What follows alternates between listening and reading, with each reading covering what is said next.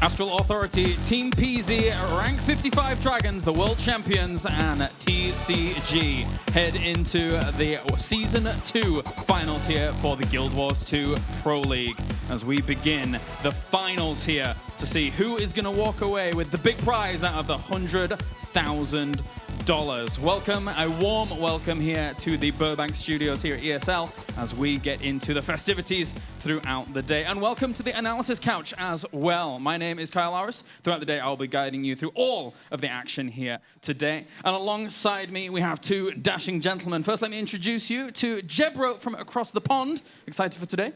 Yeah, really looking forward to seeing these teams play in what will be the closest finals we'll probably ever see, actually, at the moment, yeah. Yeah, it really feels like the level has been raised when it comes to the Season 2, for sure. And then way across over there's normally just only one token ginger when it comes to Guild Wars 2 Pro League, but now we have a second one. It is SupQT, the fantastic Mesmer. How are you doing, sir? I'm doing well, thanks. I'm so excited to be here. I want to thank you guys for inviting me, and I'm so excited to get into these games to see who wins.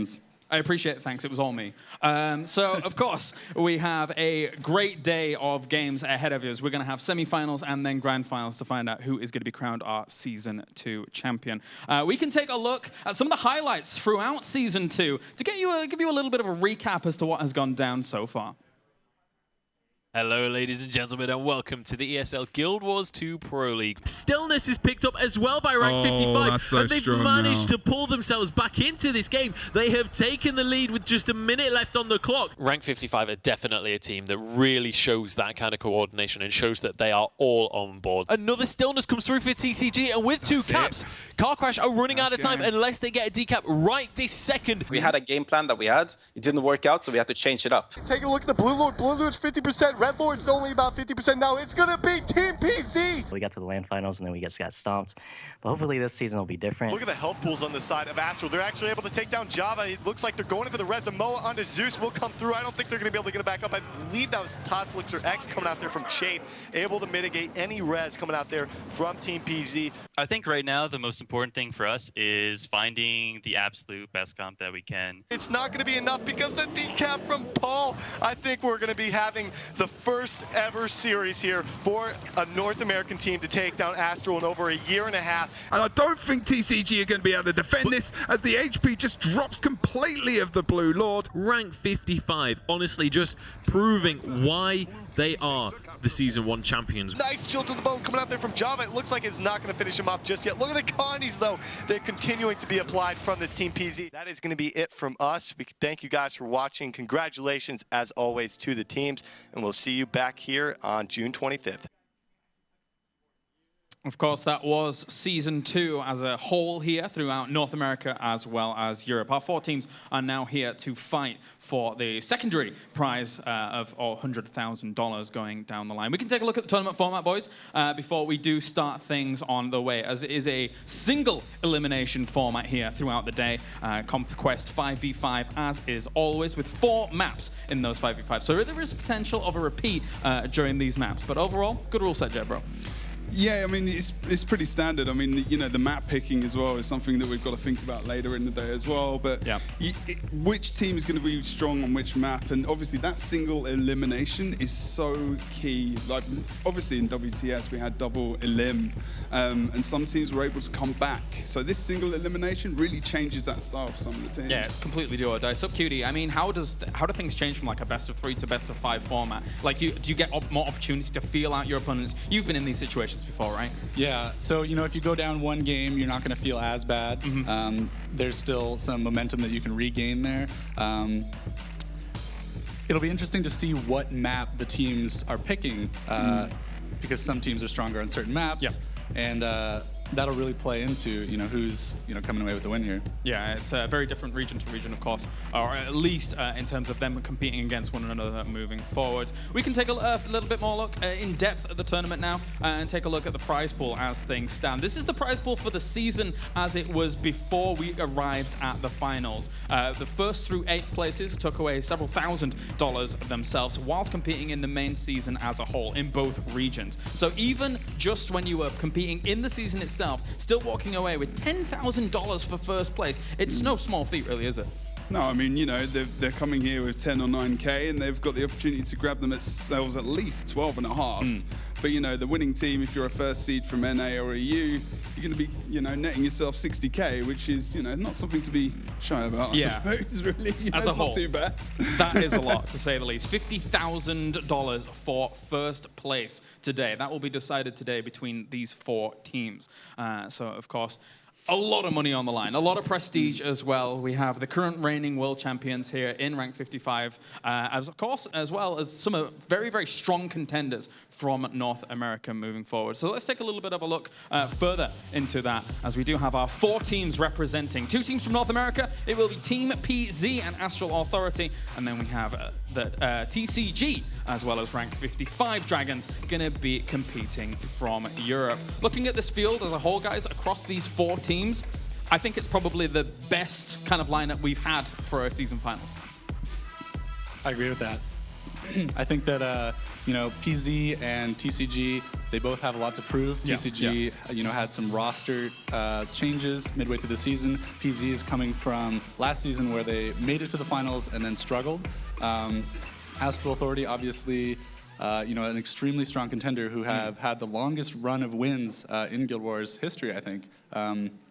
And then, you know, finally 55 Dragons, who have proven themselves as, you know, the current reigning world champions. So it'll be interesting to see, you know, how these teams fare all in one tournament together. Yeah, definitely. And of course, later on, we do have the fact that we will have Astral Authority going up against rank 55 Dragons later on down the line, but our first match will be Team PZ versus TCG. Don't forget as well, though, you can get involved with everything online by checking out us on social media. Go over to /Guild-Wars2 at all your respective social media outlets, including YouTube, and as well as /ESL GW2. Check us out there as well for all your ESL Guild Wars festivities, as we put on quite a lot throughout the entire time.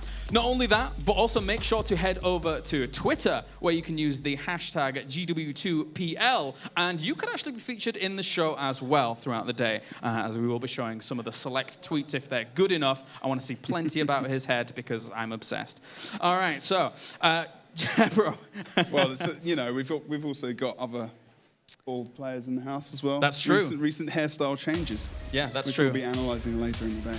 A lot of hairstyles here in Guild Wars 2. A lot of ginger, a lot of bald.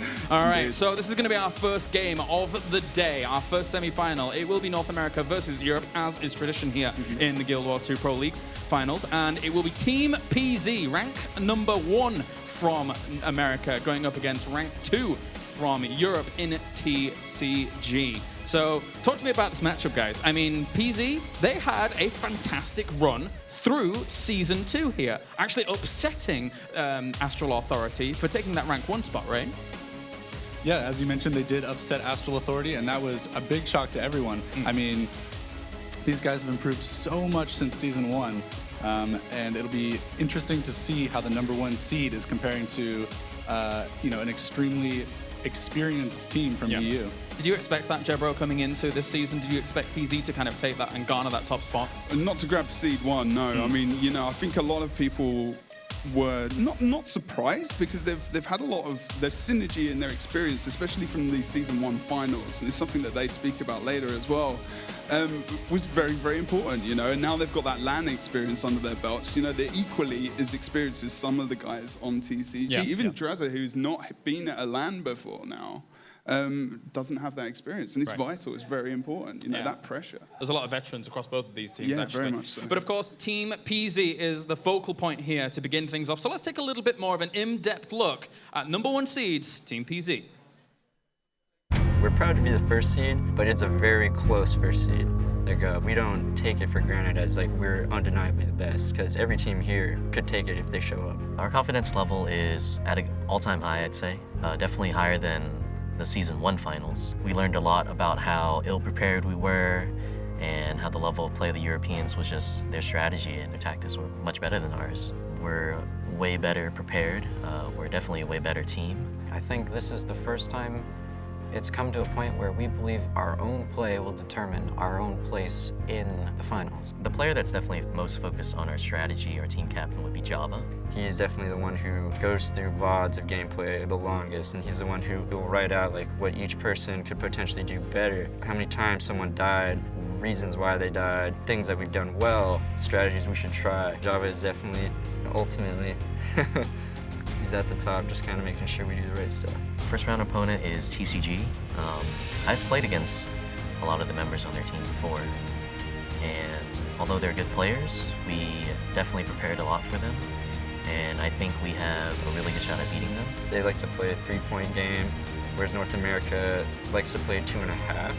So it will be interesting to see whether or not they're prepared, because they could just have fallen into the rut of expecting the same European style of gameplay.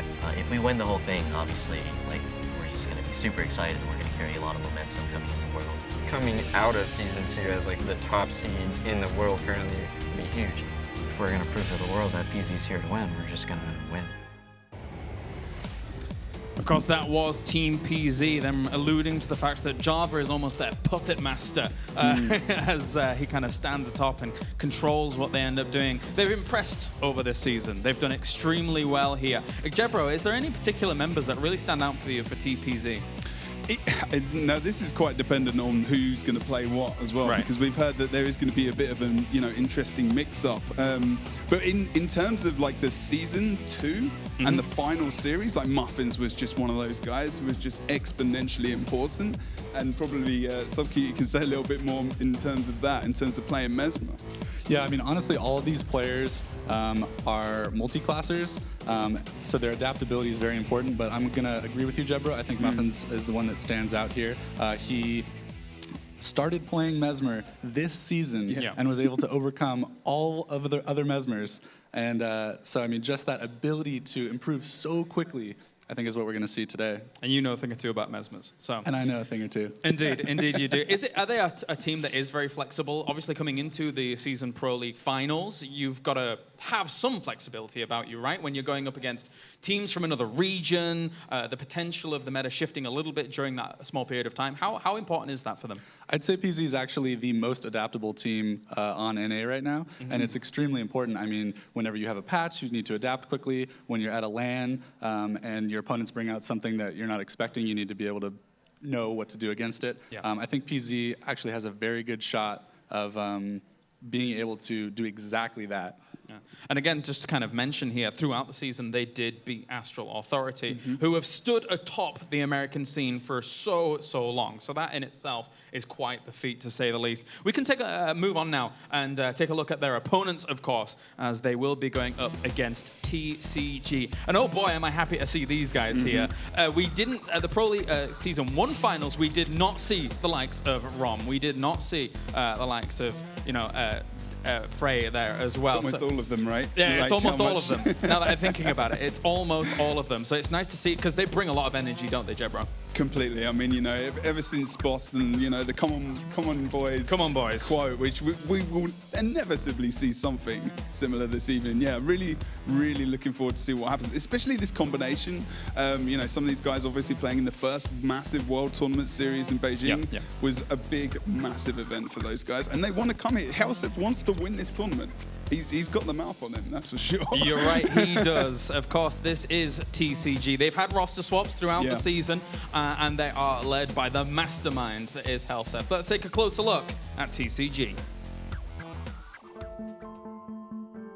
I'm Lord Helseth, I'm 22 years old from Sweden, and I'm the captain of TCG. So TCG has still not gotten to perform to its actual real level on the stage that matters. And the team's actual expected performance when things don't crash apart are so much higher. We got a really stable roster right now, and we have some core pillars that will just continue to perform at the expected level. The Civilized Gentlemen is really a powerhouse, I would say. We have kind of every angle of the game in one team. This is one of the strongest rosters in history of Guild Wars. We share the best mechanical players, and we share the best theory craft and rotational player as well. We're confident. I mean, we respect the opponents. Our first round opponents, Team PZ, I believe we have the severe upper hand. I think our team is gonna win the tournament just if we are set up on the rotation, because mechanical-wise we are just stronger. Playing on a live event, it's that life or death thing, there's nothing else. There's only this. That's your goal in life. You have to win this fight, and that feeling, I love that. We all play this game to win, right? Even second place is losing would just be an honor to win. If TCG wins this finals, it truly would mean a lot. All of that work and dedication, you know, it would be a great satisfaction. TCG deserves a land victory more than any other team, in my opinion. This is just a start for TCG, where we will start to dominate the game, and it starts with this final. Of course, that is TCG, a team fueled by a lot of passion, Jebro, moving forwards. Do they thrive off this LAN environment? Do people like Rom really get into the zone in these situations? You know, I think that's a very key point. It's very true. They do, and you know, Rom especially, as well as, you know, maybe Denshi and Frey a little bit more quiet.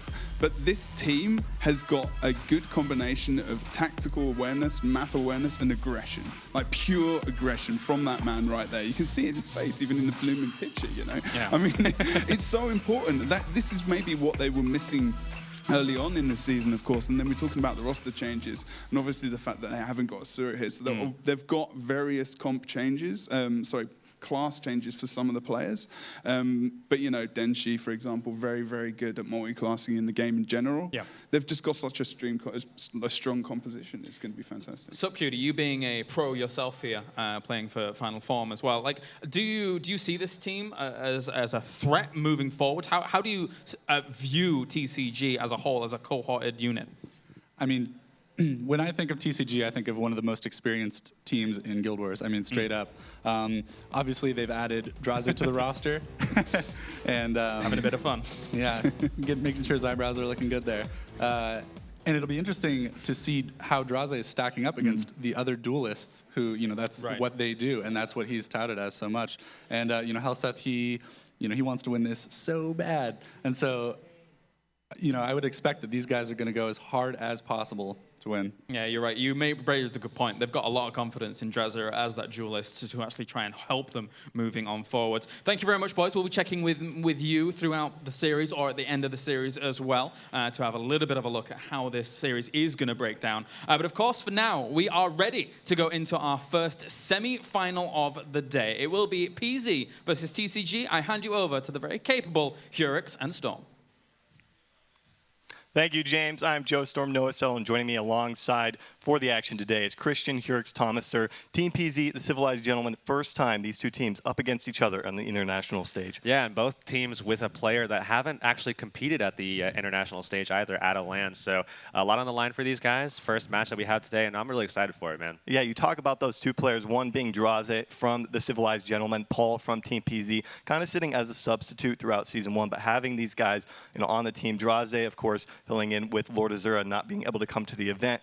They talk time and time again about how Draze is one of their players who can adapt so well to playing what he needs to play at any given time. Give him a few hours, he's going to be the best at it, and that's what they continue to tell me. Silent killer, man. Yeah, and he's definitely a player to watch out for in this event. And Team PZ, they've got a lot of guys, a lot of synergy, and as they said, not too impressed with their performance themselves from the Season 1 finals. So coming here today, they're definitely going to be well prepared for the Civilized Gentlemen. Absolutely.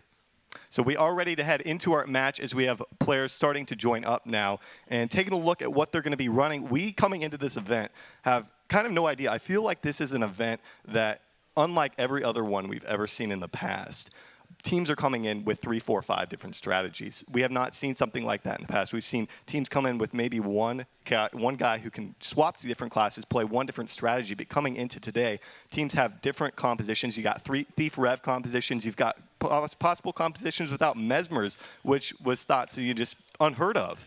Come 5, 6 months ago, every composition had a Mesmer. Coming into today, you might not even see a Mesmer from some of these teams. You might see Thief Rev combo looking for a lot of heat to come down on some of these players. Yeah, and I'm really looking forward to seeing what they're going to bring because, you know, there's a lot of lethality that might come through with these compositions, and I'm really looking forward to seeing if they're actually going to be presenting those options to us. So. And that's definitely true. You look at what Team PZ played throughout the season of 1. They had one guy who actually swapped classes. Only Zeus was the only person who played more than one class throughout the second season, Ellie and Engineer. The rest of them stuck to one class. But we know from in the past, these guys are multi-class. There's people like Muffins played Mesmer all throughout Season 1, Season 2, and coming into today, I mean, even in the past, he could probably bring out Thief. You don't really know. He played Thief. He was one of the best Thieves in North America only a couple of years ago. And definitely going to be looking out for that coming out from a couple of these other guys. We could see Warriors definitely making their way into the meta over the past few weeks. What are you expecting in terms of composition from Thief and Warrior in that kind of perspective? Yeah, I'm definitely thinking that we're going to be seeing a Thief at some point. It's going to be an interesting take to see if we're going to be seeing it on this first map here, as it is going to be Legacy. And we've seen Thief on Legacy before. We've seen it Final Form going up. I mean, SubQD on our analyst desk. I mean, he sure knows all about that. That on this first map it's going to be it's hard to do, but we're going to be. I'm really interested in seeing what they're going to be picking up for sure. And we can go ahead and head into our match. We have all 10 players ready to go for our first game, and right away, definitely not super surprised to see Muffins on the Thief, see Draze on the Warrior. We said time and time again, I've talked to these guys, I've talked to Rom, I've talked to Hellseth. They said, coming into this tournament, Draze is a player that you can put on any class, give him a few hours, and he is going to be the best at it. So I'm really excited to see what they're going to be doing with these classes, their rotations, their strategies. Why don't you take us away with Team PZ? Starting off here first with Paul. He's going to be on that Ranger here, as we've grown very accustomed to over the course of the Season 2 here. He's going to be running with Staff, Sword Dagger, picking up that Mender's Amulet with Rune of the Doliac. He's going to be on Nature, Magic, Beast Mastery, and Druid. Java picking up that Necro once again. Going to be running the Scepter, Warhorn with the Staff, Carrying Amulet, Rune of the Nightmare, and he's going to be running it with Curses, Soul Reaping, and Reaper. K-Pud on the Revenant here as well. He's going to be on Sword Shield with the Staff, running Marauder's Amulet and Rune of Strength, and he's going to be picking up Devastation, Retribution, and Herald. Zeus on the NG once again here has that hammer, going to be using Marauder Amulet with Rune of the Scrapper. He's on Inventions, Alchemy, and Scrapper. And finally here, Muffins bringing the Thief onto Legacy here, and he's going to be running with Dagger, Pistol, Shortbow, Marauder Amulet, Rune of the Daredevil, and he's got Deadly Arts, Trickery, and Daredevil. One thing I do want to bring up is that final utility, man, bringing the Shadow Trap. That is something that we have really not seen a lot of at all, to be quite honest. So looking forward to seeing if it's going to be, very useful here on Legacy of the Fofire, and if the Civilized Gentlemen are going to be able to adapt to it. Taking a look at their roster, Hellseth on his legendary Mesmer, going to be taking out the Sword Shield with the Staff, Nightmare, and Carrion, taking Illusions, Inspiration, and Chronomancer. Frey over on the Revenant for these guys, taking the Sword Shield, Staff, Rune of Leadership with Marauder Amulet, taking the Devastation, Retribution, and of course taking Herald there. Draze on the Warrior, definitely got to look out for here, taking the Mace, Shield with the Longbow, Rune of the Crate, Rabbit Amulet for himself, taking Discipline, Defense, and Berserker. Denshi, of course, on the Elementalist, a lot of experience on Ellie. He's going to be taking Dagger Focus, Rune of the Soldier, Clerics, going to be going with Earth, Water, and Tempest. And finally, Rom, going to be on the Ranger still with the Sword Dagger, taking the Staff, Doliac Menders with Nature Magic, Beastmaster, and Druid. So build-wise, nothing out of the ordinary. The only thing to really keep in mind here is Muffins on the Shadow Trap. Yeah, really looking forward to this one starting up, and already we're seeing these guys just raring to go, getting really excited. I mean, this is the first match of the day, and this is it. A lot on the line, man. This is it. A lot on the line for these guys. Best of 5 series here, starting out on Legacy of the Fofire, Civilized Gentlemen, Team PZ. Let's get underway with some splits. Hold on to your points. Looks like right away here, we're going to see it. Oh man, interesting split coming out from Team PZ. They're going to be sending 4 to the quarry. Very defensive split coming out from both teams, actually. Both going to send 1 mid, 4 quarry. Really expecting crossers there. Yeah, and really kind of defensive split here coming out from TCG already. It looks like we're going to be seeing them rotate back into mid. Zeus going to be pulling away from that one, so it looks like a pretty mirror setup from these guys. We're seeing Hellseth rolling back, but look, they're isolating Hellseth completely out right now into that corner, and he's going to get... I think he's going to get devastated there for sure. I am very surprised to hear he does have that portal, so he could go back through it, but this is an interesting strategy. I can't say I've seen something like this before from both teams. Going back to that midpoint, though. Looks like Paul's under a lot of heat. Gets hit with the Surge and Mist, actually already taken into the downstate there. That's going to be an easy kill coming out for the Civilized Gentlemen. Nobody even around, too busy missing with Hellseth over there at the core node. Yeah, and he's 1 tick away from getting this decap as well. So, I mean, already it looks like TCG with the upper hand here. And if he can take out Zeus as well, or at least put some good pressure on him, I mean, he's already pulled K-Pud out of this fight. And now we're seeing Denshi actually helping out with Frey. And they're going to be chasing down Zeus and trying to pick that kill. He should be able to pick him up. I'd assume they're going to get him. No, he is just going to be able to hammer hop away, get back into the base, to the safety of his base. But the Moa coming on to K-Pud. K-Pud going to get some help from Paul. Zeus is also off respawn. This could be a potential 3-cap coming out here for the Civilized Gentlemen, but they are going to be able to get back onto this quarry node. They're looking for a team fight here. Muffins trying to pick up a decap mid, will find it for himself, doing what he needs to do, but this is not a good start for Team PZ. Yeah, not at all. They got a good regroup. They got some good burst down onto Hellseth, and even more right now with Muffins adding to the pressure here, and Helseth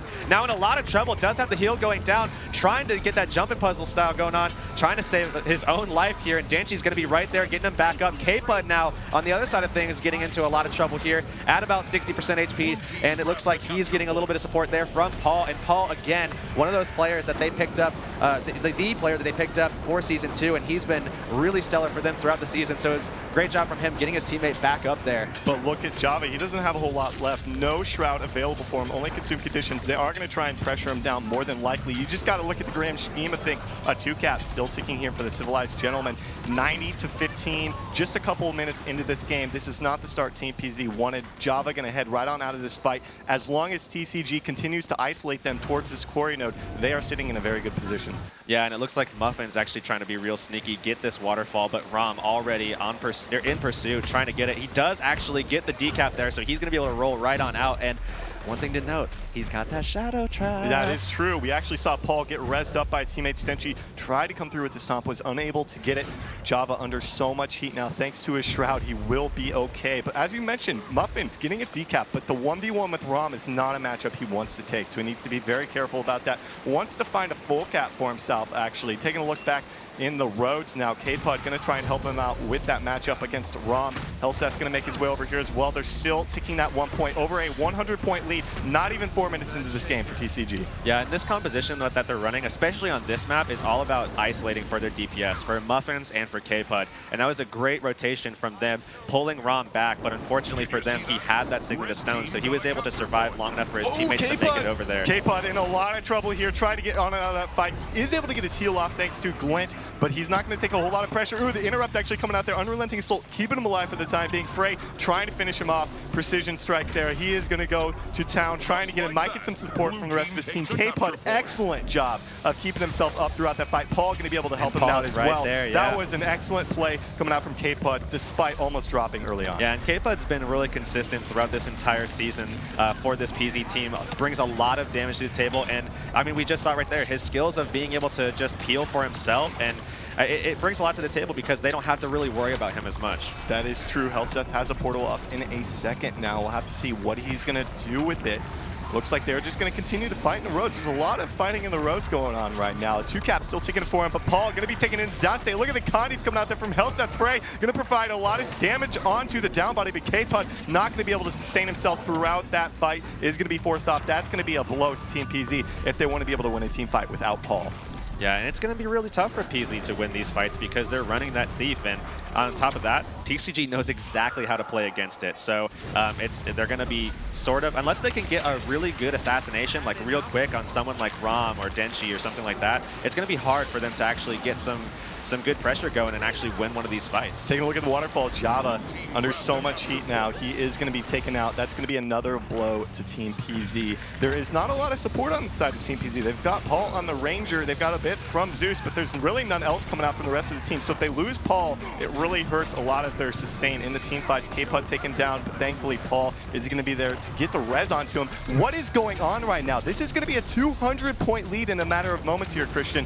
For the Civilized Gentlemen, and it doesn't even seem like they're bringing out their big strategies yet. Yeah, right now, this is just really good conquest play from them, and I mean, we talked about it a little bit beforehand. It's very interesting to see the Thief coming out on this map in particular, and while the Shadow Trap does provide another layer to the ability for the Thief to maybe make some kind of play, and gives them, that other opportunity, perhaps, it's still one of those things that's if you're going against a team that plays the 3-point strat, you're always rotating it into something, and so far that's been Rom, and they haven't been able to get a pick on him quite yet. They've tried to 2v1 against Denshi at the waterfall, but we know how that's been going. Denshi able to keep himself up with Rom here. There is no way that Java is going to be able to kill these guys. There's not a lot of damage from Paul. They're not going to kill the sustain of Denshi and Rom. No way that's going to happen. As long as they continue to hold this 2-cap, they're going to do just fine, and they find Muffins in somewhat of a 1v1 with Draze. He gets hit with one burst. He is done. He's out of the fight. He's going to plus this one at the waterfall, but since Draze is able to get there in time, it's not very far distance. It's not going to be much of a plus, but Rom now finally under a lot of pressure, might be taken down, does have Celestial Avatar and back up to full health right there thanks to Denshi. Unfortunately, on the other side of the map, we did not see the same fortune for K-Pud, who actually fell there, and Zeus looking like he's going to be in the same position. They were in a 2v1 actually with Helseth, but Frey was able to make the rotation, and that's the thing. TCG has been so good at holding these 1v2s. We saw it before with Rom, and now we saw it again with Helseth, and with Frey making that rotation, they were able to get a pick and send Zeus back to base as well. Now Java and Muffins looking to get something going here at the graveyard, but Rom and Draze, of course, proving to be quite the force now. There's the 2-cap, or excuse me, just a 1-cap. Mid was decap. Java under so much pressure. Look at the Connies just coming out from these guys. He is going to be basically dead outside of this Shroud, so there's no support around for him. He will be taken down now thanks to Draze and Frey. They're continuing to lose members around the map. They can't seem to get a full regroup, and even if they try, I feel like it will be a 3-cap in favor of the Civilized Gentlemen if they wait that long. Yeah, it looks like K-Pud is back at it with Zeus here, and they're trying to take on that same 2v2 that they had before, and we saw it go in the favor of TCG on the last attempt, and it looks like they're chasing off Helseth in this one, unfortunately giving up letting the cap still stay in favor of TCG. They're now rotating that fight onto mid. Helseth now under a little bit of duress, but K-Pud actually got kind of turned on here, and they're going to still just, it looks like they're just trying to train him at this point, but the portal comes out. There's the portal. They're going for the Lord right now. They are well over 350 points. If they get this Lord, that will be game in their favor. There's no support back. Paul is on the other side of the map.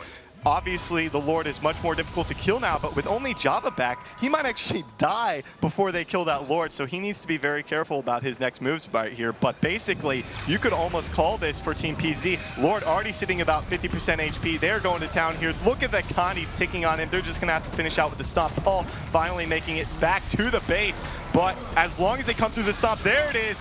The Civilized Gentlemen coming out with the victory, 540 to 108.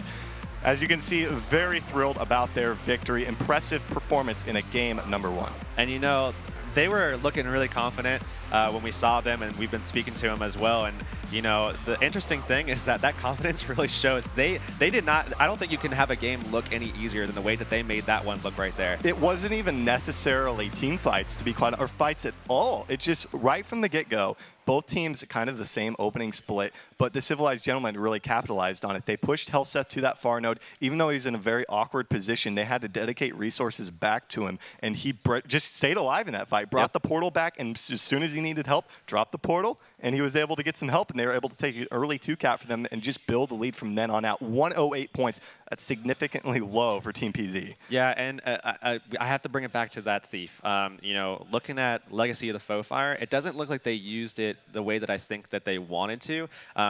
It's awesome to be able to use it in a situation where you can create these favorable opportunities when you have like K-Pud moving into a point onto Rom, get his cooldowns a little bit lower, and then, you know, Shadow Trap back and maybe surprise them with a quick assassination onto Rom. But they were never able to get that done effectively or efficiently, and they actually just never got it done. And we saw also the same thing happening on the other side of the map with Helseth doing much the same thing. So TCG just controlling 1v2s, controlling the map very, very well throughout that whole entire match. And of course, it is notorious for us to say Thief is not excellent on Legacy of the Foe Fire. We all know that. Shadow Trap may be trying to help prove that it has worth there, but was that the right move? Obviously, you know, maybe moving Muffins back to the Mesmer is something we could see in a game number 2, potentially in a game number 3 if they go up on their next map wanting to, you know, change it up, because we are going to head to the Forest of Niflhel next. That is a much better map for Team PZ with a Thief, especially with Shadow Trap. Yeah, I'm definitely interested in seeing this map because this is one of the maps, this is actually PZ's pick for their map, and I feel like they feel extremely comfortable on this map right here, and this is where I'm really interested in seeing how the Thief performs if they decide to use it again, and it looks like they are going to be doing that. So this is, again, their pick, where they feel comfortable. They performed very well on this map in all of their history. I mean, even dating back to Season 1, even dating back to the qualifier to get into the Pro League, where we first saw this team coming back with this roster initially. So this is, in my opinion, they have to take this game. This is their game to take. I mean, if you tuned in for Week 7 in the North American Pro League, you saw them take this off of Astral Authority, who ran a Thief here, and they played basically Paul backpoint. But of course, they're going to change up their strategies now, having their own Thief. I'm just curious as to what the Civilized Gentlemen learned from that series that they saw with Astral Authority. They had to have been studying that tape and knowing what they could do on Forest of Niflhel. Now that they know they have a Thief, what I'm wondering if we could see kind of PZ's own tactics that they played on that map against the Thief come out from the Civilized Gentlemen. Yeah, I mean, they definitely have a lot of experience playing with it and against it, you know, so it's going to be interesting. I'm really excited to see how they're going to employ it into this map in particular, because I think it's going to make all the difference. Legacy is one of the ones where I was like, I mean, I don't know how it's going to perform, but this one is one where I think it can really actually shine. So really looking forward to this one. Obviously, the Civilized Gentlemen will have something prepared for this map, but, you know, looking at their first 7 matches, or excuse me, first 7 matches of the season, this has been their worst map points-wise throughout all 4 teams as well, averaging about 40 points less than any other team on this map. But we are ready to hit the forest as we have both teams joined up, ready to go for the action. And it doesn't look like they're going to make the swap, want to try it with the better map here in their favor. So we'll have to see if it's going to pay off for him. If the Shadow Trap is going to be the wise pick here, he's going to be taking it once again.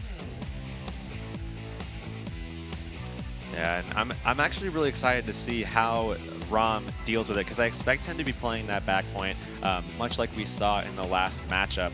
And it's going to be interesting to see how he copes with the Thief that I'm going to assume is going to be aggressing far quite often. And we're going to be seeing a lot of aggression from them. If K-Pud also comes in tow, then he's going to have a lot to worry about, and it's going to be up to Hellset to make sure that he's going to be able to, you know, portal back, make some adjustments if they try to take a team fight there, or even Frey to come back and make an adjustment so that they have damage on that point to take those 2 guys out. Because if Frey can make the adjustment back and they can't get the kill early enough, then I'm not sure if they're going to be able to pull out with an early pick like that. Well, we do have both teams ready to go for our game number 2. The Civilized Gentlemen up 2-0 in the series over Team PZ. I'm curious to see what these splits will be, because last game definitely surprised me for what they did at the opening. Very, very defensive right out of the gates, though. They are going to be going 3 on the beach for the Civilized Gentlemen. 4 on the beach. They're actually going to reveal them. We're going to see a bit of a beach fight here, and they are starting to still push towards that henge node. Surprisingly enough, they're just going to try and avoid the Civilized Gentlemen people and try to get to that point before it's fully capped, and it looks like K-Pud will actually get there in time. And Rom is just left here against K-Pud and Java, so there's a lot for him to worry about as his team is just kind of chasing down Paul. Paul in a little bit of trouble as well, so both of these Rangers struggling to survive here, and Paul is the one who really needs to be calling it out to his team, because he's downstated already here at the crossroads, and he's going to be down. And now PZ doesn't look like they're going to be able to make any kind of move over there, because that's just, I mean, way too far away. Rom, in the meantime, surviving like a star so far. Right there, but he's going to be taken down. It didn't look like Denshi was able to keep him up. No rebound available, no shouts whatsoever for that matter. And now he's just going to be trained down by Muffins and K-Pud. But we know Denshi, an excellent Elementalist, does have a lightning flash up in about 5 seconds, so he should be able to get out of any sticky situation. But in the end, we'll see Draze cap the keep. We're going to see, more than likely, the Civilized Gentlemen come out on top over here at the mine, because Zeus is in the downstate. Paul surely to follow shortly after. No, Muffin's looking for some damage onto Hellset. He might fall down now. Does have that Mo available if he wants to use it, but obviously the Thief not the best target for that, and Muffin still running for his life here. Civilized Gentlemen going to come out with the 2-cap. Yeah, and that was a great call from Hellset to get the portal back, get his teammates to go over there, because with Muffins moving into that fight, with Paul moving into that fight as well, they really needed the support onto their teammate there, Frey, and he was able to then go very aggressive and push Muffins off of that point. So now they do have that 2-cap. They do have a small point lead here. It is going to be a 4-point lead. They have control over the aggressive side of the map, going for that far node, but it looks like now Rom going to make a play here for the D-cap, and it looks like he actually does pull it off. Goodness. Java not able to get on the point in time. Too much CC coming out there from Rom, even soft CC to make sure he doesn't get there. They do manage to pick up the D-cap at the keep. That's significant for them to try and stay in this game early on, because early on in game number 1, it was just all TCG. So we'll have to see Frey get some heals there from Denshi. Is going to be okay outside of his shield block. Looking to, you know, try and get on top of Java. Java has seemed to be one of their main targets throughout most of the fights, and it's going to continue to be. There's 2-cap on the sides now coming out there for TCG. It's so insane to see, like, the pressure that they put onto these guys, onto TCG, how quickly Denshi can make that rotation, get his teammate back up, and then they just return fire almost instantaneously. I mean, we saw Java drop to about 40% HP there just from, I mean, Frey and Denshi alone, I think it was, and that quick counter pressure that comes from these guys has been really, really phenomenal. It's been a reason as to why they're able to get these quick kills so often, is because it's unexpected damage. Most of the fights, look at the positioning of both teams. We just saw a very short fight. It was very brief there, but it was just in the roads. It feels like even at the start of the game, all the fighting was in the roads right now. They're not really going for the fights on the points here, and we're actually going to see, it looks like a potential decap, very close to getting that decap here at the keep, but Paul will actually get some help from Java. Make it a 2v2. Taking a look at what's going down over there at the Henge. Helseth already taken into the downstate. This could be a boost here for Team PZ to get something going. Yeah, they finally collectivized that DPS. K-Pud, Muffins, and Zeus jumping on him, and just, I mean, he exploded completely, and now they're just trying to carry on the pressure. Java trying to stay alive at the midpoint. Still that one cap in favor of TCG over at the mine, but across the board, it looks like PZ is a little bit more comfortable here, which is to be expected. This is the map that they chose. This is the one that they feel really good about. 100%. I mean, Muffins can finally get some decaps. We just saw it come out over at the mine. We can finally see that get going from him. If he's in these team fights, he's not, being very effective, to be quite honest. So seeing decaps from him is very good sight coming out for Team PZ, as Java taking a bit of pressure there, going to be forced to get back to that mine point where Paul's able to support him. Muffins looking at him, going back around that keep. He's going to pick up another decap potentially for himself there.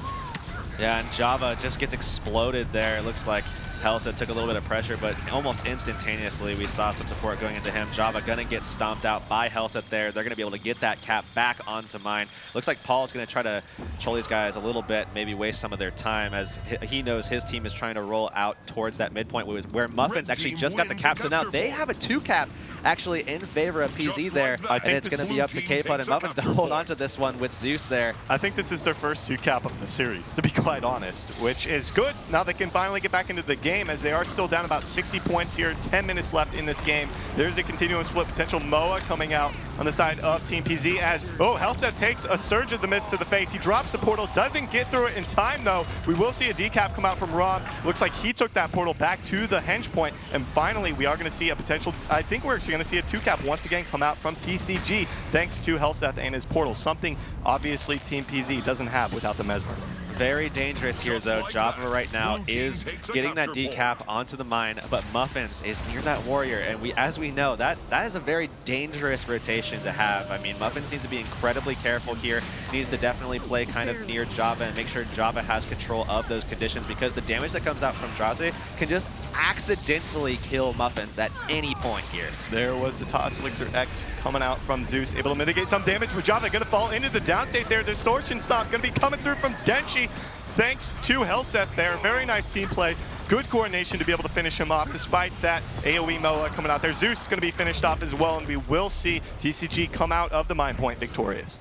Yeah, and we're going to be seeing them just trying to put pressure as Paul tries to rotate out once again, it looks like. And he's going to stealth up, or at least attempt to stealth up. Instantly gets that revealed there by Frey. Almost immediately, it looked like. And it looks like he's going to be suffering from a lot of pressure there, forced into that Signet of Stone, as Denshi and Frey are just all over him right now. Looking at this team fight at the mids, that's actually kind of being evacuated a little bit. Paul back on the point. Frey's just staying on him, just completely glued to him at the moment. Because they know if they take out Paul, they can clear Muffins off at this point, and they might be able to get a decap here and then control a 2-cap to look at the positioning from Team PZ. They're not even trying to initiate here at the keep. They're really trying to force them in there with no way out. They want to keep tabs on Muffins. They know he's already gotten a few decaps for himself, so they want to keep tabs on him. We actually just saw Java attempt to get a decap. Rom was on Chieftain, forced to not finish the kill there because he didn't want to give up that decap. Very smart move there. Don't want to force that. Muffins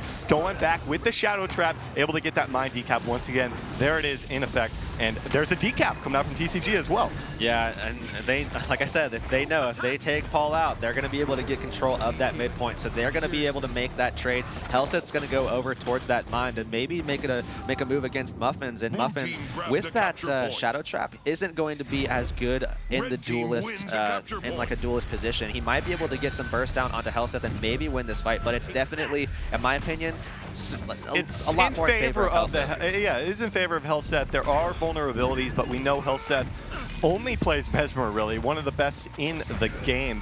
And Muffin's going to try and take him on. Ron back on Chieftain here. Let's take a look at what's going down at the keep. A bit of a team fight back in action A lot of condies onto Frey there are going to have them cleansed, but Team PZ looking for a 2-cap once again, as we do have the Chieftain kill coming out there from Rom. So it's going to be 361 to 210 now, coming out there in favor of TCG. Very close to picking up the second game.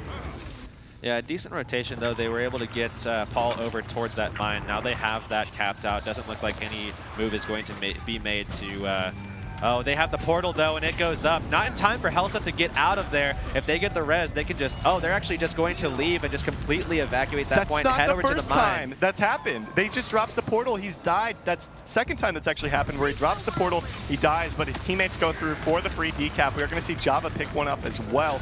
But it's just out rotations coming out here from the Civilized Gentlemen. It doesn't even matter that Team PZ is able to pick up some team fights for themselves, which is good, but they've got to be able to keep up with Helseth's portals. Yeah, and TCG is they're just absolute veterans of this style of play. K-Pud witnessing what that might mean as he gets, so low here, now sitting at about 1k HP, 400 drops there to Draze and Denshi. He does get that res there. Yeah, the Warrior doesn't really have any cleave much for that matter, so that was an easy res coming out onto K-Pud. Not a whole lot he could do. We are going to see Frey, though, taking down Spawnier there. 70 points away from a victory. No cap for Team PZ. This is looking rough. They have to get something going here in the last minute or two, otherwise they're going to be going down 2-0, and that's not going to be looking good for them. Yeah, and K-Pud under fire right now. We're already seeing TCG with a lot of control. 448 right now. They're hitting the 450 mark. Only 50 points left on the map. And K-Pud is still in so much trouble. And we've seen him get out of these situations before, but Frey just, once again, just absolutely glued to this guy. He's going to pick up that downstate, and it looks like Paul's now moving to try to pick up that res. It looks like there's a lot of pressure down on this, though, with Draza helping out. So they're going to be able to solidify that kill and chase Paul off once again from this mine point. Something that we've seen a lot, actually, in Java right now with Muffins. An interesting setup for these guys with the Necromancer and the Thief here, but Paul there's 11 points left in this game. The Civilized Gentlemen looking so good throughout most of it. Not winning every team fight, that doesn't matter. They are out-rotating them portal by portal from the Lord Helseth himself. 501 to 254 victory as the Civilized Gentlemen go up 2-0 in that series. Impressive play from them. They are all smiles, as you can see. Yeah, and you know, they know that they're just one game away, so they're feeling really serious. I mean, I know they feel good right now, but there's still one game away. Anything can happen. We can see PZ pull this one back out, and we know that PZ is a capable team, so they still have to be, while they're joking around, they feel good, but they still have to be ready for anything at this point, because we're going to be going on to Kylo, which in my opinion, if we're going to be seeing Muffins on Thief, this is the map, in my opinion. All right, and with that, let's go ahead and take a look at what Zeus had to say about Team PZ's vengeance in the Season 2 finals. Hey, my name is Bao, also known as Zeus. I'm 24 years old, from Seattle, Washington, and I play for Team PZ. So my family's reaction for me being a pro gamer was they were supportive of me. My parents are a lot older, so they didn't really understand, kind of like, whoa, you can get paid for playing video games, you know? So it was really cool to kind of like show them that side of just like our world and our generation's kind of hobbies. Zeus and I have played together on teams for a while now. Zeus actually was the one who hit me up when Pro League was announced. He kind of recruited me back out of retirement. He's very consistent, he's smart. He thinks a lot about the meta game and the way matchups and rotations work, and he's not afraid to let you know like what you could work on, because it helps him and it helps you. For me, if our team won the Season 2 finals, I think it would just be our hard work coming to fruition. It would be excellent. Like, I would really take it in stride. I would say that we would actually be able to say that we're currently the best team. For me, I really want that. I know our team wants that. And it would just be a great victory and some good vengeance taking back the cup to America. Well, as you can see, looking for vengeance in this series here. They're going to have to come back, going to have to battle back down 0-2 in the series, and they're going to be heading to Kylo next. Kylo, a very good map for the Thief, but are you expecting them to change something up? Their success this season came with Muffins on the Mesmer. Haven't found any of it with him on Thief here. Yeah, I mean, I definitely think it's a possibility, especially now that they're down 0-2. Maybe they're going to attribute it to that Thief and maybe see if the portal might bring them a little bit more opportunities in terms of rotating the team into these situations. So I wouldn't be surprised to see a Mesmer at this point. Well, we do know Thief, like I said, is very excellent on this map. A lot of spots to put down that Shadow Trap if he does run it once again. We've seen him before on the Mesmer. Excellent portal plays, as they had said earlier in their team thing. Team PZ Muffins on the Mesmer, he just started to pick it up during Season 1 and has come a long ways with it. So really looking forward to seeing if they're going to be taking that for themselves or if they're going to be coming with the Thief here. What do you think they kind of need to change up if they do take the Thief to take this game? I mean, they definitely need to play with the verticality. They need to play the opposite ends of the map to really kind of spread these guys out. That's when I think they had the most opportunities for them to kind of get those quick assassinations and maybe make a play to get control of one side. But again, it's one of those things that it hasn't worked out for them yet, and unless they change a lot in this game, I don't see it working out here either. Well, of course, as we saw in Week 7, Team PZ fell short to Astral Authority on the Battle of Kylo, and numbers-wise, they are looking the worst on this map, so that's not great for them. But of course, you come to an event, different atmosphere, down 0-2. They've got a lot to prove in this next game.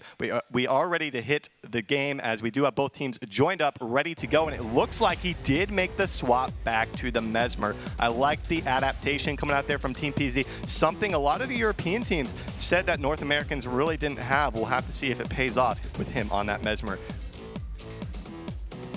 No actual changes from the Civilized Gentlemen. I don't really feel they need to adapt composition-wise. Just adapt strategically with how they are rotating now that they know they're going to be going up against another Mesmer. Obviously, they saw the 7-0 regular season success with him on it, and I'm feeling like it's going to be a much closer game with him on this class. Yeah, and this is their last opportunity. They're down 2-0 right now to TCG.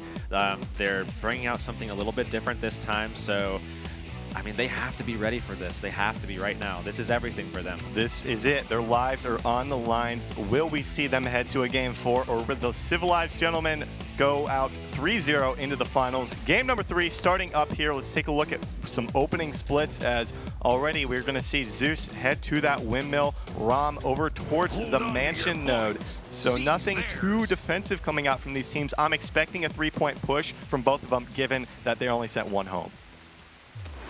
Yeah, and looks like PZ getting kind of aggressive here already, getting that stealth up on the side.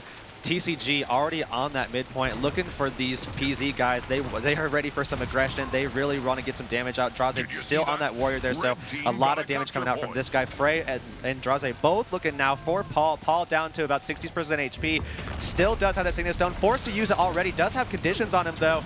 And he's going to be able to go into that Celestial Avatar form to cleanse those out and get healthy, but still being chased around a little bit, forced off of that point. And now PZ up 11-3 right now with a 1-1, but Zeus in a lot of trouble. We saw a lot of good moves coming out there from Rom, able to keep himself alive. He got hit with a 3v1, called for help immediately, used Ancestral Grace to get out of that fight. He's going to be okay. We did see that decap come out there from Helseth, one step ahead already, able to pick it up over there at the windmill. K-Pud now under a bit of heat for himself. Some Kandi's ticking, but he may be yet okay. Does have Paul in the area. Paul's going to leave him. That's going to be the first kill of this game, as K-Pud dropping into the downstate. Yeah, and Zeus is just going to make a quick exit and hope not to get taken out by Frey, but we've seen Frey just get glued onto people before, so he has to be really careful here. Java under a lot of pressure right now in a little bit of a 1v1 with Rom, but it looks like Paul is going to finally make that rotation over, and it looks like they're going to just completely swap those guys out. Actually, Java now looking to take the kill against Rom. Rom in a little bit of trouble. Oh, the corruption, man. Look, 14 stacks of bleeds, able to cleanse them all.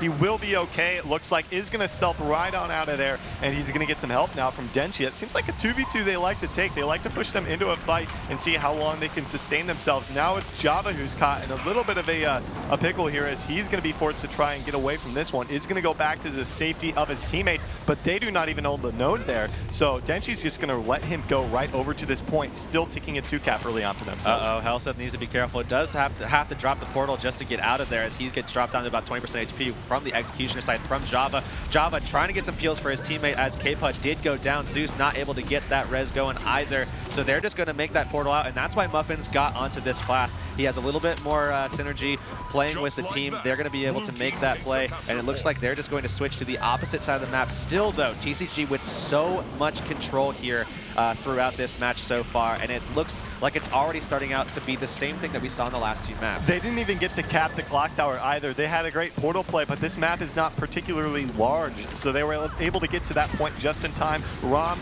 didn't even see them as a threat when they decided to push 2, potentially 3 over to that point, realized that the hard-hitting force of TCG was coming to the clock tower. They needed to send people back almost up 100 points. Finally, a decap coming out there from Muffins on the Mesmer. They need to try and make something of this early on, otherwise they're going to fall behind just like they did in games 1 and 2.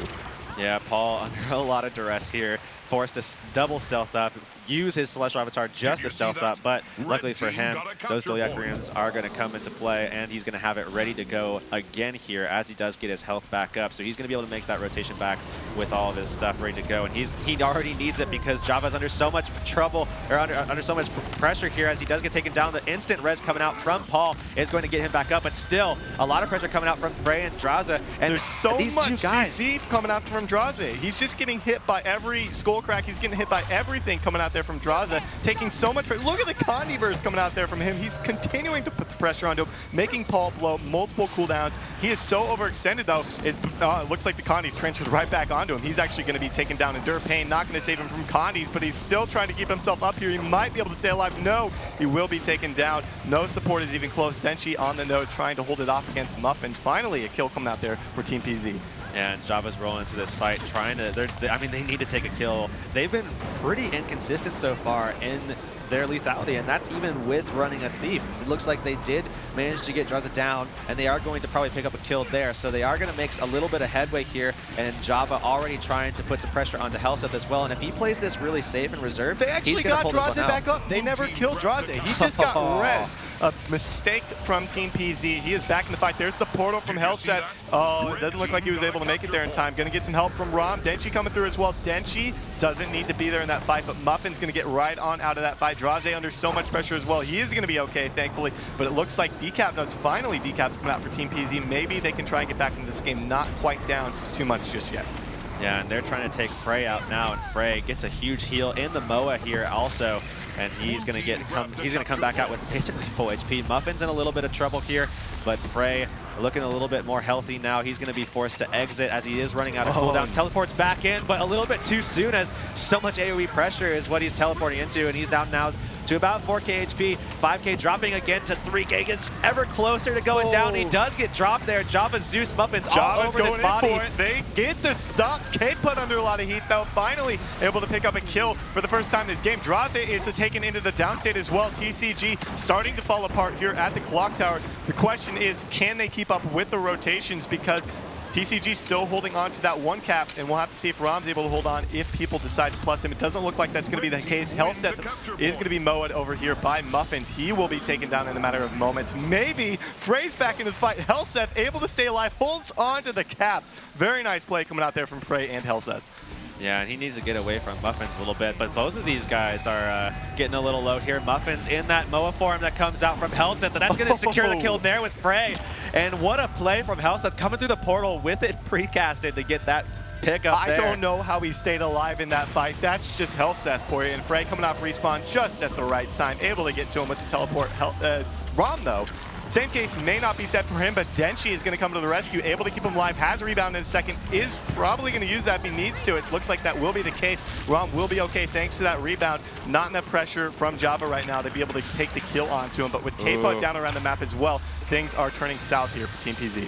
Yeah, and Rom has done so well of staying alive here with just barely anything at his disposal, and PZ needs to be careful because Zeus in a lot of trouble, and it just seems like, I mean, Frey making so many plays this game, just sticking onto people and just creating so much pressure, forcing really, really nice fights for them, because PZ is forced to rotate into fights with like down cooldowns, down a lot of HP, because Frey has caused these things to happen. Just relentless onslaught coming out here from Frey. They cannot get this guy off of them. There is the 2 cap, 8 minutes left in this game. 262 to 149. Team PZ have to get themselves going. Unlike the other maps, there is no big comeback mechanic. You've got that Trebs, but they're not going to give you 150 points. They're not going to give you, you know, a 4 cap or a 6 cap like Temple of the Silent Storm does. So this is going to be a very difficult map to come back on. We've seen it time and time again, but still not that secondary mechanic to help you out with that. The decap finally coming out there from Team PZ, from K-Pud over at the Mansion.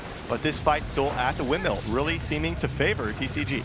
Yeah, Java gets dropped at the windmill. Draze already putting a lot of pressure down, but Paul does manage to get that res off, and still Java is dropping here.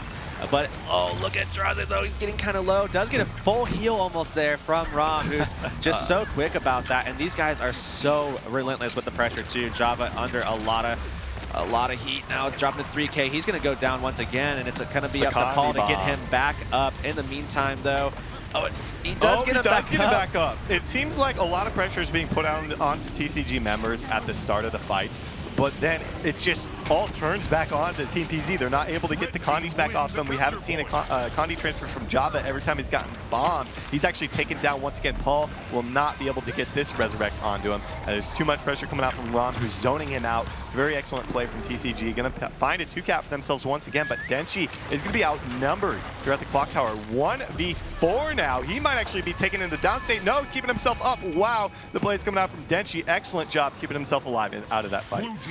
And we are going to be seeing a 1-cap in favor of TCG. It looks like we're going to be seeing a pretty interesting fight between Zeus and Helseth over at the Mansion, but Helseth is going to drop that portal and just make an exit here, and Zeus just going to follow that one out because he knows that Helseth might just come back with the whole team. K-Pud in the meantime was taken out. Denchi going for that stomp, and it is going to secure that kill there. So TCG still with a lot of aggression here in all of these maps so far. The MOA onto Paul, he did manage to stealth himself up just as the MOA came down. What timing, lucky for him.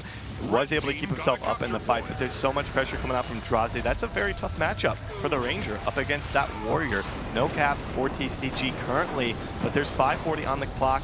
They're down, you know, about 150 points at this point in time. We'll have to see if they're able to get something going for themselves. They really need to find a 2-cap if they want to get back into this game. A 1-cap at this pace won't really do it for them. Zeus needs to be mindful of Draze next to him like this. I mean, look at the pressure coming out from him and onto Zeus. I mean, just absolutely non-stop.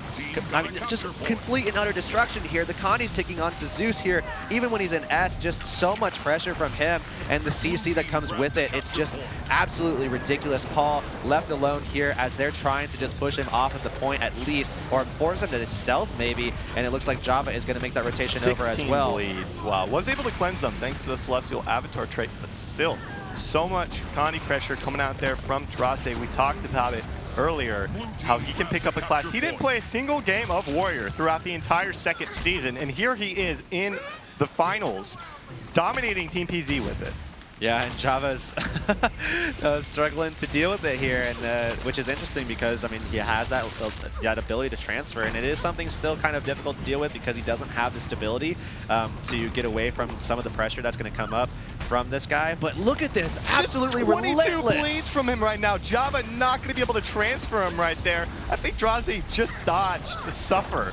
Surprisingly enough, that's not a skill you really dodge. That might have been a lucky dodge roll there, but looks like he will get back up into the fight. But now Zeus is going to be taking the bulk of the damage. Nice toss, Elixir X there, able to get some of the damage mitigated off of him, and he might be taken down once again. It looks like he will go into the downstate. Zeus going in for the res. Paul there as well, able to get him back up into the fight now, but they are under 100 points away from moving on into the finals. Zeus, I mean, the pressure from this Warrior here, it's absolutely mind-boggling. I mean, we've seen it before a little bit, especially in NA. We saw it in Season 2, but not like this, man.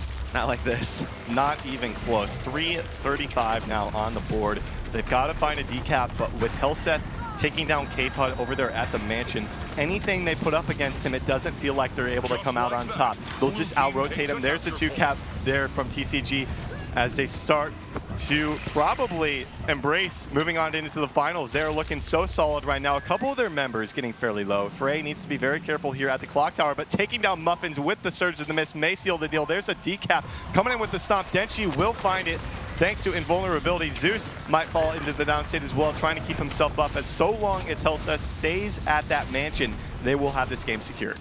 Yeah, Zeus really needs to try to find a way to get away here, and he's just hoping for anything at this point. Does go down on the point just to kind of stall them out a little bit. Denshi once again going to secure another stomp here, and they are going to get that full cap. And look at the fluidity of their movement too. As Denshi pulls off at that point, Ram is moving on, and they just follow each other off. I mean, that is absolute stellar play from these guys. And once again, Helseth finds himself in a 1v2. What's he do? He moas Java. Basically takes down K-Pod in the process. Denshi doesn't provide a lot of damage, man. That's going to be it. The Civilized Gentlemen going to come out on top. A 3-0 sweep for them over Team PZ. Definitely unexpected if you're the North Americans. Look at them. They are happy about their victory. Yeah, and this is a TCG. I was initially going to say this is a TCG we haven't seen in a long time, but this is a TCG we've never even seen. I mean, we've seen TCG really kind of come to the table and bring a lot of heat. But we've never seen this. We've never seen this before, ever. We really have not. I mean, it's definitely, we could tell from them earlier, Helseth just wanting that world championship. He's been to so many events, fallen short so many times, and now he's got an opportunity. Just a clean 3-0 sweep coming out for them. Complete and utter dominance.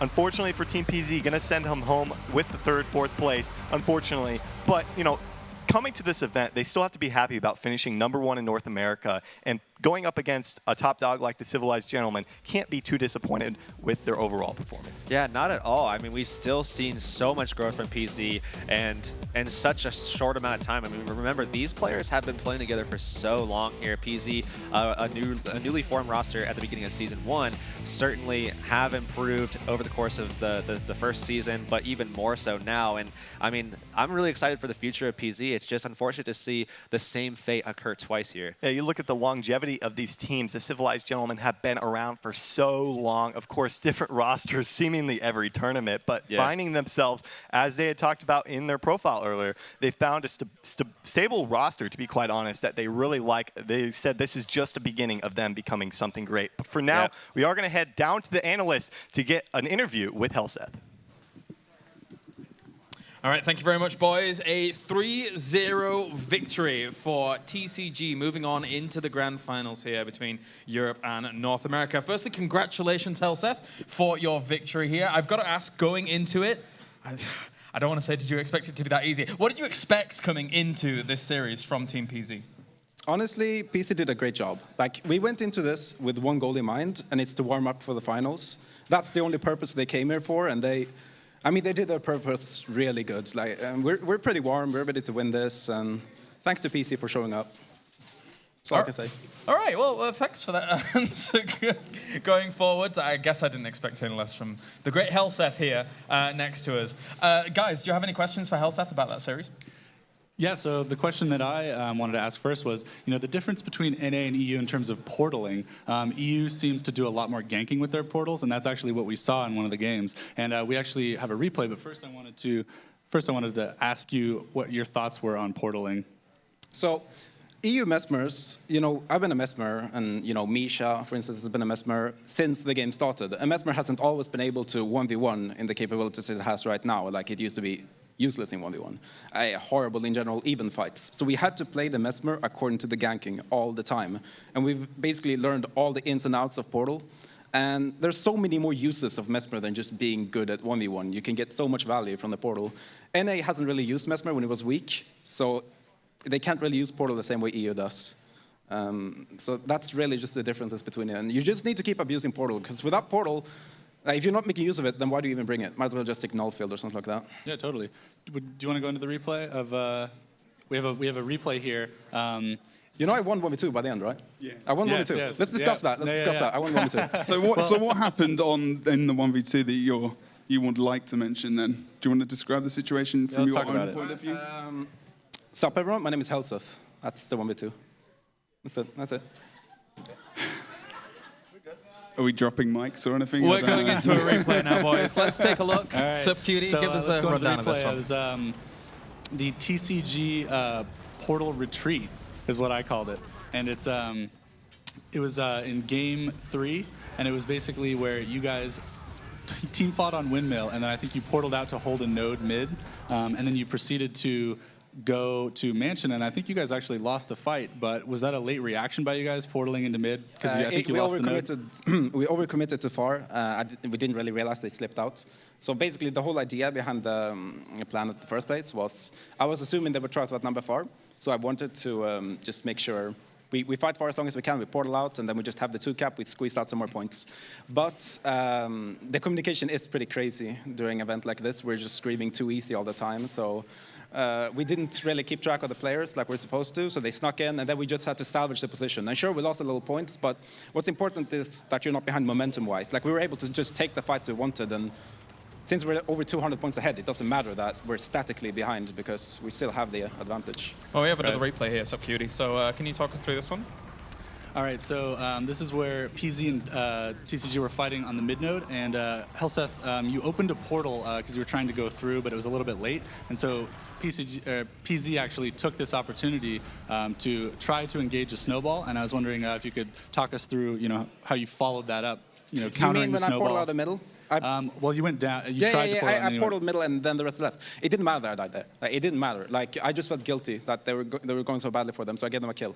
No, but seriously though, it didn't really matter because Rom wasn't close. Yeah, he was watching close, watching for the thief. Right. Now, when I die, I will respawn in 15 seconds. So I will respawn into the thief. Even if thief decaps the point, it's a winning matchup for me. So I'll push back in there and get the point back. Mm-hmm. So me dying there doesn't matter. My entire team is at far, so if the enemy team tries to snowball far, Rom is coming there, so it's 4v4. The thief's going to go close. So we were like, yeah, sure, I die there, and it's not good, but I'm a charitable person. I'm a nice person. So you were basically saying you wanted to give them something rather than nothing? I'm just nice, you know? Yeah, I mean, we've always known you as quite a nice person in the Guild Wars 2 community. I mean, I want to talk about something maybe very, very basic about even just getting into Game 1, and that's their composition. Like what they came with, what they brought. What do you think they were actually thinking about when they brought the composition they did? I mean, it's quite a basic question. NA Mesmers are plebs. That's it. They can't play Mesmer, so they have to do something else. Of course, they can't face me and Misha on Mesmer, right? So they have to do something different. So they did something different. It's actually a good idea. I'm pretty sure Astral have something in the likes of the same idea, Like, there is potential in non-Mesmer comps. I'm not saying Mesmer is mandatory. I don't believe so at all. I just think I'm mandatory. And that's just basically what it is. Like, they try to make some comp to make everyone on their classes play well, Like, I've been in that position myself, Mesmer's been bad, but I've been like, well, I'm good on Mesmer, I'll play Mesmer. They did something similar, but we have a good comp, and we have, people that are extremely strong in the classes. So we're just out-comping them, and even if it was equal, it's, like, not looking good for them. So. Well, we have a third replay to go into here to take a look at. So, Subcutie, once again, take us through this one. All right, let's go. Okay, so this was the team fight on Clock Tower. Shout out to Frey for that recap. Right, so Muffins had just gotten stomped out. You guys were beginning to do your snowball. Frey, doing his thing.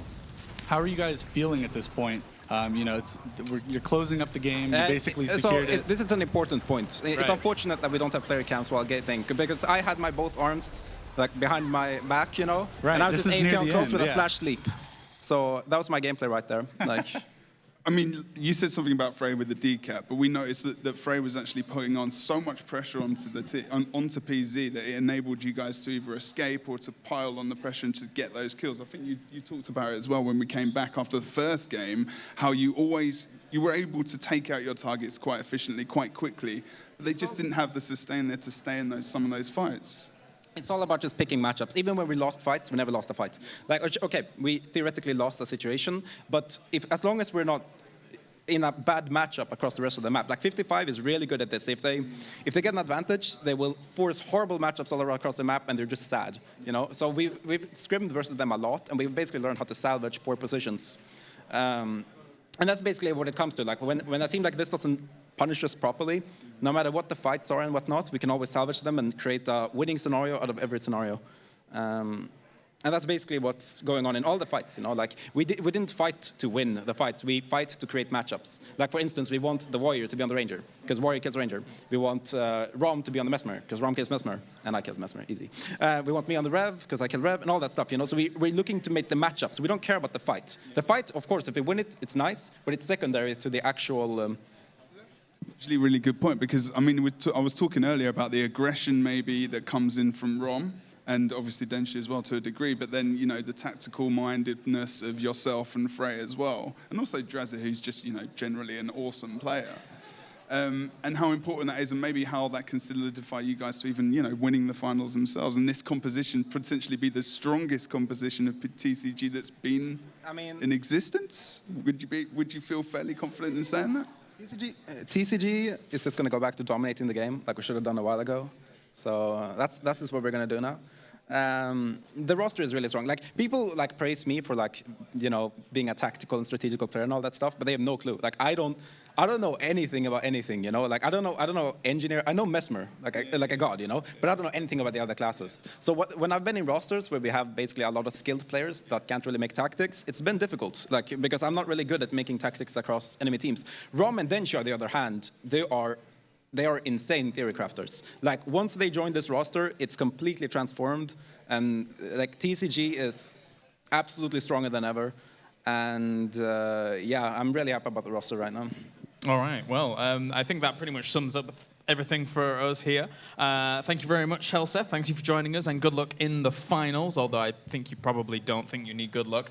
But anyway, we shall be moving on now. We are going to go to a short break, and after that, we are going to have our second semi-final of the day. It will be Rank 55 Dragons going up against Astral Authority.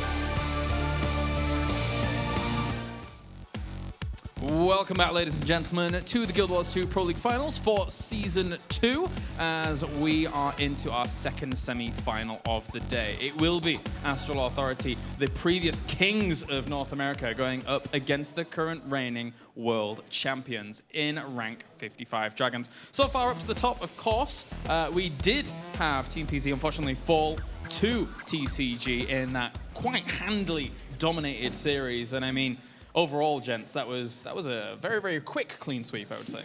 I think we were really expecting something a lot different to come out from those guys. You know, I mean, obviously the surprise composition could bring something out like extra for those guys, but I think at the moment there's just some there's just some things which you need to play, like Elementalist being so, you know, dominant in terms of support and survival for the team, but just individual team members on TCG just pulling it out on that game. Yeah, for sure.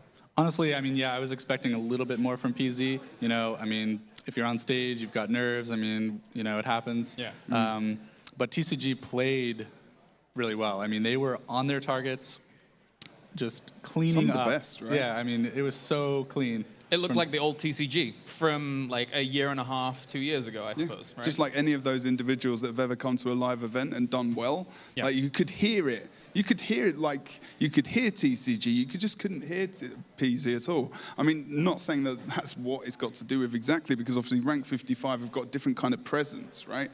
But you just couldn't see it, the confidence that they were talking about, and also the confidence that came from the end of Season 2 for them. I agree. I mean, even Helseth here. I mean, yes, he does have a very, very confident outlook on the series, but rightfully so, considering what we just saw. That was very, very strong and domination in the end for the most part. But for now, we can take a look at our next two teams that are going to be going up against one another, as well as the results that have happened prior. TCG find themselves in the grand final, and they await their opponents either from North America or Europe, with Astral Authority now going up against Rank 55 Dragons. And Rank 55 Dragons being the current reigning world champions, going up against Astral Authority, who have been world champions with this same roster multiple times, boys.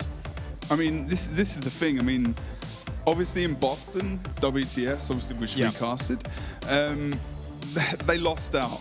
They went back to Cologne, they learned some lessons there, and they came back as winners. So this could be an occasion where they do exactly the same thing, but obviously we're having a replay from finals of Season 1, and whether or not they've got that confidence to come back rank 55 will have a different pressure, you know, previous champions as well. Yeah, yeah. So, Cutie, you've been able to play against Astral Authority, or previously the Abjured, for a long time now, I suppose. What makes them so great? Because they have been able, in the past, to dominate the North American scene for a long time.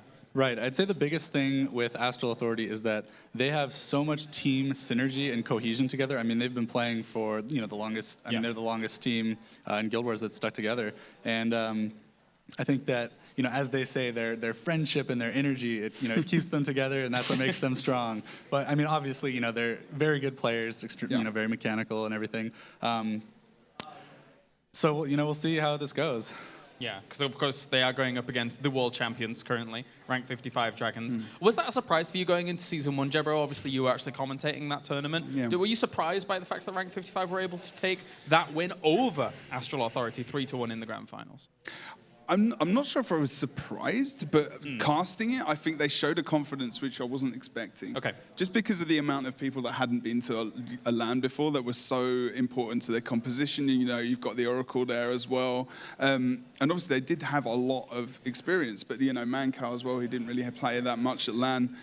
And how confident they were, how silent, you know, they were very calm, they were collected, and they pulled it together, and they just pulled out an epic performance. And I think the Abjured, or the Astral Authority, were even surprised themselves, and they really underestimated their opponent. And I think that is a very big weakness for these guys. And they need to, they're looking at TCG almost to a degree. Even Joe, you know, we had an interview, and what I took from that was Astral are thinking even too far ahead at the moment, and they aren't thinking about their current opponents. What I really want to know is, what is Astral thinking right now, you know, after seeing TCG handle a Thief comp so well? Right, okay, because they are so well known for Astral Authority, obviously. So currently Astral is, you know, we've seen them go back to their comfort picks. I mean, they're 4 out of 5 are on pretty much the classes that they're mains of. So, and that's what PZ did.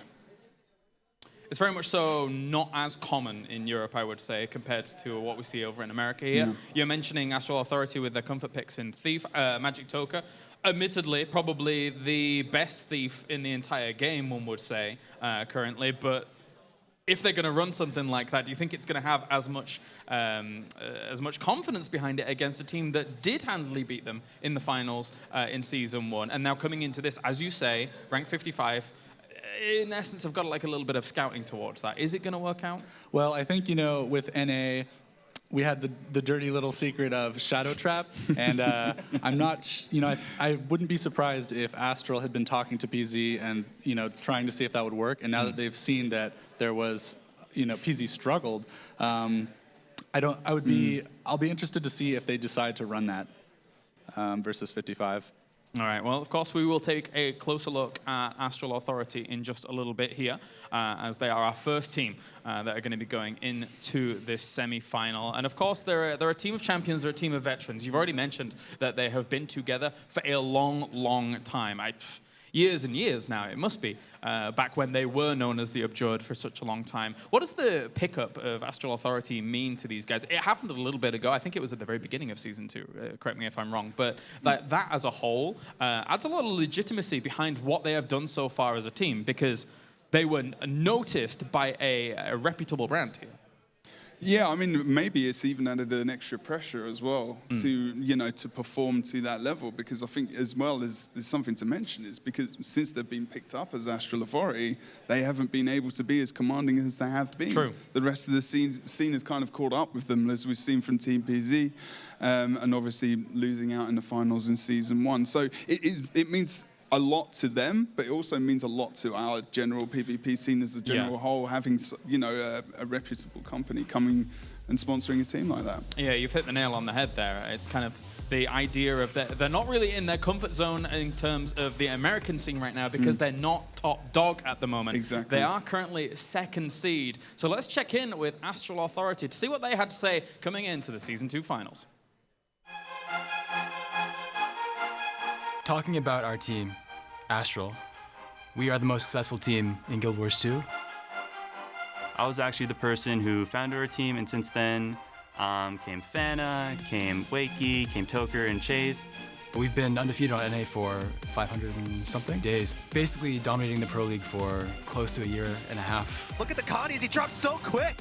When we finally did lose, We had to learn how to lose, kinda, because it was so new to us. We put in a lot of hard work, a lot of hard time. We did our research, and really hoping that we can come up again and rise and be considered the world's champions. Astral just doesn't let it happen. They're not letting them get anywhere with their game here. Our team has held together the longest of any team in Guild Wars 2 ever. When there's a problem, we deal with it efficiently and effectively, and as a result, our friendship has really grown over the years and has become one of our greatest assets. Our team likes to ride the hype train. That's Toker getting Toker gets the tranquility buff there. But anytime we get a kill or we're doing really well, I'm just like right along with them, screaming and hollering, having a good time, winning. We will be seeing Astral Authority take the lead after being down over 150 points here. So the age-old debate, which region is better, NA or EU? That's where our team comes in. We're NA, we're Astral Authority, like it doesn't matter what region we're from, we're gonna beat everybody, so. Yes, but I want him stunning. And that was Astral Authority, as they're in quite an odd position, not the most used to position that they are in here. Phantaram, beautiful hair, I absolutely adore it.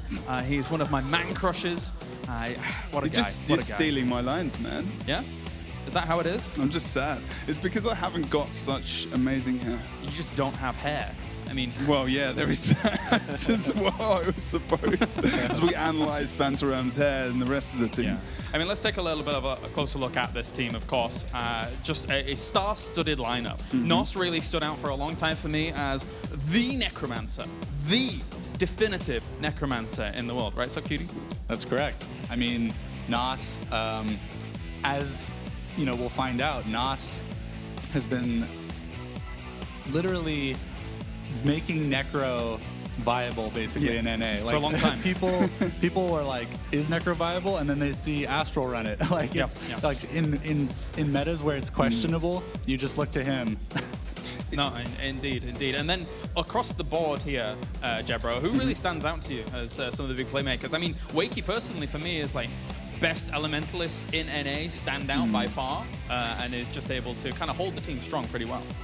Yeah, I mean, the problem that Astral have had, or the Abjured even at that point in time, was maybe that Wakey, and this isn't me necessarily bashing on him, so calling him a bad player, but in terms of their communication and where Wakey is going to be, they need to make sure that he's in supportive positions and he's being used the most effectively that they can, because there is many occasions where we see a confusion and there's almost a panic to get him in a position which causes the team to almost fall apart, actually be taken out, and allow a snowball for the opposite team to actually bring in just because they're repositioning.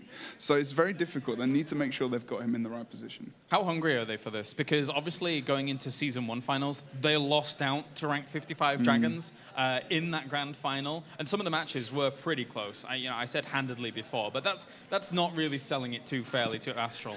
So, I mean, how hungry are they for this going into this semi-final? Right. I mean, this match is the finals of last time. Yeah. And I'm sure they're coming in.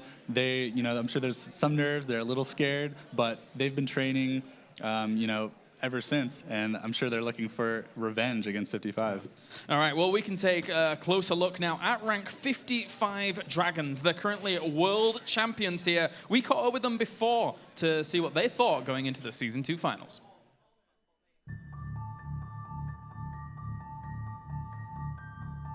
My name is Dagsby, also known as Sander in real life. I play for rank 55 Dragons. I'm proud to be a member of rank 55 Dragons because I feel like we have the potential, even if we lose, to be the best team in the world. My role in the team is pick up a role. The meta changes, I pick up the role that changed. I adapt, I improve, I adapt, I improve. Repeat, repeat. I play Warrior, Necro, Revenant mainly. Dagsby is pretty good at most classes. Even he's not really good at one class, he can fail it up pretty quick, so he's pretty reliable on that. I don't know if I'm lucky to be here or talented to be here. I'm gonna say lucky. I feel like you need the right teammates and the right choices and the right opportunities to get here, so I'm happy that I got here. Dagsby used to be a sub for us in Season 1, but we decided to replace Lipion. Dagsby definitely proved that he can do a better job, and we are really happy with him. When I told my parents I play games for money, everyone was like, is that a thing? That's not a thing, man. You're just playing. And then I actually won money, and then they're like, oh, keep playing, do what you do, If it's a thing, if you like it, do it. For me to leave this event and feel good about coming here, I have to win. If I lose, there's no real good feeling afterwards. There's no point if we're second, I feel like. I just hope we perform as I expect we perform, so we can take that trophy home, take our money home, take our pride home, have a statement, be the best.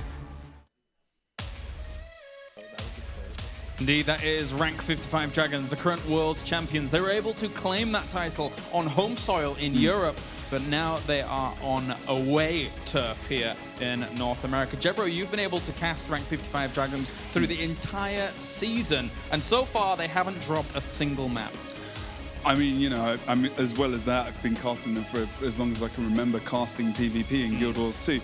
I mean, there is several reasons why I feel these guys will eventually probably even win the finals. I mean, you've got Oracle there who gets to play on the class he was almost born to play. You know, season final, season 1, playing Necro, and still obviously very good, very capable, multi-classed over and did fine. But now he's playing on his master class. You know, we've got the master on the.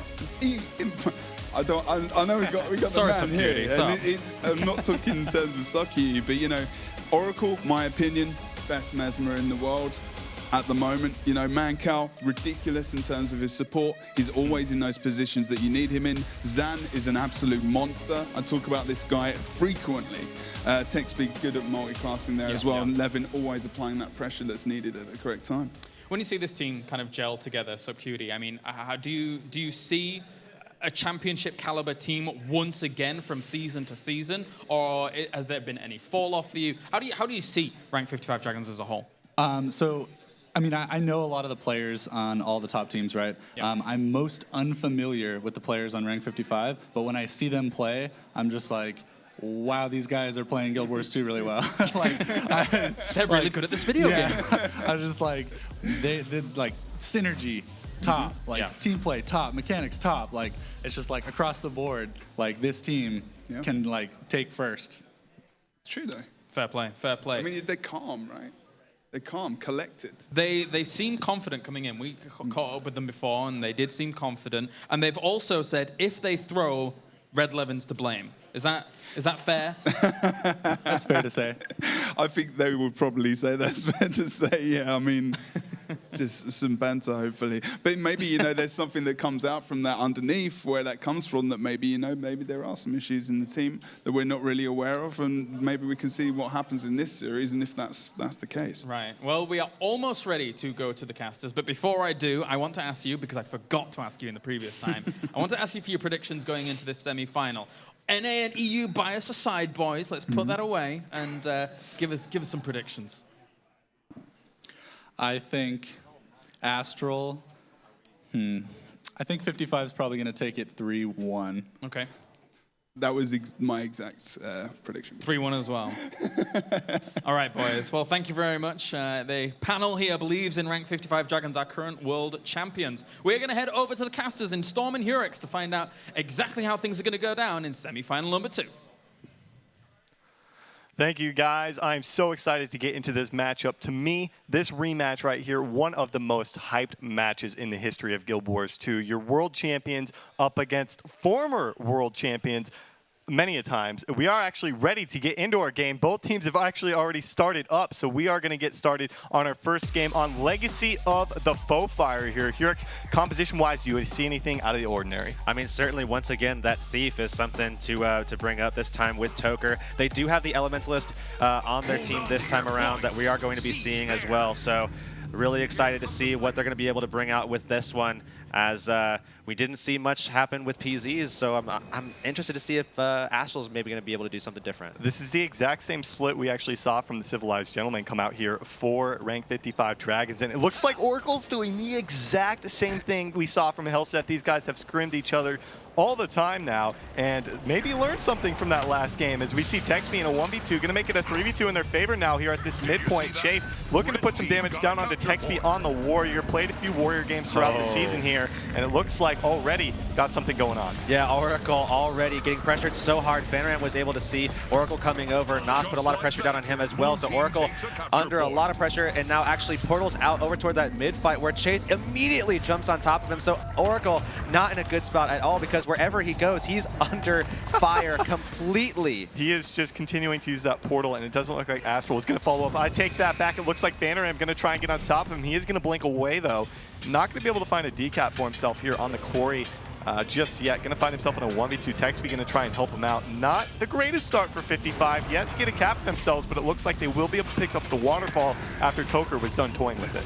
Yeah, it looks like Astral is looking a lot, I mean, really poised to take these kills. Texby and Oracle both very low here. Texby getting extremely close to going down, although does get that a big heal off there from Mancow, and he's going to be able to live through that one. Nos getting very aggressive in his positioning here as he does pull up onto that plateau there where they're trying to get some more damage onto Oracle, and this is a huge pivotal moment here for both of these teams because whoever pulled this. That was an incredible chill to the bone coming out there, really isolating Oracle for him. They're almost taking him down.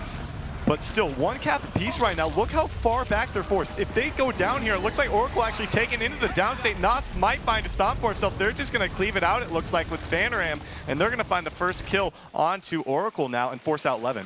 And in the meantime, Toker does have that Shadow Trap ready to go, but he is going to get that decap onto the waterfall. He's going to go for that full cap as well, so they're making efficient use of this thief here in this role, and he's just going to pop that one down right in the corner there so that they don't see it, and he's going to have that ready to go so for him to go back over to that waterfall at a later point in time. Looks like he is going to make that rotation back over across the map there now and put some damage onto Texby, who's ready for it, and instantly puts a ton of pressure back on top of him. Luckily, Wakey is there to lend some support to Toker. If there was no support there from Wakey, Toker's health would have been like half at that point. Didn't have Shadow Step to be able to get out of that CC. Thanks to Wakey, he is going to be okay for this next team fight, where it looks like Mancow going to be under a bit of pressure. Does have that lightning flash up if he needs it. Outside of that, has nothing else available to him. So with Toker all over him, is able to CC him off for the most part now. But Texby is still in a 1v2 on the point. They managed to get the waterfall back for themselves. This means 55 is in a 3v2 at the graveyard. They should be able to win that fight.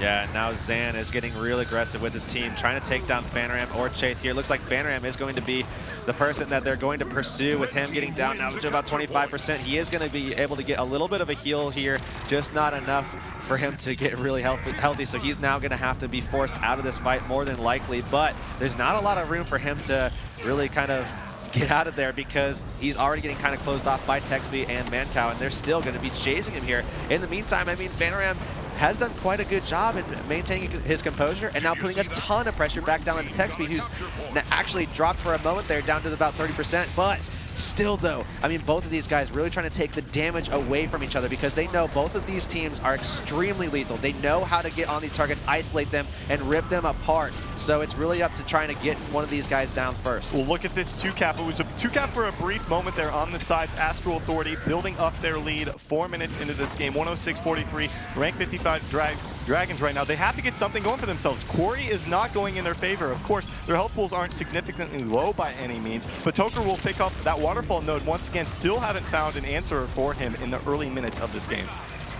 Yeah, now Fanaram still, I mean, he still hasn't gotten any room for a breather here. Luckily, Wakey is doing a phenomenal job of supporting him.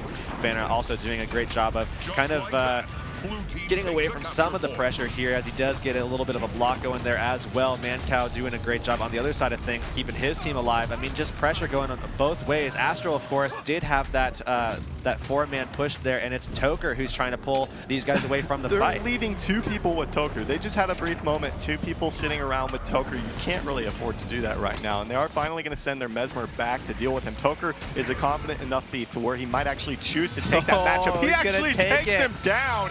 Toker finding the kill onto Oracle. That's a huge pickup. Fanaram gonna finish him off potentially, as Levin might go in for the res. Zan is here as well. Zan gonna be able to do a lot of res power, especially with that sneak gyro. He's gonna go in for it. No, that's gonna be a kill coming out there for Astral Authority. Over 100-point lead now. 5.5 minutes into this game. I mean, killing a Mesmer in a 1v1 like that, and then also killing him with the stolen retail that you got from him. I mean, that's just, I mean, that's, Toker's a playmaker, man. he is, and certainly showing us that the Thief can work. Taking down Levin with Banneram there as well. Gonna find themselves another kill in this first game here. Already hitting that 200-point mark. 55 need to get something going for themselves here. They are going to have the Mesmer off respawn. They're going for the res. Mancow actually finds the res on the ledge there. That's a very good res coming out there from him. They really need Levin back in these fights, able to put out some damage onto the guys, because 55 is yet to find many kills onto Astral. Yeah, in the meantime, we are going to be seeing Nas just holding the fort down at the quarry here versus Texby. Toker is going to make that rotation now, and we have seen this before with Texby just getting absolutely dropped, although this time it doesn't look like it's going to be as instantaneous, but it's just, there's not much room for him to wiggle out of this one. Zan is going to be able to try to make a move over here to get some support, and Texby's still so low, revealed now, so no hope of him getting away as he gets dropped there by Toker, and they're trying to put the damage pressure back down on top of him because they want to get that kill on Zan as well, although it looks like they are going to see the res come up. They do get him back up. That means Nas is going to be in a heap of trouble now. His consume conditions didn't have any conditions. That's not going to do a whole lot in terms of helping him get some of that health back. Does have a decent amount of Shroud available, but look, 12 leads. Look at the Condis. It looks like Banneram is going to bail him. That will be the end of Nas. We could finally see the first 2-cap of the game come out here for rank 55. 7 minutes in, this is not something we see from these guys. Yeah, but still, Astral in a very, very strong position here, as you know, they're only 70 points away from being able to go for that Lord Rush that we saw earlier as well from TCG. So, I mean, they're still in a pretty confident position. All they need to do is make sure that they hold on to everything. Oracle right now getting kind of aggressive onto Banneram. If Banneram can hold this one off long enough for maybe a rotation from Wakey here, which we are going to see. Though. I think he might be taken down, maybe able to use his block there. The Condi's taking on. He will be taken into the downstate there. There's so much cleave coming out from these guys. Knockback onto Levin. Definitely the right target. Stop comes through from Oracle there. They will find themselves in a 3v2 once again and starting to claw their way back into this game, being down over 150 points. Yeah, it looks like now Wakey is in a little bit of trouble here as he gets dropped there from the Moa. Chase actually might get dropped as well as he's going for the res, and he does indeed. So 3-man wipe here from Astral, and now... But Nas taken down around the map as well. Rank 55 making a bit of a comeback here. Thankfully, Toker on his stuff, able to pick up a decap, but Nas being taken out over there at the quarry. This could be a 3-cap coming out in favor of 55. When this stomp comes out from Oracle, actually they're able to pick that one up. Toker trying to roam around the map. We're going to see a full regroup, a 3-cap from rank 55. You don't see this from Astral, dominating so much, and they're just kind of giving it all up to 55, losing a couple of those They've been known to get, I mean, once they get the snowball rolling, they've been known to hold on to it for the entirety of a match. And it takes a team like 55 to be able to break that kind of consistency up, and they've done just that. Toker now going for that that quick decap. Oracle is going to stop it. It doesn't look like Toker is going to go ahead and try to flex on him again, as you know, that's a hard matchup, and they don't have a lot of time to invest in that kind of thing, especially with that 3-cap there. And it looks like he's just going to kind of try to pull away, get back over to his team as they are pulling out now. 55 overextended right there. Chafe got the Rampage with that Elixir X, able to get Texby back into the fight though, and maybe a decap coming out from Wakey that might actually be able to find it. But gets it with the Mo. Banneram about to be taken down as well. They managed to get the decap, but the heals from Wakey definitely in abundance, able to get his teammate back up to nearly full. Very good team coordination coming out there. Now Zan is going to be the main target, needs to be careful himself, doesn't want to be taken down. If they're going to lose this fight, you back off to the graveyard. Give yourself some time to recuperate and get some of those cooldowns. Yeah, and if they can hold on to this fight for a while here and even just kind of keep it decapped, yeah, they're going to be worrying about the that midpoint graveyard for sure. But in the meantime, Toker was able to get really aggressive. He was able to play some mind games onto Oracle, who has to basically, I mean, he's forced to use Portal just to keep up with Toker, who has a lot less of a cooldown onto that Shadow Trap. So he was able to get pretty far away and get that decap. Levin taking down Zan, knows this is the end of this fight. They're going to cut their losses now, but Astral not going to let them out of this one. Elixir S going to pop for Zan. Zan's going to be the sacrifice. Oh, no, he's trying. They're going for it. Do they even know? They're going to get it. They're going to Thunderclap from Chase. Doesn't stop at the rest from Zan. That is a huge pickup. Now they can continue to pressure this quarry node. That was a massive play for 55. That's a defining moment if this game goes in their favor. Yeah, and Toker once again making the play, trying to get over towards that waterfall, and he's just basically being a huge annoyance to Oracle here, who has to try to deal with that. And again, trying to deal with the Thief, who's just going to completely outclass you in mobility with that less cool, a less cooldown there. You also have to worry about the fact that he's got the short bow as well. You're just not going to be able to keep up. So now we're only seeing them 10 points away from being able to possibly go for that that quick play onto the Lord. But they just got the 2-cap. So even so, given the fact that they were so close to getting a lead there, but they're still going to be down the 2-cap. We could see a Lord play from both teams. There is the portal. The portal will more than likely just got dropped by Oracle. Got to keep an eye on that portal to come out from them. We do have a bit of a skirmish in the roads. Texby trying to put some pressure onto Phaneram there. Nas, maybe not the best time for him to go in here. Actually has full shroud, so he'll be okay trying to put the pressure back onto Texby. Look at the con, he's taking on him. Very nice burst coming out there from Nas, but Texby will be okay. And the decap coming out over at the Quarry. Astral will pick it up once again. Under 4 minutes. Keep an eye on that portal within the next 30 seconds. Yeah, they really need to be really careful about this because they're in a really good position at the moment. I mean, they might be able to get some control if they can take down Oracle, who's really in a really tough spot here. With his heal down, is going to be relying on Mancow to stay up here. Unfortunately for Astral, though, a lot of their pressure, which usually comes from Nas, I mean, he's kind of down a lot of cooldown. There it is, 3 of them, 4 of them. 4 of them going through the portal.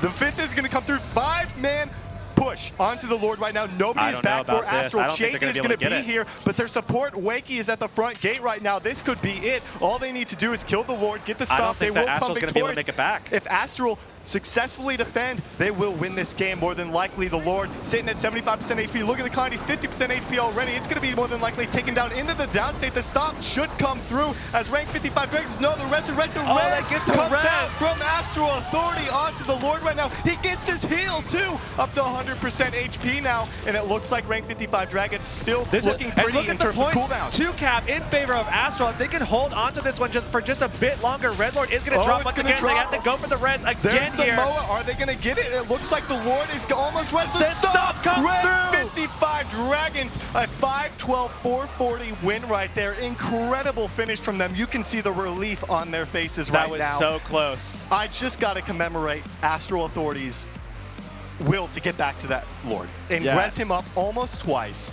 Incredible play from both teams. I mean, but rank 55 just coming out. And they were just a couple percent away from getting that Lord back up, and they again had that 2-cap throughout that entire time. If they would have been able to get that guy back up, and then maybe hope for the Lord to get his heal back and get that that heal through, I mean get that elixir bead toss onto him for the stability so he can get it up. I mean, I don't know, man. They might have been able to hold on to that one. I mean, we did see the perspective of Oracle in the last few seconds there. He had Moa available, already used this first Moa, had a second Moa for that fight, used it when the Lord went into the down body, probably trying to get a couple kills because there were a few Astral guys that were pretty low in that fight. So just great plays coming out there from 55, holding on to some cooldowns in case a res came out.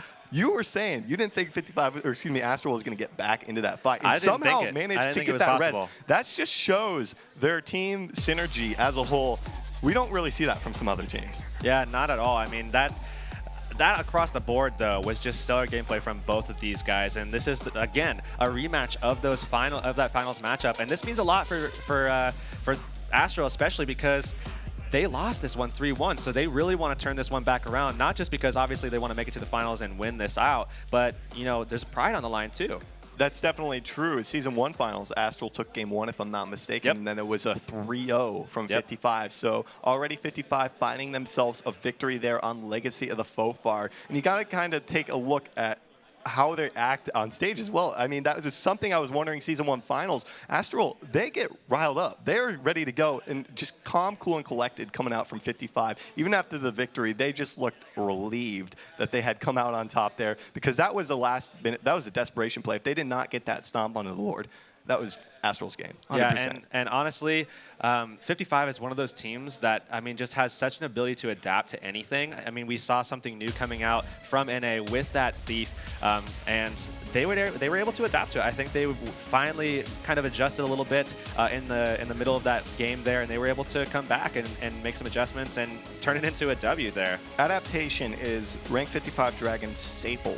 They had Texby play 4 different classes, 4 of the 9 different classes throughout 7 weeks. It just goes to show how, you know, how they can adapt. The Mancow has played a couple of classes, so it's Levin, Thief, and Revenant. They have a lot of different strategies on the table, and I honestly don't think they were prepared, not necessarily for the Shadow Trap Thief. They probably saw that from the first series with Muffins, but Toker has been a thief for so long. He knows exactly what he's doing, and I don't think they were as prepared as they may have thought they were going up against that. But we are ready to hit the game as both teams are joined up on the Battle of Kylo for our second map. And that was just Legacy of the Fofire with the Thief. We're heading to a Thief map, a map that is actually 4 Thieves right now. And I'm just curious to see how Toker will, if he's going to prevail on this map, unlike the last one.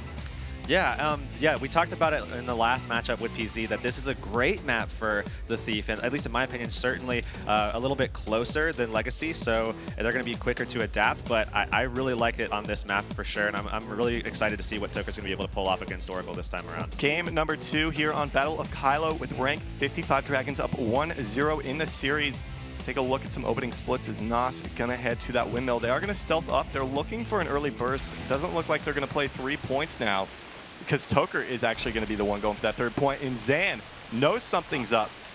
Used his reveal, but didn't quite hit him right there. So we are going to see some action right away over here on Nas. Yeah, some interesting rotations here. Toker's going to double back now, and they're going to go all in and try to isolate Mancow as well as Oracle here. And they've been trying to do this against Oracle so often, trying to take the early pick on him. And that's what you want on a Thief comp. You really want to take an early pick. It looks like they're going to swap now actually to Texby, and they're going to get so much damage on him. Oh, but Zan actually comes back through the portal, though. So does Mancow, but Texby's going to go right back through. Excellent use of that portal. That's just something you don't quite often see. Chase right there actually gets the Rampage. Looked for some damage for some CC. Wasn't able to get it, though.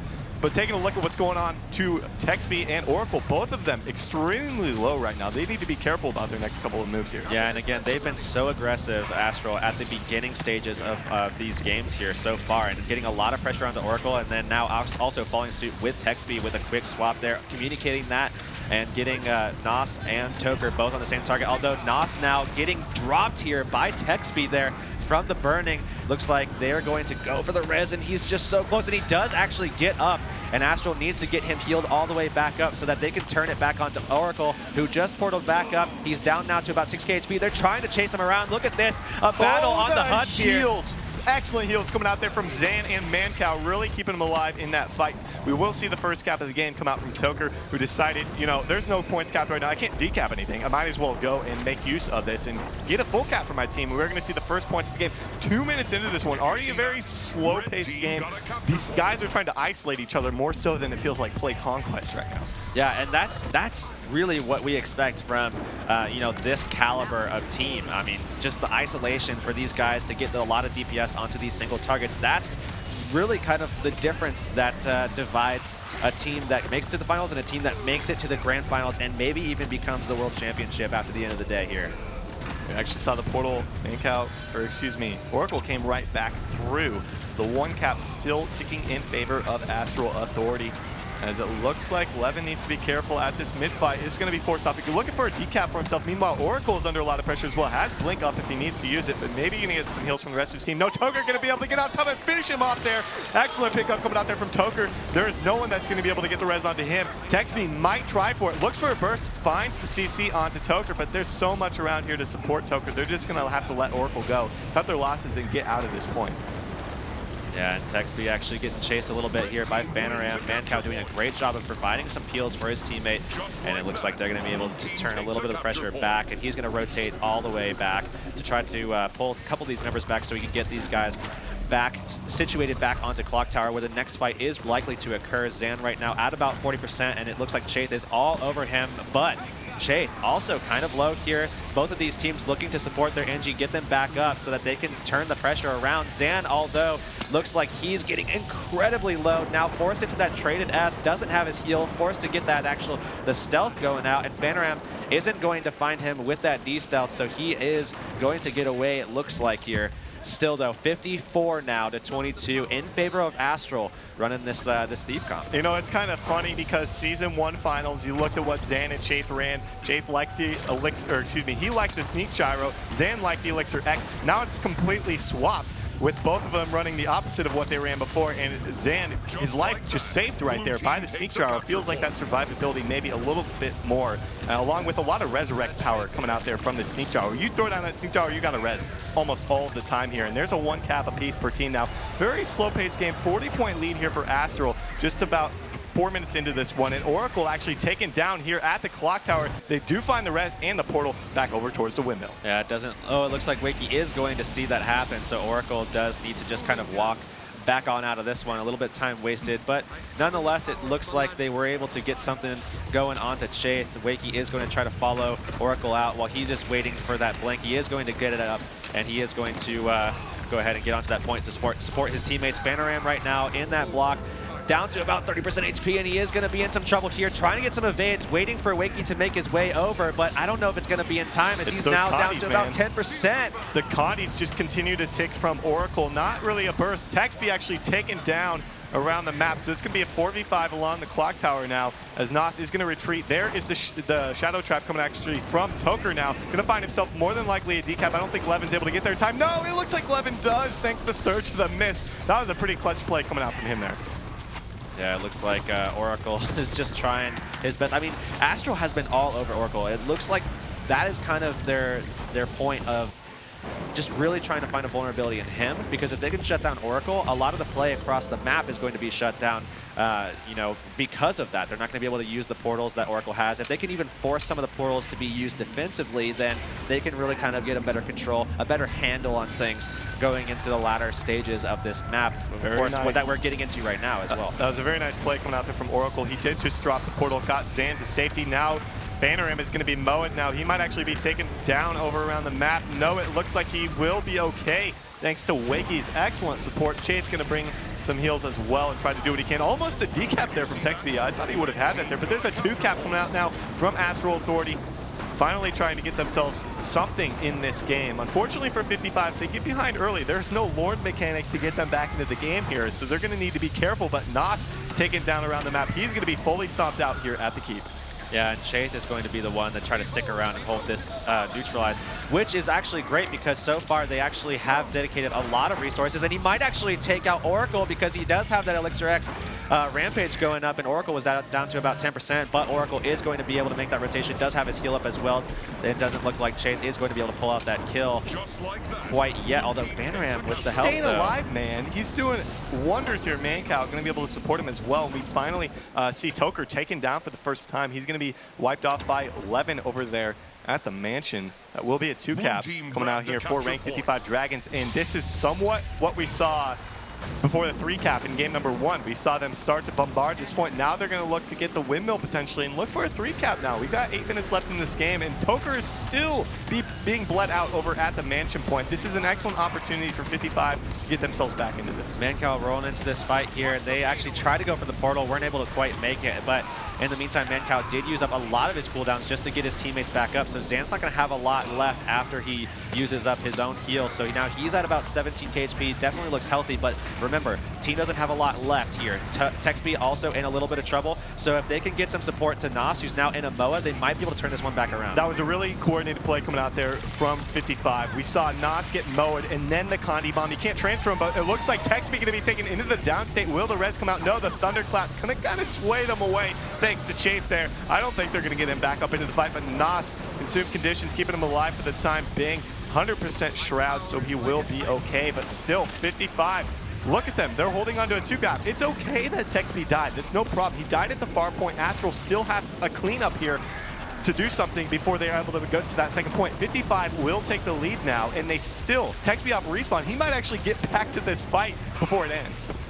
Yeah, and looks like they're going to be trying to put some damage down onto Zan as well. But, I mean, great job from 55, really kind of stalling this all out. I mean, they still haven't allowed the cap on the windmill. They've just been running around and making sure that Astral's just run around in circles, basically, a little bit forcing them to be kind of uncoordinated. Though, look at the pressure that just came out onto Zan. Zan getting kind of low here, does get a big heal there from Mancow, and Mancow really, really good with the timing there of his heal to try to get him back up, and Nas still under a lot of pressure here from actually a huge push actually onto this side of the map, with Oracle making the adjustment as well. Nas got hit heavy with the Condis there. Is going to be okay, but outside of the Shroud, 6,300 health. Oh, there's the Moa onto him. Very nice play coming up. They might actually be able to take him into the downstate now. It looks like they're continuing to put on the pressure, able to stay alive for a little bit, but Zan's under a lot of heat as well. So is Mancow, or excuse me, Oracle. He does get back up into the fight, thankfully enough, and it looks like Oracle will be taken into the downstate. They should be able to finish him off. And that will finally force 55 out of the windmill node for the first time in, 3-4 minutes. But here's the thing. Even though it is a 5v4 right now, I mean, it took so long for them to be able to actually pull out of that fight and actually win it, that they weren't actually able to get anything going onto that clock tower. If they're able to pull some damage out onto Texby and really kind of force him out, you know, maybe they might be able to get a big push out of this, but with Mancow there, with the help of Zan as well, I just don't see them being able to pull that one off quite yet. So we are going to be seeing a 4v3 on Clock Tower right here, and it looks like they are going to try to use the MOA to go ahead and push these guys off the point, but they really need this cap in their favor, or at least a full neutralize, so that they're not really in close danger of losing this one, as they are now down about 50 points. This would be 55's point if it was not for Chape using Acid Bomb to get onto that point at the very last second with a tick remaining. So one cap apiece here, about a 50-point lead for rank 55 Dragons. Just under 5 minutes remaining in this game. Toker will find himself a decap at the mansion though. Levin not getting there in time, trying to use that combo of teleporting, using the Surge in the Mist. Now we see 55 once again making a push for the 3 points. That somewhat mitigates Toker's play if they do play those 3 points. Yeah, it looks like we're going to be seeing actually Oracle pulling out a little bit as Texby is getting dangerously low. Although Texby has done a great job of putting the pressure onto Nos, even in the eyes of danger here as he does get low. So Nos is forced to kind of stay on the point. Oracle going to use that portal to come back to mid. Shade now in a little bit of danger as well, because he's going to be dropped very, very quickly down to about 50% HP. Forced to jump off of that point. All the work, unfortunately, for Not at the moment, although they are going to make that push back with Wakey now, so he does have the support to stick onto that. They really need to hold on to their windmill cap, and they need to make a play. They do get the decap there. Toker able to get there just in time and actually get that decap right before Levin was able to make an appearance, and it looks like he's going to have to double back to try to hold onto that neutralize for a little bit longer here to try to keep his team in it.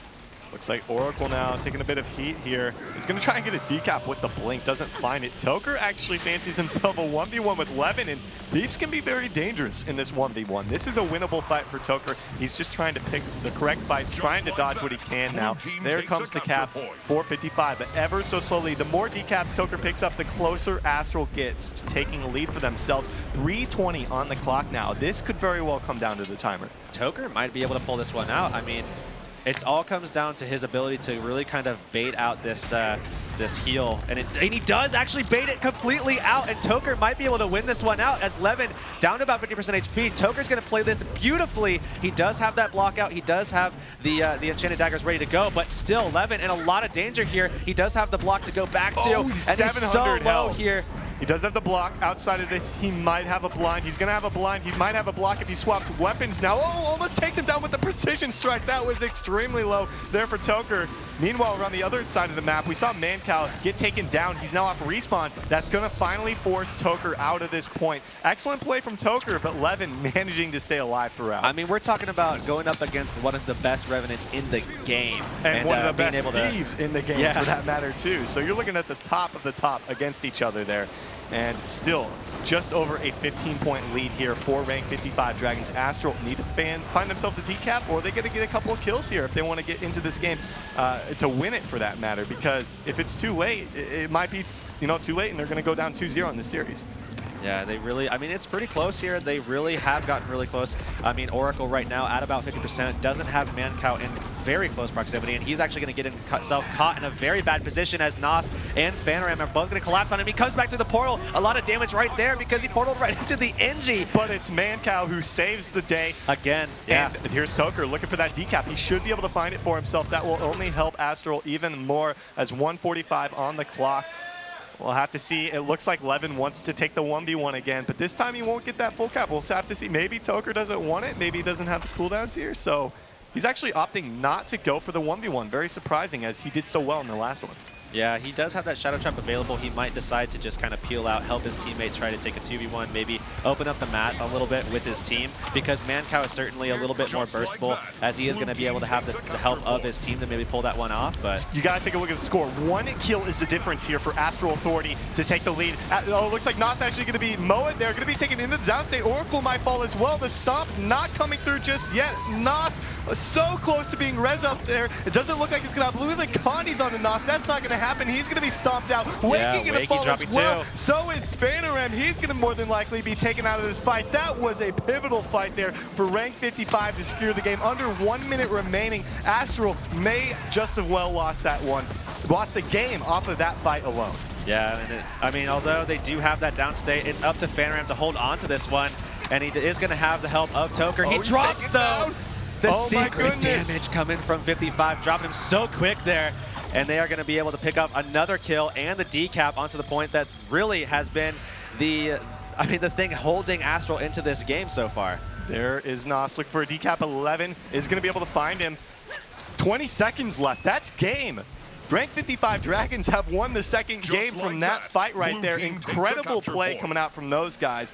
Honestly, that, just like the first game, comes right down to the wire for them. Yeah, I mean, super close between these two teams, and it has gone in the favor of the EU side, 55. And again, they had the upper hand in the Season 1 finals as well. They wound up winning that one 3-1, so looks like it's so far going in the same direction, although these matches have been so close. And while we did just time the game out, I was actually surprised to see the time game out because it seemed so like there was just action throughout the entire time, kills going all over the place, and Toker just being an all-star in my opinion. It's just not enough for them to be able to pull that one out. And you could just see how close the games really are between these two teams, and it felt like Season 1 didn't even compare to how close these ones are, and that could have went either way. That single fight, of course there are other factors throughout the game, but that single fight, pivotal moment for them getting that win. Same thing in game number 1.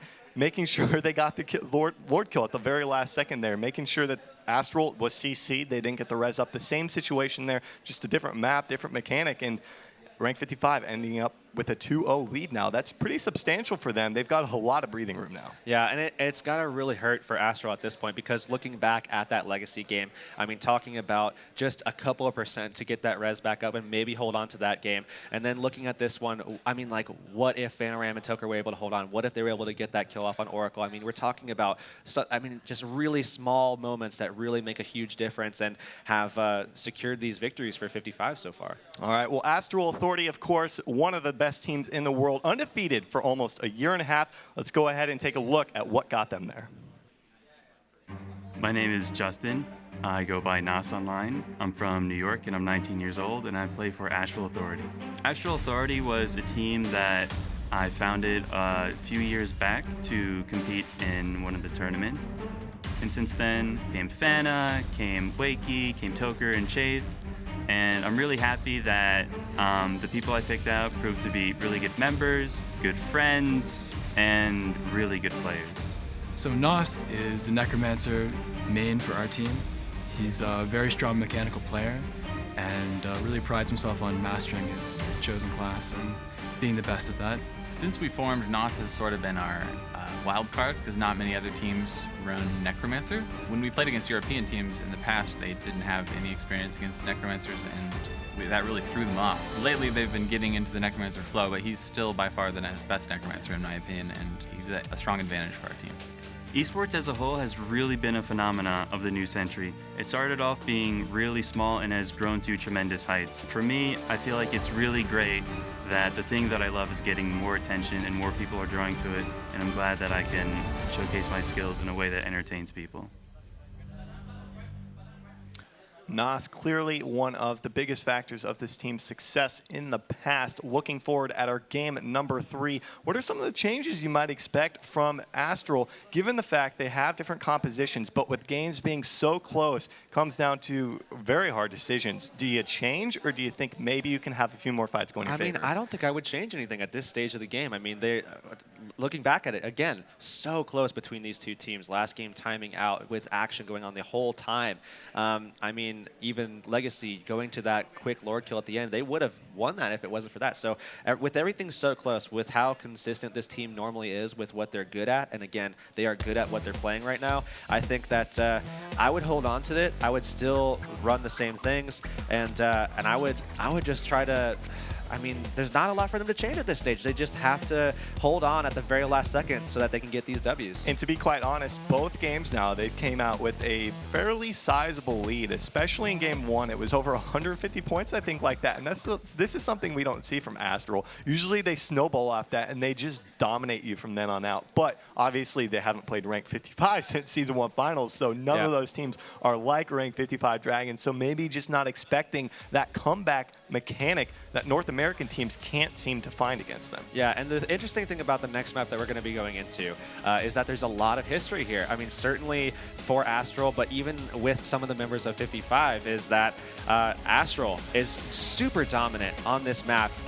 In NA, this is the map that everybody is afraid of going up against this team because they're so dominant. Once they get that snowball that you were talking about, it's one of the best that they're able to hold by holding a very aggressive spawn point choke at the kind of like the midpoint of the game once they get control. But again, looking at 55, some of the members of those or that team there, I mean, you're talking about Denchi, or sorry, actually not even 55, but looking over at TCG side, so EU side, they have a lot of history there because, I mean, looking back at Boston, they have dropped maps here. So it's one of the ones that they really need to win out for sure. Well, let's go ahead and take a look at some builds very briefly since we didn't get a chance to see them earlier on. Taking a look at Astral, Toker going to be playing Dagger Pistol with the short bow, running Rune of the Daredevil Marauder Amulet. He'll be taking Deadly Arts, Trickery, and Daredevil for himself with that Shadow Trap, of course. Exactly what we saw from Muffins in Game 1. Shape playing his typical engineer, nothing crazy. Just want to point out he's running the Paladins with Pack. We might get a chance to look at the rest of their builds after this, but nothing too out of the ordinary. It's pretty much standard stuff coming out from these guys. I do want to take a look at Zan. Zan is going to be running Paladin as well with Rune of the Water there, so fairly similar builds coming out from most of these guys as we get into our third game on Forest of Niflhel. Let's take a look at some opening splits and see if we're going to have anything that surprises us. Already, rank 55 Dragons going to be sending 5 people out of that right gate, going to be stealthed up, and they're going to be loud for blood. They're going to avoid that home point completely and play around Toker with that potentially. Yeah, Toker already getting aggressive, is going to get that, it looks like full cap there onto the Henge, and we're going to be seeing a 1v1 between the NGs here, Zan and Chase, that we have already seen before, and already we're seeing the Rampage come out from the Elixir X from Chase, so he is going to have a little bit of an early advantage here. Fanaram over at the midpoint here is already trying to put some pressure down now onto Texby, and again, looking at the people they like to put a lot of pressure on, Texby is certainly one of the first 2 guys that you look for, the other being Oracle. With that 1 cap, it looks like Toker will be forced off of that Hinge. Doesn't want to have to deal with Oracle just yet. Chafe still in the 1v1 with Zan. Zan does have the health pool advantage, but that could last quite some time. We're going to see actually Texby start to move towards this node. That might actually help him, help Zan obviously win that fight, but he's also going to be followed by Fanaram, going to make that a 2v2 on that mine node as rank 55 Dragons pick up their first points of the game. Looks like we're already seeing Fanaram being a little bit defensive here, and against Texby, you really got to be careful because if he catches you off guard, he's going to get a lot of CC off, he's going to get a lot of pressure off as well, and when you're forced to use a lot of your cooldowns just to stay alive, I mean, he's going to catch you like that. Texby, obviously very practiced in the Warrior here, looking for the death onto Fanaram right now. If he lands one single burst here, he could finish him off. Fanaram does have his glint heal. He'll be okay. Toker finding his first decap of the game there and picking up that full cap over at the Henge. Henge, the only source of income for both these teams thus far, except for the kill onto Wakey we just saw at mid. Nas going to be taken down as well. First one fight coming out there, 455 over at the Keep. Yeah, it looks like Fanaram in a little bit of trouble too, as Texby is kind of zoning in on him a little bit. Fanaram getting extremely low from the Condis, and he does actually drop. Looks like Chaith is going to go for that res. A lot of pressure coming out though, as Chaith gets extremely low as well. The stomp does come off from the function gyro. Chaith now trying to stay alive, gets a huge heal there from Wakey to stay up, and he's just going to have to play very elusively here to try to stay away from the likes of Texby, Levin, and Zan. It looks like they're going to make a rotation out with Zan pulling out last here, although they need to be careful as Zan's getting dangerously low. They do actually wind up dropping him. Man count not able to get the support up in time, and he's going for the res. Texby going to do just the same, it looks like. They actually don't find the res quite yet onto him. He's actually going to die. It looked like they almost had him, but that's not going to be the case. Toker managed to find a decap briefly at mid, if I'm not mistaken. He's all over the map right now, looking for a decap. The first 2 cap of the game coming out here for rank 55 Dragons. Despite losing Zan, this is a good opportunity for Astral to push in towards this keep with the heavy advantage, given the fact that Mancow is now out of this fight. Yeah, and Mancow taken out is a huge pickup because now they can kind of go back and isolate Texby, who's a little bit alone here. They know that they don't have to worry about the portal from Oracle to be going back over there, so they can probably take that if they decide they want to. Chaith kind of low here as he's at about 40% HP to try to take this, so it's a little bit dangerous for them. So it really is going to come down to... Oh, a huge surge in the mist actually coming out there from 11, almost taking Fanaram down. That was a close call, especially since he had the help of both Oracle and now Zan back at this fight. That could have been an easy stomp coming out in favor of rank 55, who lost that home node once again.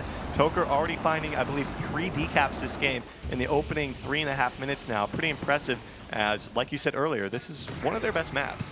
Yeah, Toker right now trying to take a 1v1 against Mancow as he did just get that decap. So that's one that you don't really expect to win, especially now with Oracle making that rotation in. He's going to be forced to leave that one, maybe make a rotation over towards that that midpoint. But he does have to be careful because there is a portal there. So he is going to have to be met by Mancow as soon as he gets there, and he is. So he's going to be forced to leave once again. So great play here from 55 to really kind of control Toker's movement, because that really is going to be what sets them apart from this team. Toker is known to really kind of win games for this team in the past. So Texby right now getting dangerously low in this fight. Fanaram, though, getting...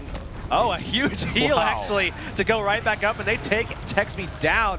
Levin right now trying to get the res, but the stomp comes off, and Astral has been doing so well on this right side of the map over here at the mine. Just haven't been able to push out quite yet and get a lot of success going over towards the enemy side or even at the midpoint, really. And it looks like their strategy around this is sitting Oracle somewhat near home. Maybe he's going to drop that portal. Toker has just been toying with him. He's just sitting over there, stealthing up repeatedly off of a respawn, though. Texby may be looking for a 1v1 against Chaith over at the mine point. Maybe just a decap, doesn't know he's there just at this point in time. But if one cap apiece, about a 50-point lead here for 55. Both other games, they started out at a massive disadvantage here. So this is definitely a change in pace for them. A better start all across the board for 55. Astral at this point, they got to win another team fight. They've been doing pretty good at keeping up rotations, picking up decaps for themselves, so they just got to keep that up if they want to take a 2-cap here. Yeah, Nas looks like he's trying to zone in on Mancow here. He's trying to just kind of keep the pressure away. He's really kind of dealing with it quite well, as Nas hasn't really been able to break into him at basically at all. And a big heal going to come out from him as well. Fanaram getting down to about 60%. Does look like he's going to just bow out of this one. Toker, in the meantime, was able to get that decap. He's only moments away from getting the full cap over at the Henge as well. But looking at the mine, we are seeing a huge brawl here again with Chaith.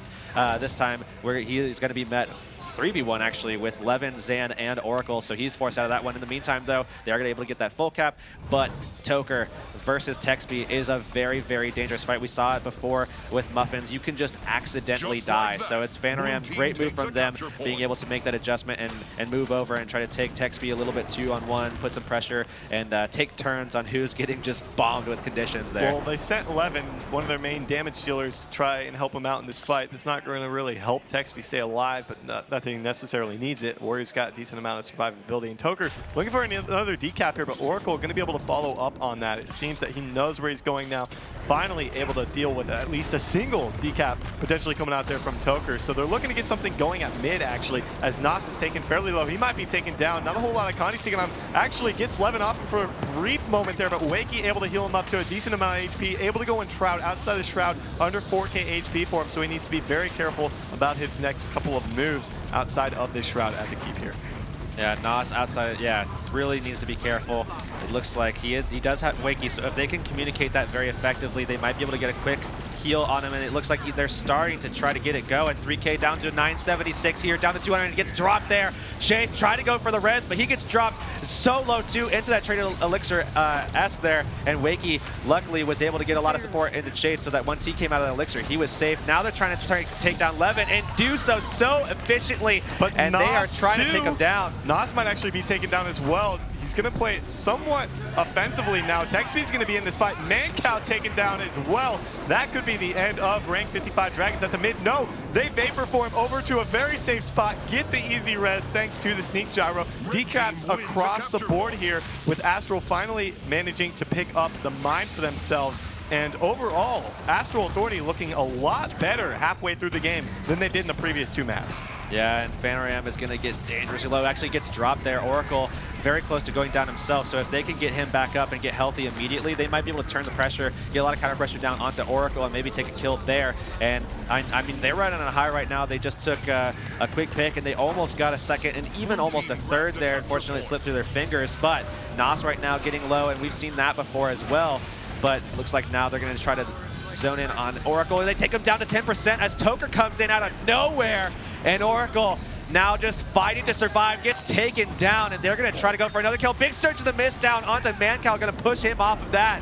And Chaith now needs to stay alive with Vanaram so they can hold on to this one. Oracle getting killed off there, and Levin is going to exit the building. But look at the HP coming out from Vanaram and Chaith. They were dangerously low in that fight. Nas is as well, and they're continuing to stay in this fight. Nas actually takes a pretty decent-sized burst coming out there from Tex. He interrupts the heal there as well. Might actually find the kill. He transfers him back, though. He's going to find consumed conditions with not many conditions at all, so he's not going to get a whole lot of healing from that. And Vanaram now going to join the fight. Wakey is in the building now. He's going to be able to heal him back up and look to get the kill on the Mancow, who's taking that into the downstate. The stomp from Wakey not going to connect thanks to that Vapor Form. They're going back to the exact same spot they were, but Astral finally following up on it. They are going to find the kill onto Zan in the Elixir S there. Going to find the kill. Astral just stopped cleaving.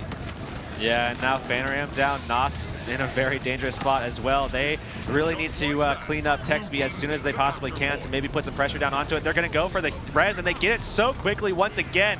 I mean, Astral not able to convert these downstates, it looks like so far. Texby once again going down here. They're going to try to follow this one up again. This time, Nos has a lot of cooldowns to be able to follow that one up with a lot of pressure. Zan forced to leave that one. It looks like they're going to maybe be able to double back and hold that contention or be able to get that point. But it looks like they're going to instead go over towards that far node. In the meantime, Levin just kind of holding back, trying to hold on to that hinge there. He actually almost got decapped by Toker and then almost killed Toker with the precision strike as well. That was dangerously close for Toker going for that decap. Levin, excellent job of a heads-up play there, making sure he was not going to get decapped. We saw a brief moment where 55 had a 2-cap on both sides while that mid-fight went back and forth. That was so back and forth. Downstates from both teams, no one actually closing out the fight, and it's still going on here. Still about a 40-point lead in favor of 55 right now. Just under 5 minutes on the clock. Oracle, watch out, he goes down! Toker takes him out, and now they're going to be able to maybe go for the cleave on that body, and it looks like they might be able to get something going. Texby in the area, he's just going to leave that one, and Chaith is going to finish that body off as they're going to be looking to try to capitalize on that kill, and Toker actually does just that. I mean, this man is on fire here, gets the decap over on the hinge. They have that mine capped out already. He's going to go for the 1v1 on the NG for now, maybe stall out the cap a little bit. In the meantime, this mid-fight is looking all right for Astral already so far, and they really need to put some pressure on the Mancal, force some of those cooldowns out so they can get onto those DPS and maybe take a pick as soon as possible, maybe with Toker making that rotation. Well, Toker seemed like he just stalled up for quite a bit there, just kind of playing it out, but Mancal forced the lightning flash up to the ledge right now. Dangerously almost gets taken down up top. Looks like he got hit by the rock from Chase Rampage. Man, that feels like 20th Rampage from Chaith this entire series right now. Getting a lot of them here. Doing an excellent job. The Connies are still taking on him. He might be taken down extremely low right now. Still 1 cap apiece now. And it's all going to come down to this mid-fight, if you ask me. It has not ended, as it's not been capped for either team. Just been a 1 cap piece for quite some time. There's Toker using the Shadow Trap. Gonna find himself another decap here. No answer coming out there from 55 on it. Yeah, but Nos does get mowed there and dropped quickly from Oracle and Levin, so they are going to have to be forced to maybe make a rotation and get this res, but I don't know if they have the time to be able to do it or the ability to, as Vanaram is the one that's trying to hold on to this one, and it doesn't look like he's going to be able to pull that off for very much longer, as 55 has made a huge rotation over to this one. Chaith going to be adding to this one, and they're going to try to hold this 2v3. They do have the cap, and they do have these guys all down to about half HP, and everybody's healthy on Astral, and Toker adding to this one as well. They might be able to pull a kill out of this, and it looks like Texby down to about 50%. He's on the ruck, though, so he's not going to be able to get Portal 2. Oh, they and bursted down Toker a little overextended there. You get hit with 1 burst by Texby, you are done. You just saw them combo it onto him. He's going to be taken down. There's no chance of a resurrect onto him, but Oracle under a lot of pressure. He's going to be taken down as well. Maybe Levin as well. If they get the kill onto Toker, they might get them both back up. Texby going to be taken down. That's a 3-man kill potentially. Texby still alive. The Astral kills come out takes from the Astral. fight. They are going to come out on top with mine and potentially even grab a lead here with the kills. Zan comes in, finds the res onto Texby. Down 3 points now. Astral back in the game. 2 minutes on the clock.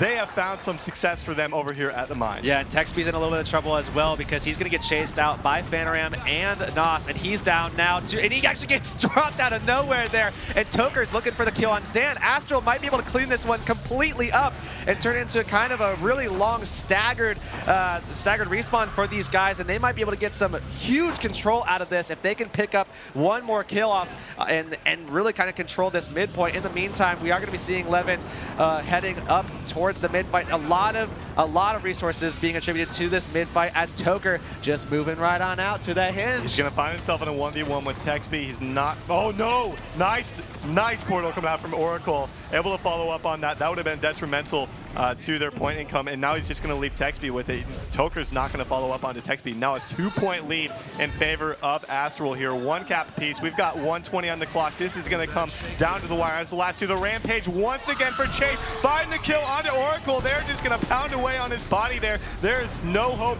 that he's going to get back up into that fight. They made an attempt, but it did not work out for them. Texby looking at Chieftain right now. They know, they're aware of the clock right here. There's a minute left. They're going to get that 25-point income unless Toker is able to follow up on it. Maybe he saw him move right there, but Toker might find a decap, might find a kill. He sees Chieftain, who's going to come up to Connie's or Toker. Will it be Texby? Will it be Toker?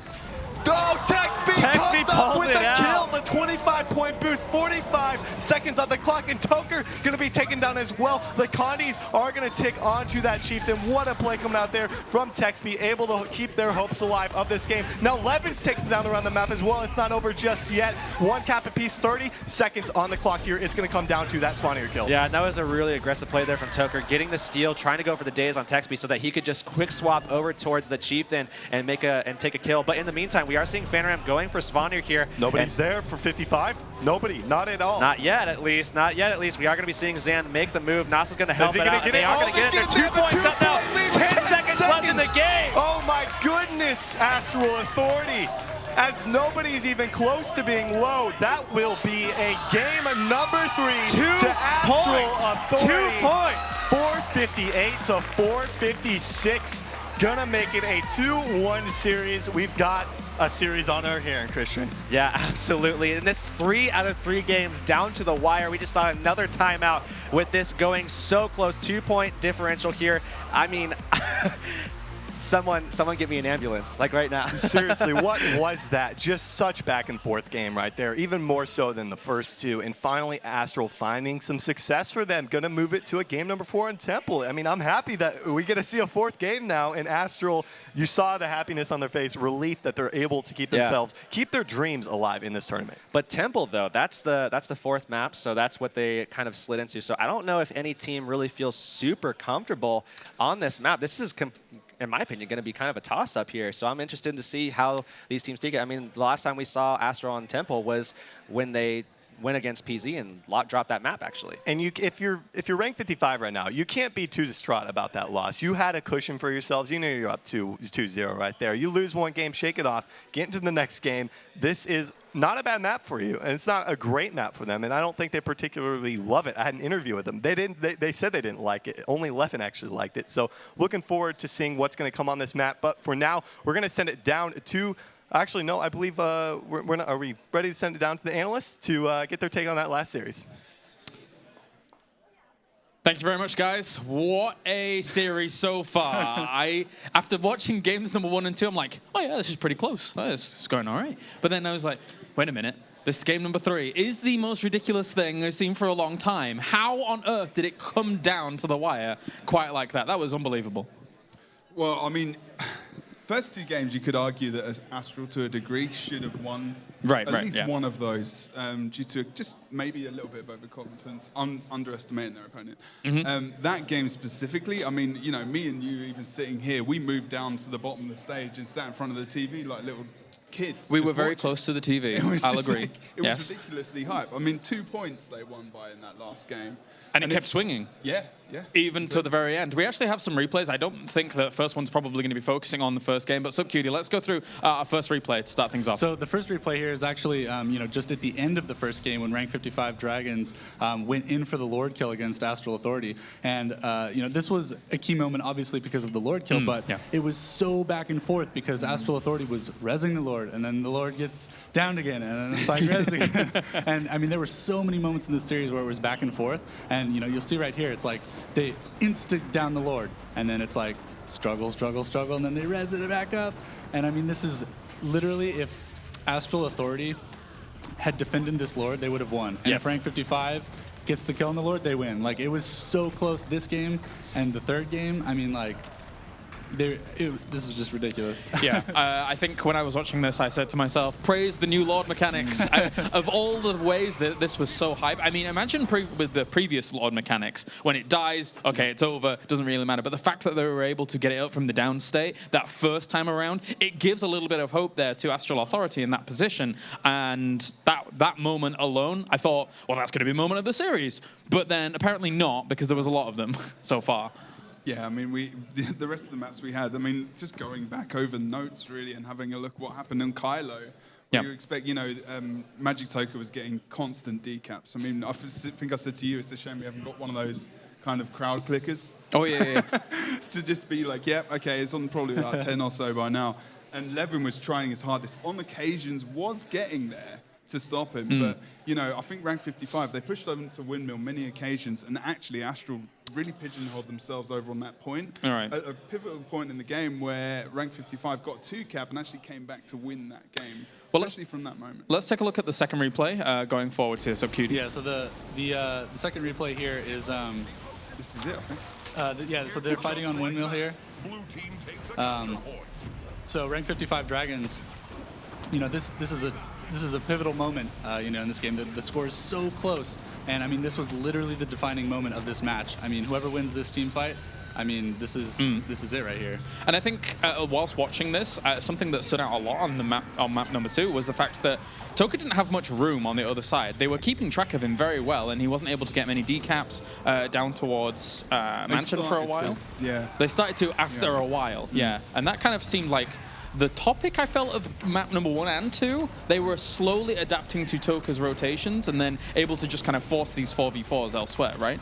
It's still very difficult for these guys, though. I mean, I don't think we've ever seen, even in the last series of Season 2 versus Team PZ, I don't think we ever saw Magic Toka being as dominant in those kind of areas, it often felt like Rank 55 said, well, screw this, let's just let him get the decap. But the problem was that they didn't get the kill to equal things up, if that makes sense. So, get the kill, start to snowball the map the other way, so we can buffer that decap that's just occurred. They weren't able to do that on many occasions. In fact, I think Astral just won out in the end, to just creeping the points score back ever so slowly. And that's how they came back in that map that we just saw as well in Forest. All right, well, we can take a look at our third highlight, of course, here before we end up going over to the casters in just a bit. But SubCutie, take away with this one. Yeah, so this third replay is the last game where we actually saw Astral, come back and win. This is the team fight on the mine node where...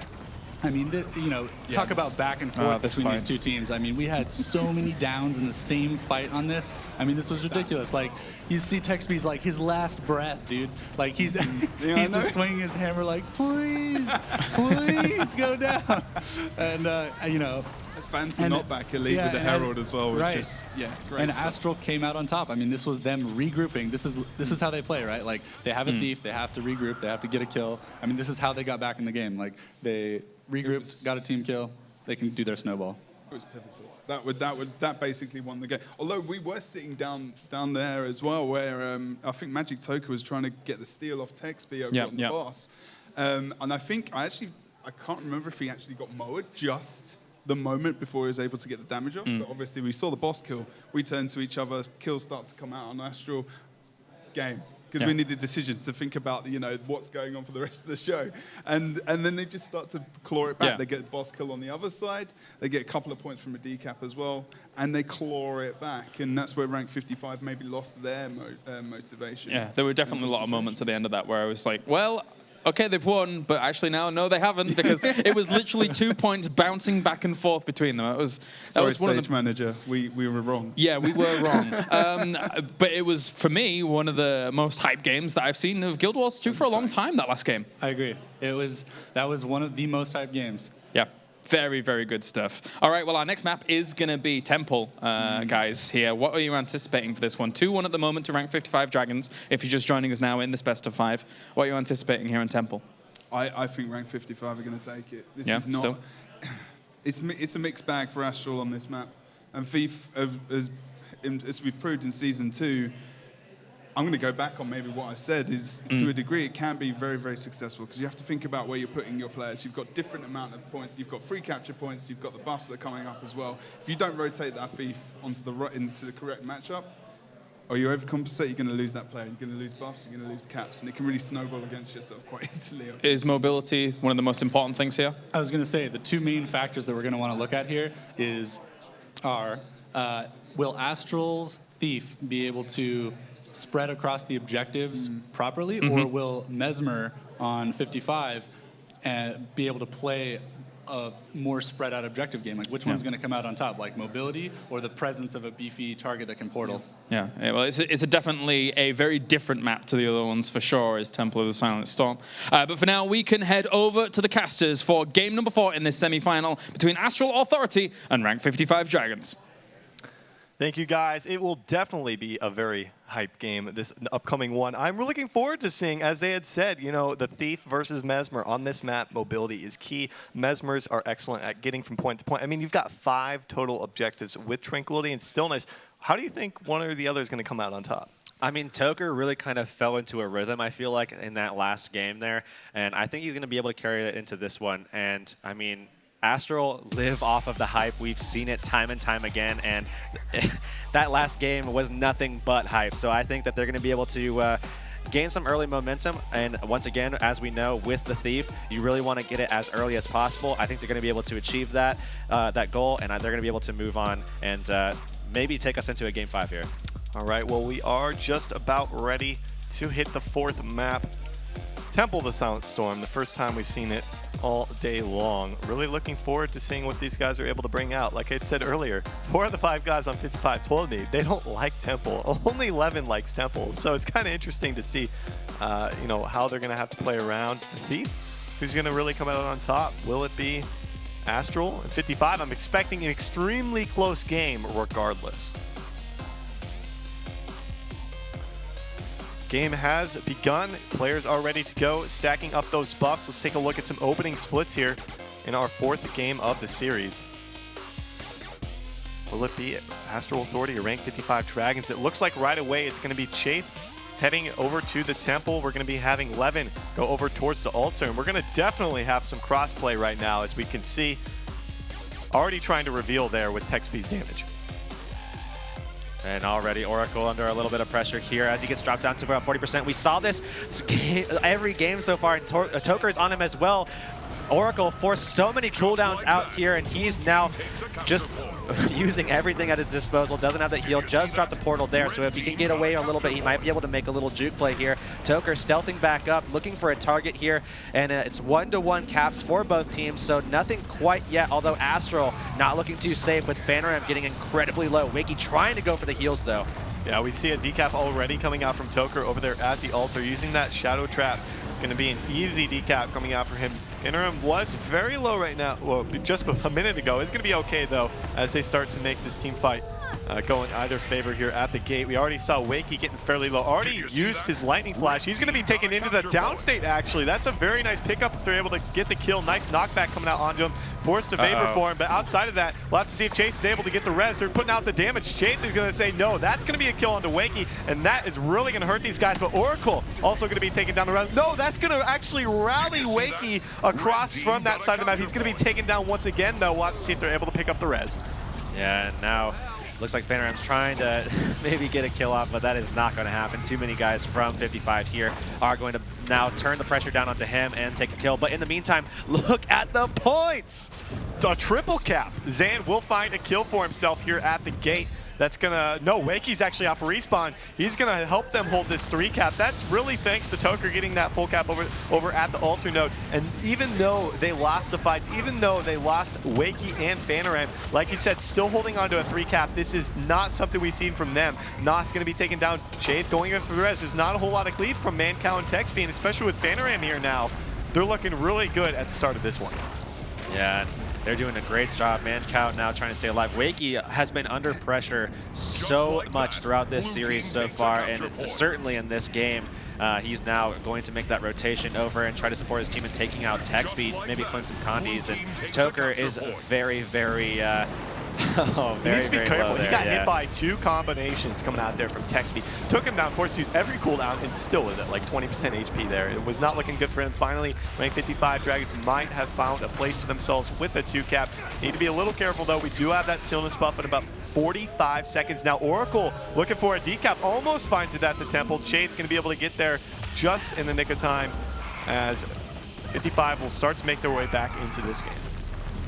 And now we're also seeing Astral kind of zone in on this gate point here. They're trying to put some pressure onto Mancow, but again, it's really hard to take these guys down with Mancow doing so well throughout this entire series. Oracle has been the person to try to go for it. He's now down at about 4K HP, just in a spot where he knows Toker can't get him. He's just hiding away. He doesn't want Toker anywhere near him. And we actually saw him manage to get the decap onto Chait there, who went into Tornado. And Fanaram looking for a decap at the gate here. The first stillness buff is up. Chait is all alone. He will be met by Texby, but Texby actually getting CC'd out. I don't think he's going to be able to attack. Excellent chain come out.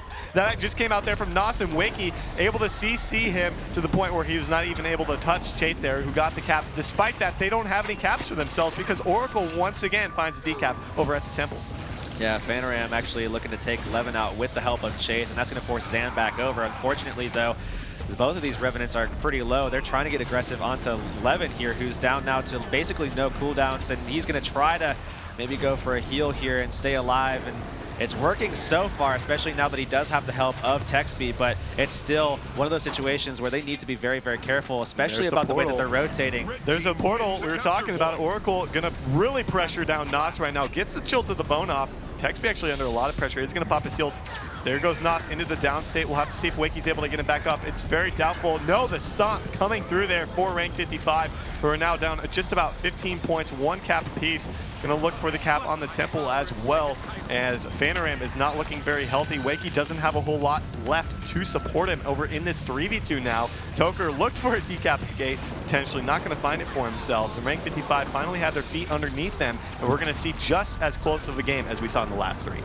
Yeah, and Wakey is getting dangerously low here. Does get dropped. Fanaram gets dropped as well, so 55 had an opportunity here to turn this one back around. Nos isn't going to be able to do much about this, and he's going to be forced out here in the Reaver Shroud, and they're going to still try to take him out. The Reaver Shroud getting dangerously low for him while he's trying to get some fears going. He's going back in, too. Yeah. I don't understand that move. He was in a terrible spot. He did have Plague Signet, was able to Connie transfer, but there's still 3 people here for 55. He just sentenced himself to death right there by going back on that node. He was not prolonging anything. He is only he's really only staggering the respawns even more. I like the play. I think that, you know, holding them outside and pushing them out would have been a good play, and, you know, force them to get away from that point so Wakey could stay alive long enough just to get the cap, just to get a couple of points off of that.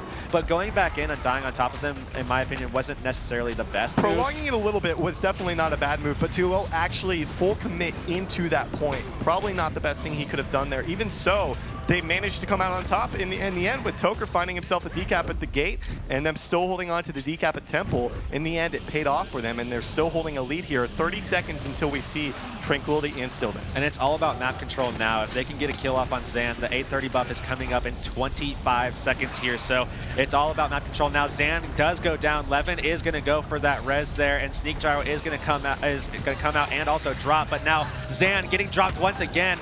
Levin very, very dangerously low, and he's going to be at 300 HP with the poison. He's going to get that portal out. Portal too, Levin. Oh my goodness, man.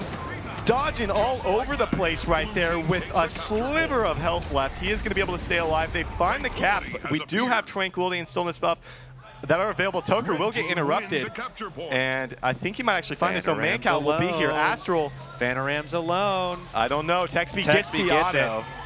That is safe to say that 55 came extremely close to losing both of those buffs. They do actually find the stillness, Astral, so they are able to continue to build the lead. But like you said, Decap, both times they've had stillness, they have not actually held the point. Yeah, Fanaram just has to poke Texby a little bit until Wakey gets here, and maybe they can turn a fight out of this one. But in the meantime, I mean, Toker just trying to make the Toker plays he always makes right there. Yeah, we saw him able to take down Levin, who off of a respawn will be able to help against Nas. Toker making his way, gonna try and pressure down Zan. Zan can't really deal with this too well. He's gonna be taken down fairly low right now. Might find some safety as he moves towards the gate, but decaps across the board. They get the cap. They are going to be able to get a few points out of that stillness. Not everything, but we could just see a 4v4 around the rest of the map while those two battle it out down bot. That is an Elementalist versus the Warrior. Yeah. That shouldn't end at any point in this game. The good thing is that Wakey had the foresight to be able to make the right call in terms of his build as well, because he's running Diamond Scan. He's also running the clear on the Grandmaster there on the water as well. So he is going to be able to hold that off. But in the meantime, it looks like Fanaram and Nos are taken down. I was just about to say, with Wakey down there, nobody's going to be able to babysit the Necromancer. I mean, that you have to have something like that for the Necromancer, and there's no support on these guys' team outside of Wakey, really. Maybe a little from Chase with Paladins, but even so, nothing compared to Wakey. They are going to plus. It looks like Texby down at the bottom buff and try to 2v1. Yeah, and that's the problem, because the only person that was left was Toker, so he had to find someone to isolate, and the only person he could isolate is the only person he can't actually take on a fight. Like, even in a group setting, 3v1, you don't want to rotate your Thief into that unnecessarily. I mean, because at any point, Texby can just turn around and click 2 buttons and bring you so low. Shay taken down as well. And it looks like Fanaram's going in for the res. He will not find it, more than likely. There's too much cleaving coming out there from Levin. Levin getting dangerously low there. He's actually doesn't even get his heal off. Oracle might fall down as well. Has his heal up in a brief moment now. Fanaram gets knocked back thanks to Levin's downstate.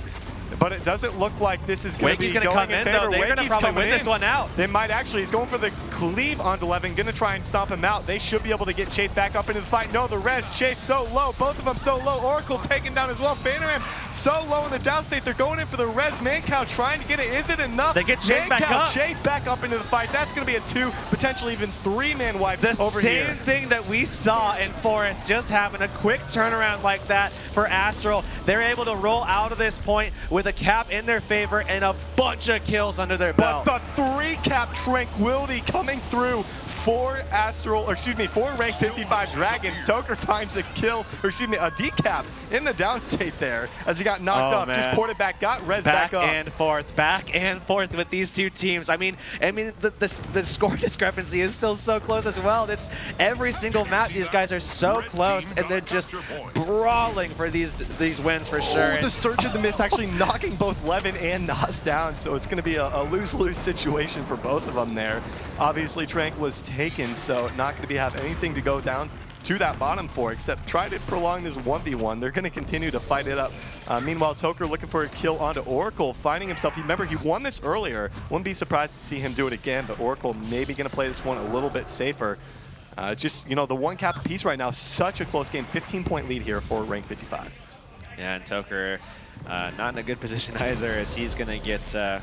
He's going to stealth up, but he's really, really low here. Going to be going for Oracle and see if he could get that kill, but it's not going to actually connect. And he's now going to get Moed as well, and he really needs to get away and maybe make it over to Wakey, who's going to try to get a big heal. He does get it onto him, and he has his own heal available as well.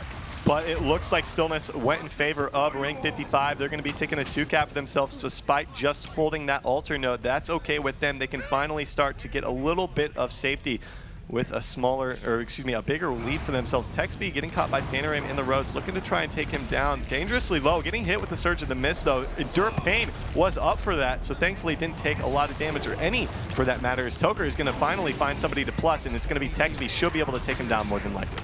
Yeah, but he's actually doing quite well, actually controlling these conditions and turning it back onto Fana, who's now kind of gonna die from these bleeds probably. Oh my goodness, Texby! Did that just happen? Did he just get plussed and still manage to kill Fanaram? These European warriors, man. Toker goes for the decap knowing well he can't manage to take Texby on the 1v1, finds the kill. I thought that would went poorly for Texby, but just showing us how practiced he really is at this warrior. They are 85 points away from finding victory. A huge burst onto Wakey. Wakey's gonna be taken down, so is Chase. That's gonna be a 4-man wipe around the map for Astral, who are really going to have to find a regroup in the next minute. We've only got 3:10 on the clock. More than likely, we'll see that second Tranquility buff. Yeah, and that's really kind of their last hope, is to get a regroup and take Tranquility and ride it with maybe a 6-cap or something like that, because there's not a lot of time left on the board. There's a lot. I mean, Mancow is over there at the altar, and he has control over that completely. I mean, they really need to win something extremely fast and hold it for, 20 seconds into the next buff to come up so that they can get some control here. Well, they just want to hold on to the altar right now. I mean, they know that they hold on to it. Toker taken down at mid. Looks like Oracle finds his Moa onto Chaith as well, knowing that he can't get that res when he's actually in the Moa if he hadn't started already, but Wakey is going to be here as well. The stomp going to be interrupted by Wakey. Probably should be able to get the res. Trank is up. Nobody's actually contesting Tagsby right now. It looks like Chaith is trying to get here. Is going to get the Tornado instead of the Rampage. He's trying to get to it. Will he be able to attack him? No! The Tranquility buff for rank 55 Dragons, finding themselves a 3-cap. That might be the nail in the coffin to secure the series and move on into the finals. Yeah, and they're going to be able to hold on to these points. And, oh, man, Fana going to be dropped here as well. And Zan going to go for the stomp. And, I mean, they have been so strong throughout this series. Although it's been incredibly close, 55 going to hold out and show us just how good those Season 1 champions are. And for the first time ever, we will see an all-European finals here in our Season 2 finals. Rank 55 Dragons in the rematch from week 1 up against the Civilized Gentlemen. Obviously a bit of a different roster, but looking at that game, you can see the relief on their faces right now. Obviously getting a scare in that game number 3, but coming back, proving they are still the best. Yeah, and it's a very close best. I mean, yeah, that was an extremely close. I mean, you got to hand it to Astral for keeping in all 4 of those games. Oh, yeah. I mean, honestly, if we came back and did these exact same games on the exact same maps with the exact same comps tomorrow, could have gone either way, man. It really could have. Just comes down to a few key points in that game I'm sure we'll get to see in a few moments. And just incredible play coming out from both these teams. Astral, of course, you know, proven, doing everything they could. We actually didn't see a lot of composition swatch from either of those guys. Yeah, so congratulations there. Moving on to the grand finals is going to be 55. But, yeah, I mean, Astral, really close there throughout the entire series. It really was. And now you got to look forward for rank 55 taking on TCG. They took them on in week 1, like I said, beat them down actually pretty hard. But of course, with them now having Ram and Denshi, it might be a bit of a different game. Oh yeah, and we actually heard from them specifically, and they were talking about, you know, TCG, their team. They're saying, you know, we're a super roster, like we're a super team. And I mean, with those two guys, in addition to what they already had at their disposal, 55 is going to have something to contend with for sure. Yeah, and we didn't even actually have to see from rank 55 any changes whatsoever, to be quite honest. They could still have something in their back pocket, but we know the Europeans, NA people, they like to scrim each other. So maybe they already know all of their secrets. I'd be interested to see if they're able to pull anything out. I think for the most part, there's going to be no secrets. I mean, like you said, they have played against each other. They've been kind of preparing for this moment almost in a way. They both felt like they were going to get through that semifinal series, and they both did. So, all right, now we're going to head down to the analysts who are joined by Levin to hear what he has to say about that series. Thank you very much, guys. What a series it was here in our semi-finals between Astral Authority and Rank 55 Dragons. They defend themselves, and now they move on into the grand final. Indeed, we are joined by Mr. Red Levin. Levin, going into that series as a whole, I didn't expect it to be as close as it was in all of those games. How did you kind of see that series playing out compared to what actually happened? I think we go pretty good into the tournament. Astral was actually a lot stronger than I expected. And I didn't really expect them to pull out Steve all the way. I thought they would maybe switch up their comp, but Toka used like some mobility really effectively. I mean, you could see me and my team running like back and forth all the time because Toka was just really on those TCAPs. That was really annoying. But yeah, I think like later on we kind of adapted pretty good to the playstyle because we weren't really used to Steve always decapping us. We didn't have that in EU at all.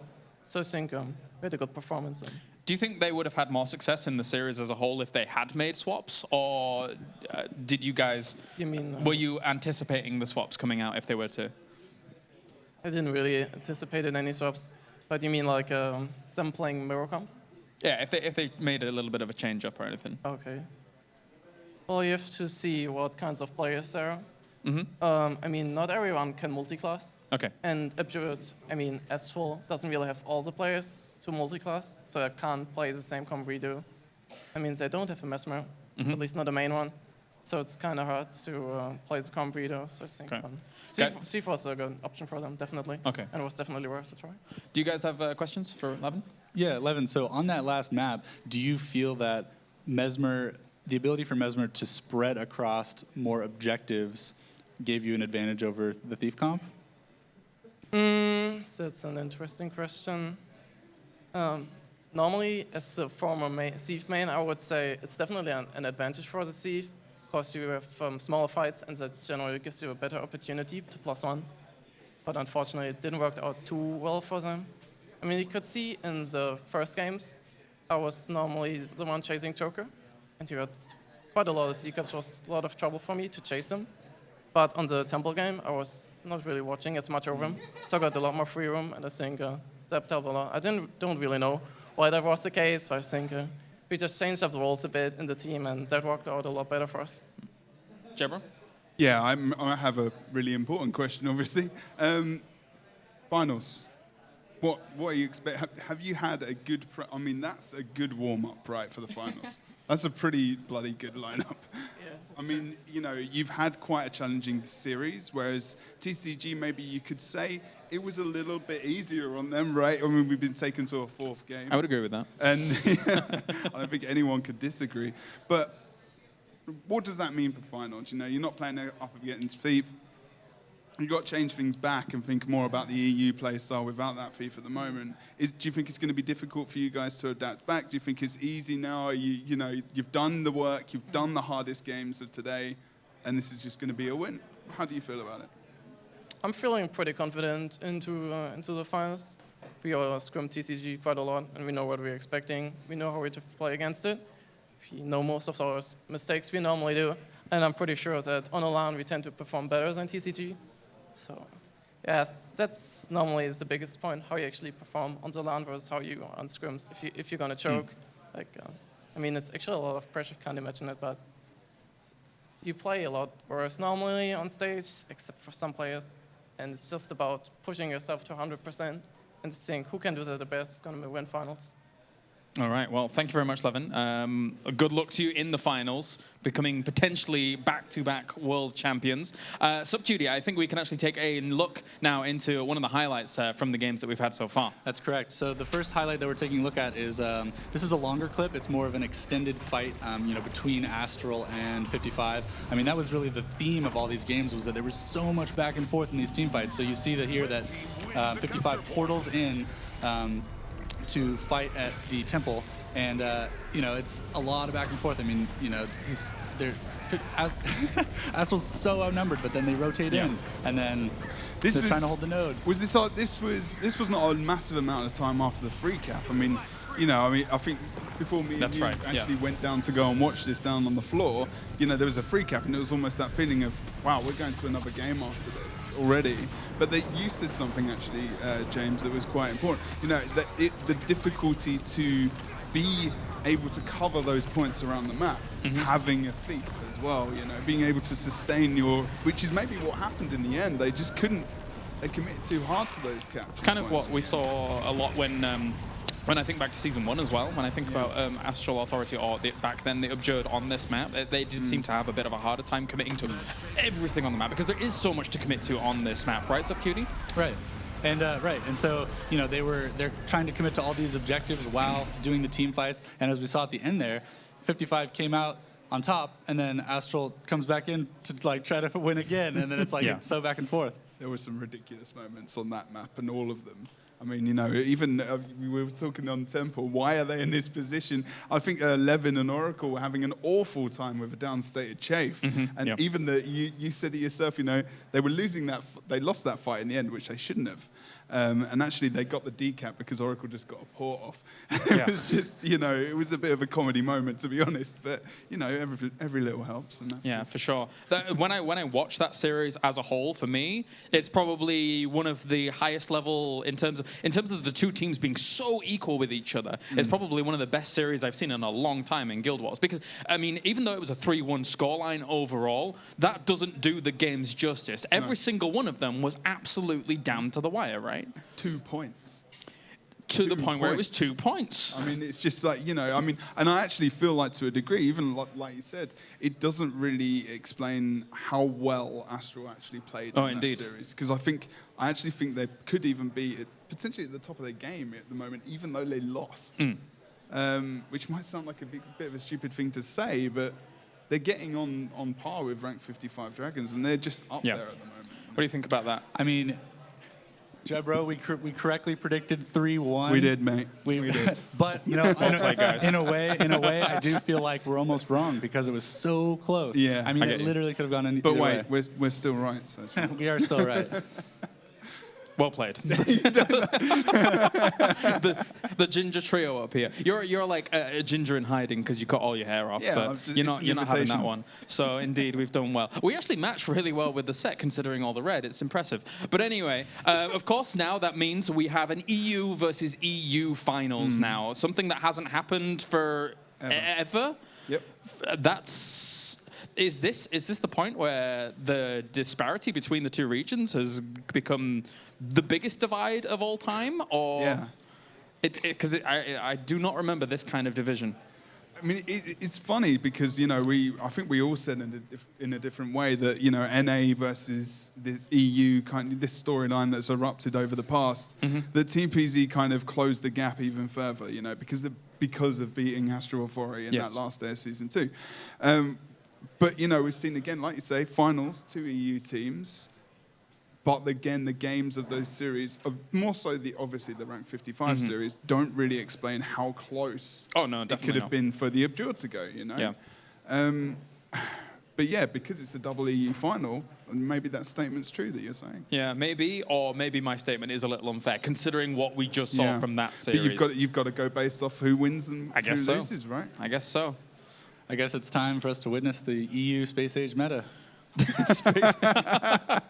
I'm okay with that one. I think we might be able to take a little check-in with the brackets as well to kind of confirm exactly where we are at the moment in this tournament with the 2 EU teams now moving on into the grand final. It will be a best of 5 once again, so as you can see up towards the top, in case you missed our first series of the day, Civilized Gentlemen were able to take Team PZ 3-0 clean sweep.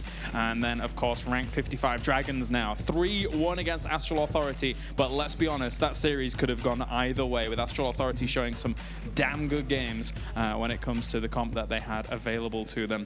For now, I believe we are going to be going to a break. And when we are back, get ready, ladies and gentlemen out there, because it will be the grand finals here. It will be rank 55 Dragons going up against the Civilized Gentlemen.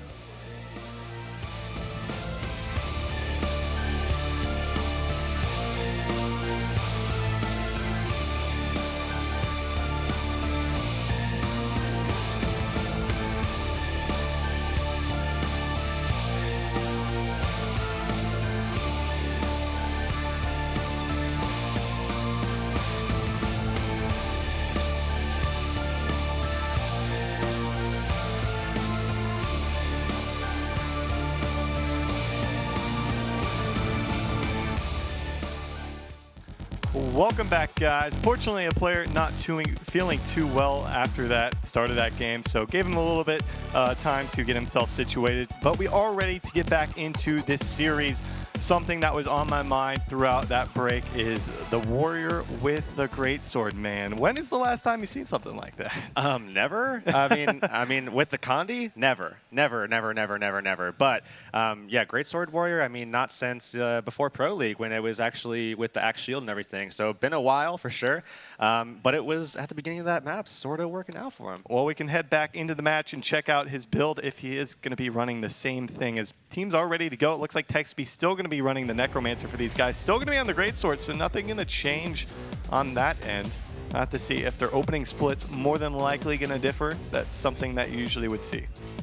Yeah, and it's going to be interesting because, yeah, they are going to have a little bit of a redo here, a little take-two action, but I'm very curious to see if they're actually going to wind up doing something a little differently, because TCG now, or sorry, not TCG, but 55 now has an opportunity to maybe pull something different out, because they maybe are expecting it. I mean, I don't know if they even, like, I don't know what they even caught. I don't know if they even saw it happen. We were in the game too long, so. Obviously, it felt like 55 caught a little off guard at the start of that one. There was a 2-cap, but back into the action now. Game number 1 in our grand final is going to be starting out here on the Battle of Kylo. TCG up against rank 55 Dragons. Let's see what their opening splits will be this time around. And if we see anything similar, they're going to be sending 2 to the windmill once again, as we saw in the last time. In rank 55, going to be starting out with the same thing, sending 5 people not to their home node, but elsewhere. We'll see if they're going to be playing that midpoint and far. And it looks like they're just all going to go mid, look to try and beat somebody down here at the midpoint. Yeah, really aggressive push. Draze on that greatsword already, so they know it now. If they didn't know it before, they certainly know it now. But yeah, that's definitely a very interesting build. Certainly something that might be a little bit unexpected for most. Does bring a lot of damage, a lot of hybrid damage, of course, with the greatsword. So yeah, it's going to be interesting to see how he works out in duels. And now going up against the Elementalist here, Mancow. We've seen Mancow do quite well in 1v1s and sustaining those. So this is going to be an interesting matchup, because, I mean, I don't think anybody's even seen this before. Already Denchi got Moed, almost taken into the downstate. He's going to lightning flash here, get himself the safety there. Thankfully for his team, he was not going to be the first one to be taken out there. They really need his support in these fights. 1 cap apiece, a slight lead in favor of TCG here, who had that windmill node early on. As we see both Mesmers dropping their portals at the midpoint, it doesn't look like 55. Oh, they barely get there back there in time, as Texby able to whirl onto the point there. Going to find himself in a 1v1 with Rom. Rom going to get some help from Frey, and now Zan going to make his way in here. 3-point game coming out from both these guys, and we're going to see Mez versus Mez potentially over on the windmill. Yeah, and it looks like Draze is just holding on to Mancow here. And, you know, in a 1v1, this is just going to be sustained here, as he's not going to be able to get enough damage or enough control onto the Elementalist to really get anything going. Meanwhile, though, Frey is once again glued to his opponent here in the form of Texby. Texby now trying to get a little counter pressure going before he goes ahead and exits that fight right there, as he's rotating back over to his teammates Mancow and Levin, where they're taking on Denchi and Draze right here, even still on this mansion node. And Texby's looking for Denchi a bit here, because they want to, again, pull those cooldowns out from that Elementalist, force a lot of those defensive cooldowns out, and they're actually just going to straight up kill him there. There was almost nothing instantaneously from Texby getting that spike kill off, it sounded like. There's nothing Draze could do right there. There's no way he could save Denchi's life. Denchi just going to vapor form over to the point to try and get him stomped out a little bit earlier. There's a 2-cap still, even though they lost their Elementalist. There's form of support. Not that they don't have any in Rom, but the Elementalist support definitely nothing to be too shy about. They're still holding on to the 2-cap here, and Clock Tower might be the next focus point for 55, as it looks like Oracle taken down by a 2-man squad over there at the windmill. Yeah, and they're going to go ahead and leave him. Texby right now at mid, trying to take out Draze, and Draze's actually got a lot of conditions on him, but look at Texby here, down to 30%, doesn't have Reaper Shot quite yet, a second left until he gets it, but big heals coming out from his teammates there, able to get him back up, does still have that Shroud, does have the Signet heal as well, so he's going to be extremely healthy here. Denchi right now trying to get back into this fight, and should be able to teleport right back up. Oracle is going to be off respawn pretty shortly here, so we should see him entering this fight, but in the meantime, 2-cap in favor of TCG with a 5v4 going for him right now. Yeah, we just saw a lot of focus go down on the Texby. Helseth use that continuum split and the MOA right down onto him, and they're trying to focus him down. He's just sitting on the node, getting support from Mancow, but you know that only lasts so long. Sooner or later, he's going to be in a very rough spot if he continues to sit at that point. And it looks like he is just going to bail right on out of that, as he was very, very low. As 55 pick up the mansion for themselves, yet to get anything still going at the clock tower. TCG really raking in the points with that 2-cap. Yeah, and it looks like Texby's just trying to get a little bit of room, a little safety net here. Trying to get his health back up, get some cooldowns back before he rotates back into this fight here. Zan under a little bit of pressure here. Does have his heal though, so he should be fine for the meantime. But both of these teams really kind of haven't gotten any headway on this point. TCG, of course, does have control of the node, but I mean, 55 has been putting a lot of their resources in trying to get this one back. And Draze, while he does have that greatsword, could be using it for rotations, has been kind of sticking in fights a lot lately, it seems. And this is a full-fledged 5v5 here at the clock tower. Now 4 minutes into this one, TCG just about a 100-point lead. Almost get the decap at mid. Mancow tried to get the immobile onto Draze. Draze is able to get onto that point in time, as this is now going to be a 2v1, and Denchi is actually stomped out, it looks like, over there at the mansion in that 2v2, and that's going to leave his teammate under a lot of pressure, unless Helseth, though, it's Helseth, he's able to get away. Yeah, the portal and the counter portal to get Denchi out and then also get the kill on him, so he's going to be coming back up off a respawn right now. Draze in the meantime at the midpoint, going to be dropping down, trying to get a little bit away here, as Helseth is actually going to be rotating in his stead. Draze using that great sword to his advantage to try to get back over to those points there to try to make those rotations happen. Oracle not going to let that happen at all, though, as he's going to go ahead and try to take that 1v1. And again, it's a very interesting build to see that 1v1 on, especially because you don't normally see it. It certainly is a great option for rotation over the longbow, but... And 55 finding themselves with a brief 2-cap there. We just saw Mansion get decapped. Draze able to force Oracle off the point. Oracle still sitting at 100% HP, but he wants to keep his distance, it seems, from Draze. Doesn't want to get Condi bombed. He's playing it safe. Give up the decap, win the fight in the long run. You're going to come out on top. In the meantime, no, mid is under assault by both teams, and it looks like Mancow is the main target, taking a lot of pressure from those conditions. Going to be forced out of the fight for the time being. Rom, though, looking for a decap, trying to play it safe. I know I talked to him earlier. He really likes this map because Ancestral Grace really allows you to get to those side nodes very quickly.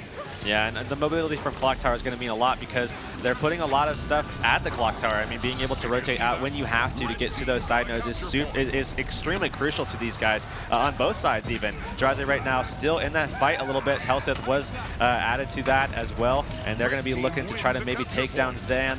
And it's so far, actually, Zan has done quite a good job of sustaining that, and it looks like Texby now is going to turn that with Oracle into a 3v2 onto this mansion node, given we have to remember that Draze has had this capped with Helseth here, although it does look like it possibly... Ooh, that's they a very nice that. portal play because of Helseth right there, and he actually goes right back through the portal. And Draze and Rom now going to be in a 2v1 with Mancow. Mancow doesn't want to give up the 3-cap to TCG. TCG up 100 points now, able to get down. It looks like Draze taking into the down state. Huge surge and miss coming out there from Levin. Nice knockback as well. Rom not going to be able to deal with it. That should be a guaranteed stomp from Mancow. Maybe a potential kill onto Rom as well. Rom taking a lot of heat right now. Look at the autos coming out there from Levin, almost taking him down. Rom going to find some safety and some shelter there. Frey going to try and make Levin kind of back off there, but TCG still dominating this game. With those 2 kills, this is definitely 55's opportunity to turn this one back around. Looks like they're going to be able to maybe get a kill off on Frey here if they play the cards right, and if they can get that burst out and maybe even pull Rom out as well, they might be able to get a cap here on the Clock Tower and hold on to this, because we haven't seen this flopping very much. You know, the control does last for quite a while, it seems, as both teams are very, very good at supporting one another and keeping each other alive. So whoever gets control of this node is going to hold it for a while. And it looks like the Mesmers are trying to duke it out over there at the windmill. Not going to go anywhere anytime soon, it seems. Rom is under a bit of pressure here at mid. It looks like Celestial Avatar going to keep him alive for the time being, but he's going to follow up onto Levin, who's wanting to make that a 2v1. Rom not going to let that happen, wants to bring even more support to that fight. Texby, however, is under a bit of pressure at mid.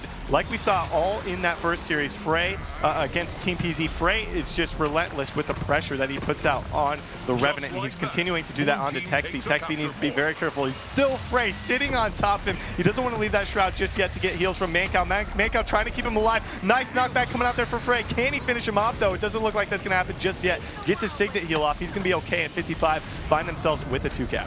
Yeah, and we've seen that from Frey all day here, and Frey has really come out and performed at a level that I don't think any of us have actually seen him play. I mean, of course, we all know he is a top-tier player, of course, but, I mean, he has been playing out of his mind all day, glued to these targets, really creating a lot of pressure for his team, and has created opportunities that have gotten them these big leads that they have right here. Oh, Zan, just a sliver of health. 1k HP, able to get that sneak gyro off, save himself. And it looks like Frey's going to come right back in. Mancow going to come save the day, potentially give some heals over to Zan. A 1-cap apiece now. TCG still a very convincing lead here, just about halfway through this one. A decent burst coming out onto Draze. Doesn't look like they're going to finish him off just yet. The health pools for TCG are not relatively high right now, so this could be an opportunity. We could see, you know, some form of wipe, 2-3-man wipe around the map if things line up here for 55. Yeah, and Denchi barely getting away. In the meantime, though, Texby taken down at the midpoint. Levin going for the res. Knockback happens there from Frey. And it looks like Oracle's going to try to go for it. And I think that may actually work out. The stomp's going to come out, but not in time there. And Texby does get back up. and it's decaps across the board for these guys. Levin right now at about 40% HP, chasing Dinchi out, and they're trying to put some pressure on him. Again, trying to pull some cooldowns from this guy so that he can't rotate back into this fight and provide a lot of support to his teammates. That's definitely true. Texby still under a lot of pressure as well outside of the Shroud. Look, Frey is still sitting on top of him, doing exactly what he needs to do as that Revenant right now. Outside of Shroud, he actually leaves Shroud about 50% HP. Mankow's not even healing him. I'm not so sure why he left Shroud. That should have been more communication from Mancow. The fact he didn't use his heal there, he actually had it available. He does have rebound up in about 5 seconds. Texby is still in the downstate. They're going in for the res. Are they able to get it? This is a huge team fight down. There's so much pressure coming out. Nice knockback from Levin, getting Frey right off of Texby. Is it enough to seal the deal? Texby back up into the fight, but still super low. Might go down once again outside of this Shroud. Yeah, and Texby has 300 HP, so he doesn't have any opportunity there unless they have perfect timing to get him back up at all. In the meantime, though, Dinchi down, Oracle down. It's going to be a race here as Oracle is getting dropped quickly, and Dinchi's coming back up, actually, with Helseth going and getting him up. And now they do have that cap on Mansion. Oracle, in the meantime, gets back up. They didn't have enough pressure at all there. Nobody stayed for the fight. Frey, like, jumped off the side there, wasn't able to get there and do enough damage, and it looks like, in the end, everyone's going to be okay despite that. Frey, finally, Frey. as I just say that, Frey's taken down. Nice play coming out there from Levin as they try to probably finish off Draze right now. TCG's still maintaining their solo cap right here and continuing to build that lead up, almost up to 150 points with 4:30 left in the game. That is worrying for 55 if they want to make their way back into this. Yeah, and Oracle right now needs to get healthy here because they need to take Draze out as soon as humanly possible. He did just use both of his stances, so he's going to be able to get a little bit of support here. But as both of them drop off, he's going to be dropping pretty quickly. It looks like they're still trying to train him down. Dinchi's doing everything that he possibly can to keep him alive, and that Greatsword is doing a lot of work here as well to make sure that he gets away from these fights, especially from Levin, who's still just chasing him all over the place. Texby, though, is going to become a target as Draze gets taken so low here. That was an incredible burst coming out from Levin. Not able to finish the job. Gets the healing signal off. Tries the headbutt, but doesn't manage to hit anybody with it. Takes a bunch of condies in the process. He's going to be taken down. There's so much cleave coming out here from Levin. There's no way Helseth and Denchi should be able to get him up. But maybe I stand mistaken. No. Looks like Denchi's not going to go for it. Just going to get out of this fight with the lightning flash up to the roof of the clock tower. That could potentially finally be a 2-cap for 55. Just what they need to get back into this game. But I take that back because Denchi, no, this is actually a 2-cap despite the score. Oh, but the decap on the Mansion comes through, and 55 once again find themselves down with only 1 cap. Yeah, but once again, Texby rotating into a fight here. Oracle going down, and he's not gonna. He needs to get into that portal and pull out of that one. Oracle does get stopped. Levin doesn't have the portal to get out of there. They're gonna drop him too, perhaps after this evasion there, and they're gonna go for CCs onto him. He's trying so hard to stay alive at 2K HP, and he's just running for his life right now. Dodges the precision strike. Thanks to reposting shadows, he's going to get out of this fight. Levin, more than likely, we'll have to see Unrelenting Assault going to keep him alive. He does have that shield block. He has a blind as well. He can go to Shio as well. No, Frey's able to finish the job right there. Levin, excellent, valiant effort coming out from him, but not enough to do it. They are still 75 points away from claiming a victory. TCG holding on to a 2-cap. They have this in the bag as long as they can hold on to these side nodes. Yeah, Texby right now getting dangerously low as well as he's going to be pulled out of Reaper Shroud, and the team is going to chase him out of this one as he tries to rotate back over to the clock tower with 9k HP. Does have all of his cooldowns, so he might be able to get some HP back with some support from Mancow there as well. And he's just going to actually rotate back over with Zans and to Ram to try to take a quick pick and maybe possibly actually get a decap on this point as well. It doesn't look like anybody's... Oh, we actually are going to be seeing Draze come back over. Even so, that should be a decap. At this point, they still need the decap over at the Mansion point. It doesn't even matter if Windmill is, decapped in the long run. They buy themselves more time. Under 2 minutes on the clock. Can they even do it, though? They need like a 3-cap at this point as TCG proving that they belong in the finals here. Totally dominating in the latter half of this game. Yeah, Texby right now, once again, in trouble, though Ram is certainly in a lot more as he's getting dangerously low here. Doesn't have too much left. Does have that Slush Avatar form. Going to use it for that stealth. This is not the first time we've seen that, but the Real is actually going to connect this time around as he's fighting for his life right now. And now it looks like they're just trying to take him out, and they do wind up taking him down. Draze going to go for that res, and it doesn't look like that actually is going to work out. Well, Texby still fighting for his life against Drazen, and they are going to be able to pull that one out. That was a lot of action, but the main thing is the fact there's no decap at the mansion. TCG have two people sitting here, Hellseth jumping up and down. They know they've won this first game. They know they're going up 1-0 in the series. TCG taking down rank 55 in the first game. What do you even think of that, given the fact that they dominated so much in that first round?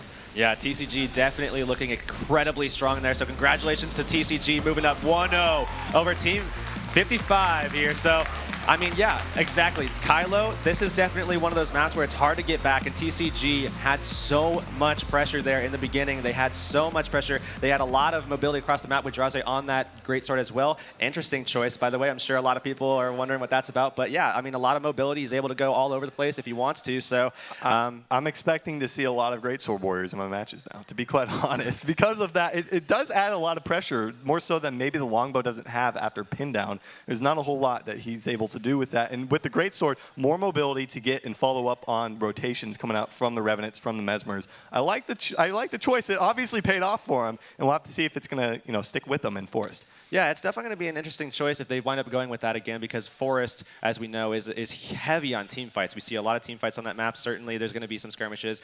So it's going to be interesting to see, because they're not going to be able to really kind of get him into the fights, perhaps, that they want him to be in. But, I mean, with the help of a Mesmer, that might be wrong. Well, what do you think about Texby still on the Necromancer here? Could we see him go back to the Warrior? Or could we see him go to another class? It doesn't even have to be Warrior. It could be any class. We saw him play 4 different classes throughout the regular season. Yeah. What do you think we could expect from them and how they adapt in That's the good thing about 55 is that, actually even both of these teams, especially with Draze and TCG, is that they do have the ability to adapt. So, I mean, we could see wildly different setups from both of these guys. And we know we're very likely to see Ellie. Those are certainly going to be staples. We're likely to see Rom on that Ranger as well. But other than that, I mean, there's a lot of movement that they could have in terms of their compositions. And, yeah, I'm not sure what they're going to be winding up sticking with. And as we just saw in that last game, not only are there variables for compositions, but builds with the greatsword just out of whack. Nothing like I expected coming out from those guys. So clearly not taking a liking to Thief, as we didn't see a single Thief in that game. And I'm expecting the same as we head onto the map. Both teams joined up on the Forest of Niflhel. Definitely a favorite map from both teams here. And it doesn't look like TCG going to be swapping, but Texby heading over to the Warrior as we somewhat expected. Yeah, so the interesting thing is that with Texby on Warrior, and we saw this in their last series actually, he's going to create a lot of pressure, and with the rotations that both of these teams are going to be able to pull off, I mean, I expect a lot from these Warriors for sure. The one thing that I'm curious about is if we're going to be seeing something different in the form of the Warrior from TCG. Is he going to be running that greatsword? Is he going to be running the longbow instead?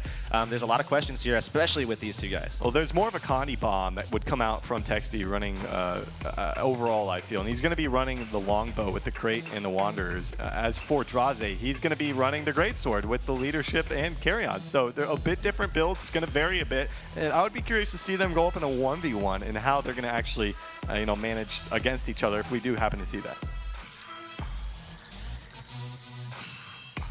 We've seen time after time from rank 55 Dragons, their opening splits seem to favor them not going to their home node. I'm wondering if that's in their agenda in this next game.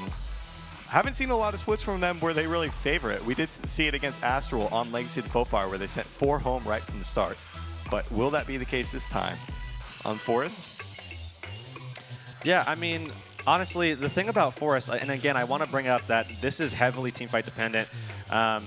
And we're going to be seeing a lot from these measures. And honestly, this really kind of comes down to, in my opinion, it's going to be Helseth versus Oracle. And so far, I think Helseth has provided so much to his team. And we actually saw the portal, counter portal, where Oracle actually made a great play to counter portal back onto Helseth. And then they wound up getting a kill off on Denchi at the beginning of the last map there. So, I mean, these guys really need to kind of get inside each other's heads a little bit and maybe try to outperform each other, because between, the Warriors and the Mesmers as well, I mean, there's a lot of room for counterplay here for sure. There really is, and we saw Frey train down Texby on the Necromancer all last game. The real question is who will be his next victim? Will it be Texby still on the Warrior? Maybe they'll go for Levin trying to pressure him down. We saw with Astral, they went a lot for Oracle. They actually swapped to Textbees often, but it was typically between those two guys, and I'm curious to see if TCG is going to find that those are the most vulnerable options for them as well, and see, you know, maybe if those are the same picks that they try to go for in the opening stages of this map. Though, we have to remember that this isn't really a Thief comp, so they don't necessarily need to take a quick pick to really kind of get the ball rolling early on. These guys are going to have some really sustained fights. They're going to be brawling for a lot of this match here, so I expect some really insane fights, a lot of wipes as well, especially on this map here, and I'm really excited to see these guys go at it for sure. There's still a lot of composition variety that TCG could take out in the next couple of games. If they do happen to drop, they do happen to want to do that. We've seen Draze, as they even said in their team profile, Draze knows just about every class, and he's extremely good at just about every class. Played 3 classes throughout the regular season. Frey played Necro and Rev throughout the season. They've got all multi-classes on this team, except for Helseth, of course, on the Mesmer, but we don't expect to swap there. Rom has even played an abundance of Warrior in the past, but expecting him to stick with Ranger throughout most of this series. If anybody's going to be a variable, I'd assume probably Frey and Draze. We'll have to see if that's going to be the case here. If they do, if 55 is able to come back, tie this one up 1-1, I think we'll definitely have a great series on our hands. Yeah, absolutely, and that'll be interesting going into our next match, which is going to be Legacy, and we have 2 Mesmers here, so that could provide some entertainment as well for sure. All right, well, game number 2 on the 4th of Niflhel about to begin. The Civilized Gentlemen up 1-0 over rank 55 Dragons. As we look at the opening splits, it looks like rank 55 opting to grab their home node for the first time, and no crossers actually coming out here for TCG.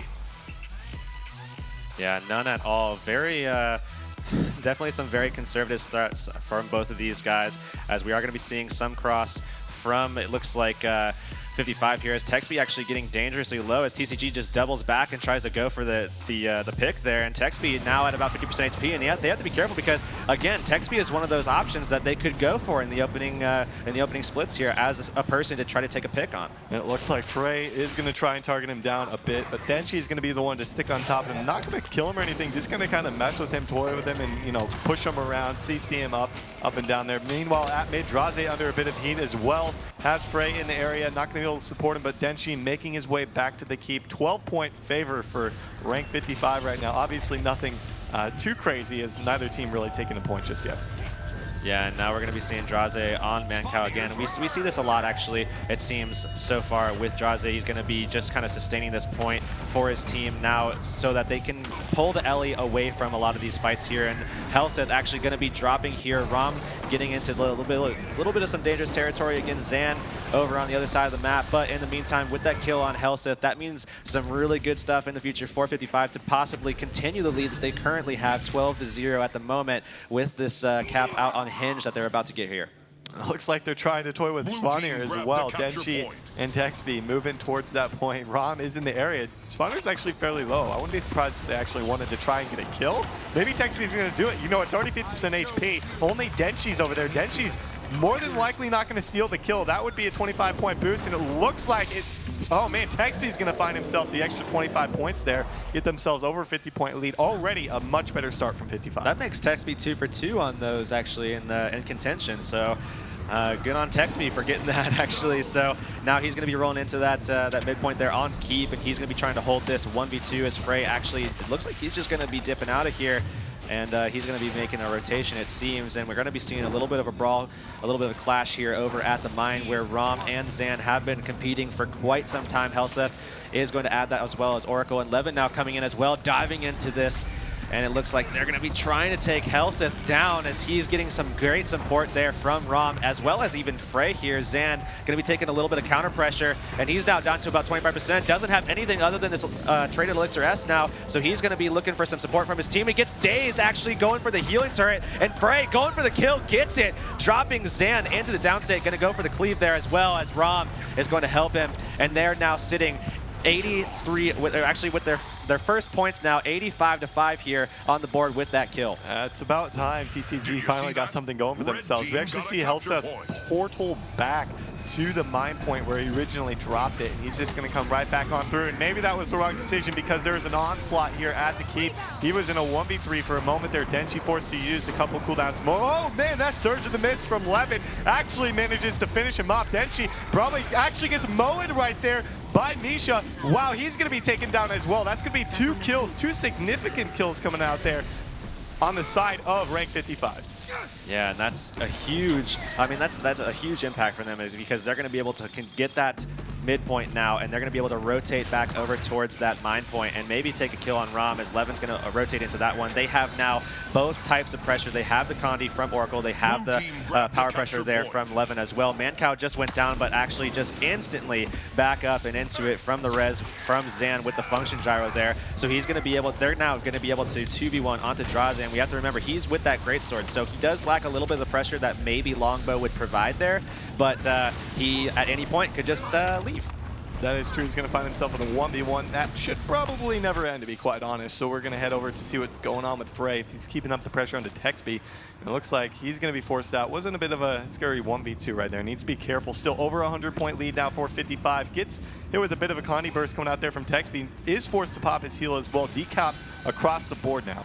Yeah, Helseth actually getting there just before Oracle could make it back. He gets the decap on that, and now he's going to go into a 1v1. So a battle of the Mesmers. Who's the best Mesmer from the 2 best teams from EU? We're not going to find out because Frey's going to come in and get glued onto him, as Texby does just the same. They're going to be trying to battle out to see which Mesmer will go down first, and with Texby on that, it looks like they're going to be able to get a little bit more control. However, Frey, once again, coming out for his team, taking Oracle down. They're trying to get the pressure back onto Oracle to maybe see if they can turn this around, but too many members of 55 are going to come over and get that res. Yeah, 11 came in there with the surge in the mist, really pushed them off of the down body to be able to cleave, so they easily got that back up. That was 4 people in that fight. The cap coming out there for TCG. This is an opportunity for them to try to get back into the game, holding on to it. Will take a couple of minutes, but as long as they can prolong this mid fight and continue to hold on to the decap over there at the henge, they should be okay, to be quite honest. And it looks like Rom, one of the main targets here at the keep, gonna try and head out of this fight potentially to take on Zan. Zan looking for a decap maybe, but they want to get something going here. But look at the pressure coming down onto Mancow there, with Frey coming in to put on some power pressure there with Draza there. So again, they were able to get that that capped out on the hinge. Draza going to be able to stalemate that and pull out Mancow, and that's been a huge, huge bonus for them throughout this series now, that they've been able to pull Mancow out of some of these fights, because that's a lot of support that's missing in some of these fights from 55. And we see the 2 cap still coming through here for TCG, who will make their way back into this game, as looks like Levin still wants to take on the 1v1 against Denshi. We'll have to see how that pans out in the next couple of minutes. Zan probably going to come follow up, give him a bit of help. Meanwhile, Texby sitting on top of Frey. Look at the Condi taking on Frey. Helseth trying to heal him up with his heal, trying to get those Condis off, but it looks like Frey is dazed. Might actually get through the portal. It looks like that will happen. He could be okay. That's not a very far portal, but it does get him to safety for the time being.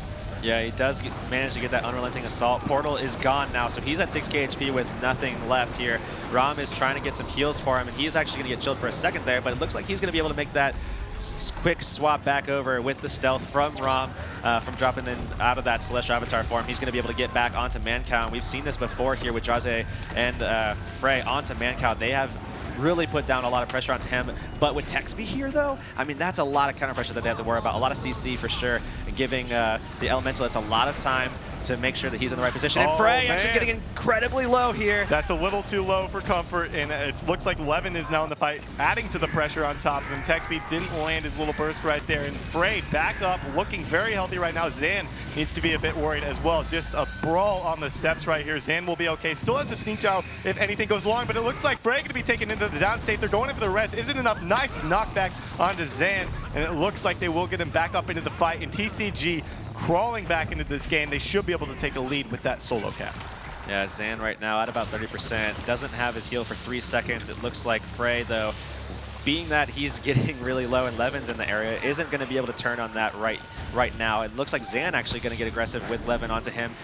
Frey just going to be trying to avoid that and try to get away as quick as possible because he does not want to be in this situation here, especially with his heal down for 15 seconds.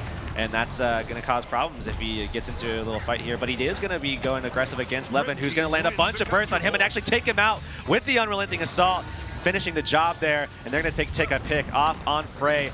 Great job from Levin there, for sure. Very nice play from Levin. It was just a tied score at 131, but of course TCG picking up the cap over there at the mine. They're able to take down Oracle.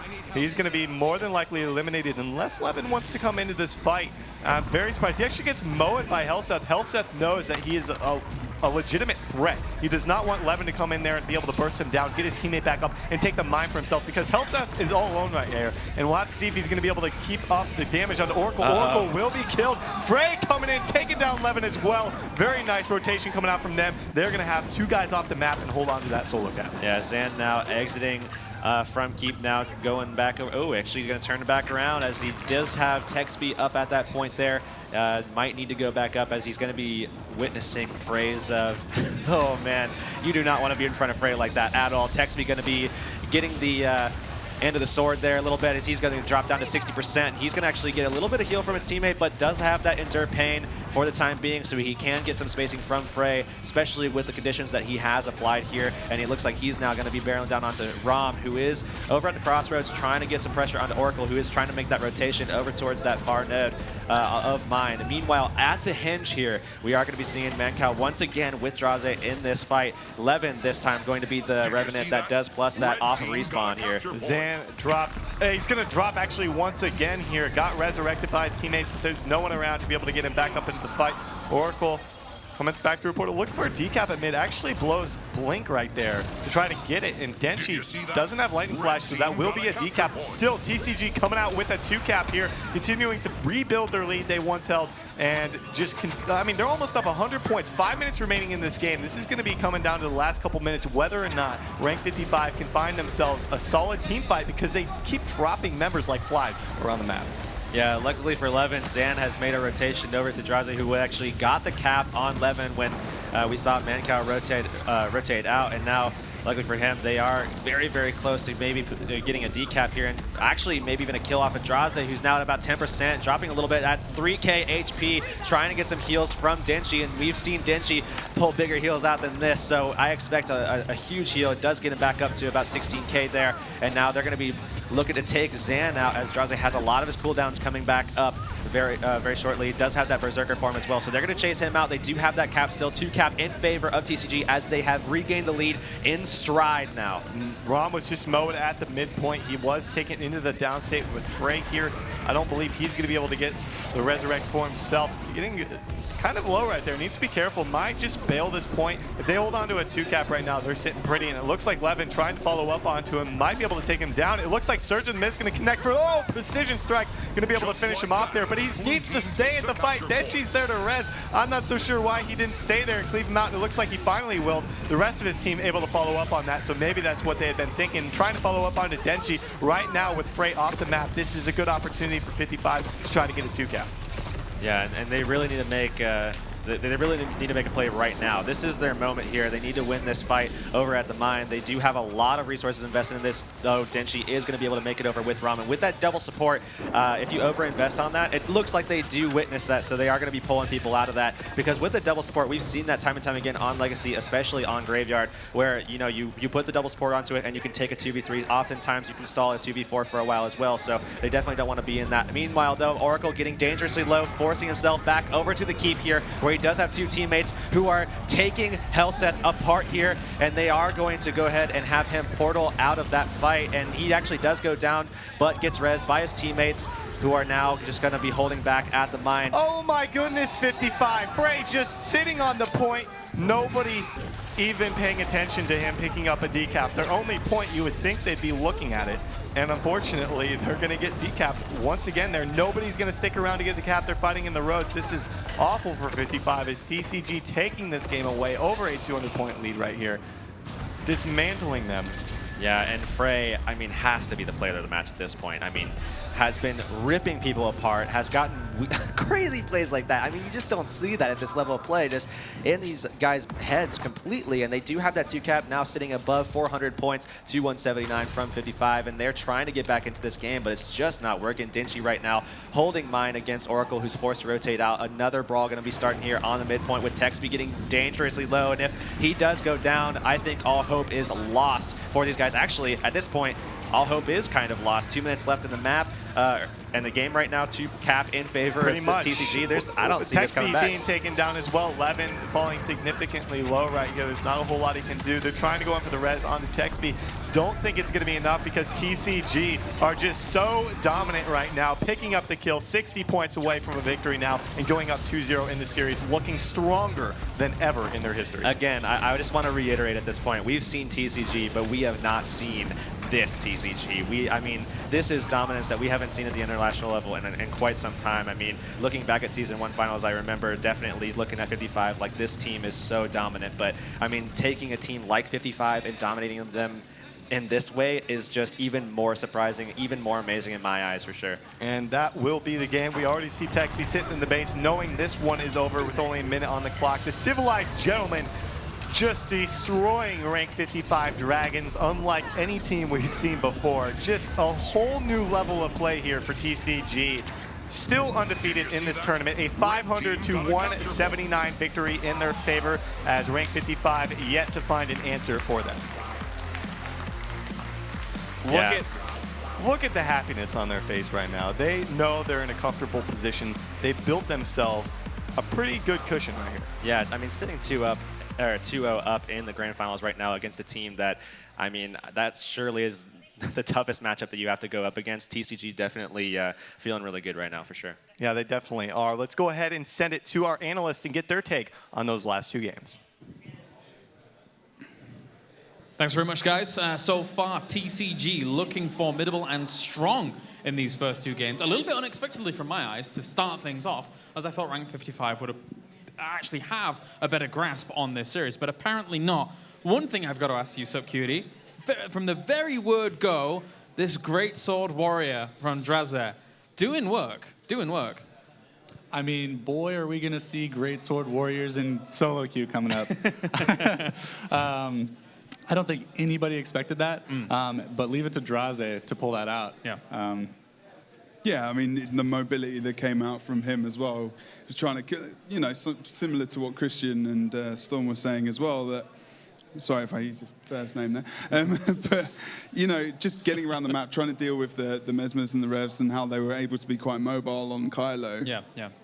But we're seeing a lot of mistakes from round 55 at the moment. Right. Some real decisions. They're not bringing the actual decisions quick enough. You know, they're kind of hesitating here and there. They're in the roads. Even in Forest, I saw, you know, kind of Mancow and Leving having moments. Do I go for the res?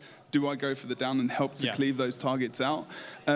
Where, you know, that's kind of split decision making is so important and key for them to bounce off that kill, to get that decap, to get another kill, you know, and that kind of precision really wasn't there, unfortunately, in that game especially. Oh, well. I mean, obviously we just mentioned Drazer just before with doing his innovative stuff as he does. Let's take a little bit of a closer look at Drazer from TCG.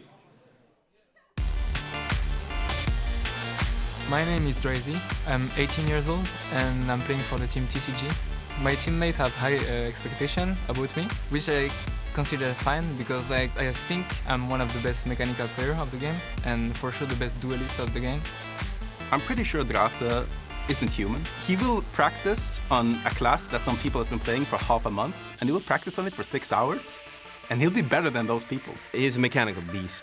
He is truly a beast. For us, he's just kind of that like forced. Enemy team doesn't necessarily know what he will play. We could put him on most classes and he could just beat anyone on stage in that 1v1 where it's under pressure. What he gives the team is not only will he give us the security, knowing that he will practically always win his matchup, but because he can play every single class in the game, it serves as a great tactical point. We can constantly reroll and outcount the enemies.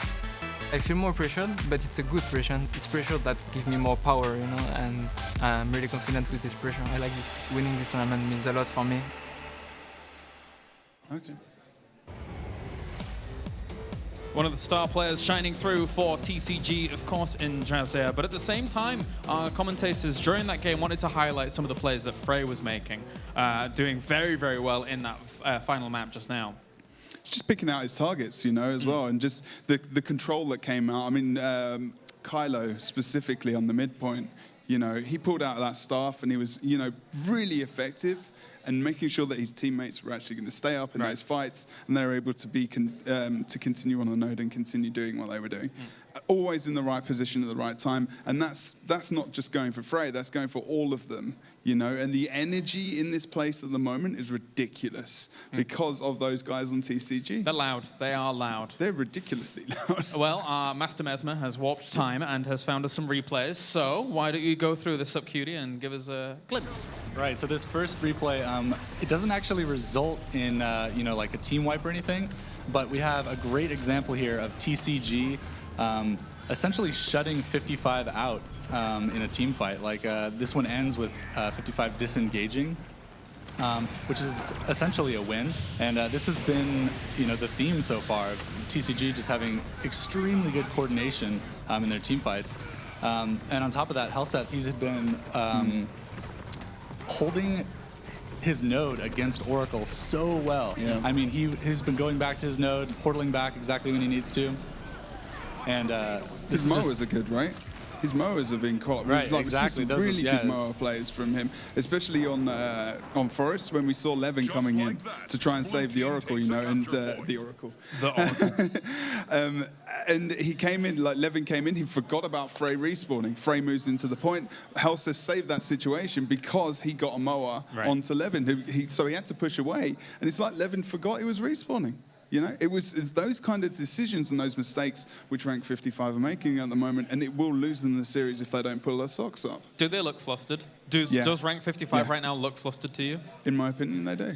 I mean, we've seen it today. I'm not sure I've seen them make so many mistakes. And that might sound harsh, but it's the truth. I mean, they came in thinking that they really didn't have too much pressure against them here, but like the way we're looking at TCG right now, again, it kind of looks like the TCG of old, very much like way, way back. Even to the point where, like, when Orange Logo were doing really well with members like from ROM, looking on that kind of page, right? Yeah, exactly right. You know, I mean, this is the best version of TCG we've seen. Yeah. You know, they're in the best position they've been in. They've got the best, maybe, composition lineup of players. They've still even got people in the background who they could bring in future. Exactly. You know, this wasn't even going to be their potential strongest lineup that they were bringing, and they're still owning face. Look how they are doing. It's a very technical phrase there. But yeah, fantastic job so far from these guys. I think we have another replay that we can actually jump to from our first two games as well, Sub-QD. So why don't you take us through this one? All right, so this is partway through this last game. TCG cleans this one up, and it's just another prime example of how their coordination really took it to 55 in this one. You know, we're seeing right here, they had just finished up a side node fight, and so basically this is essentially the snowball into mid, and we see that it was successful on TCG's part. So, you know, they almost get the res. They do, actually, but I think he goes down again, and we see that, you know, TCG then takes this snowball and turns it into another one yet again. Yeah, I think this was Frey again, if I recall, coming down and just getting the finishing blow once again. This was one of those decisions I was talking about before. Yeah. Mancow is in the roads at the moment. He left too early. Too late, sorry, to potentially help out his team to get through that situation. And it was those kind of decisions which really, you know, didn't push them through the map, and they weren't able to actually get back at all into that game. So, you know, those kind of decisions was what I was talking about. It's difficult. You guys, at the beginning of this, predicted a 3-1. Yeah. Looking at those two games right now, are you still going to stick with your predictions? Because as I see it, as I look at it, TCG is on fire. Well, maybe 3-1 the other side. Can we do that? Oh, that's right. You never mentioned a team. Yeah. I see. That's true. No, they're looking very good, and I'm struggling to find a way where Rank 55 kind of gathers their composure again and mounts the comeback. Is TCG just well in the driving seat now? Well, it feels like it at the moment. Even through just the atmosphere in the studio here. I mean, Rank 55 are quiet, but then it's not the same feeling that we had in Season 1 finals at all. I feel bad a bit, to be honest, saying that, but it is just the way it is. And I mean, TCG is known for their momentum. I mean, Right. we've got Rom up there yelling, who we can hear all across the studio.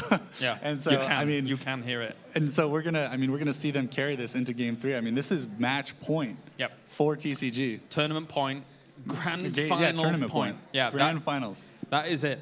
All right, so we are done here. Thank you very much, guys. I may check in with you a little later on. But for now, we are going to head back over to the commentary team for game number 3 here of our grand finals between Rank 55 Dragons and TCG. Thank you, guys. Pretty convincing replays, I have to say so myself, that came out there in favor of TCG. 1 game away, Legacy of the Vofire, from being crowned your new world champions. Yeah, and we're ready to start. I mean, the action does not stop here at all. These guys are ready to go. And I'm excited. I mean, again, 1 point away from TCG potentially taking this home. Yeah, we are actually in the game. Teams are ready to go.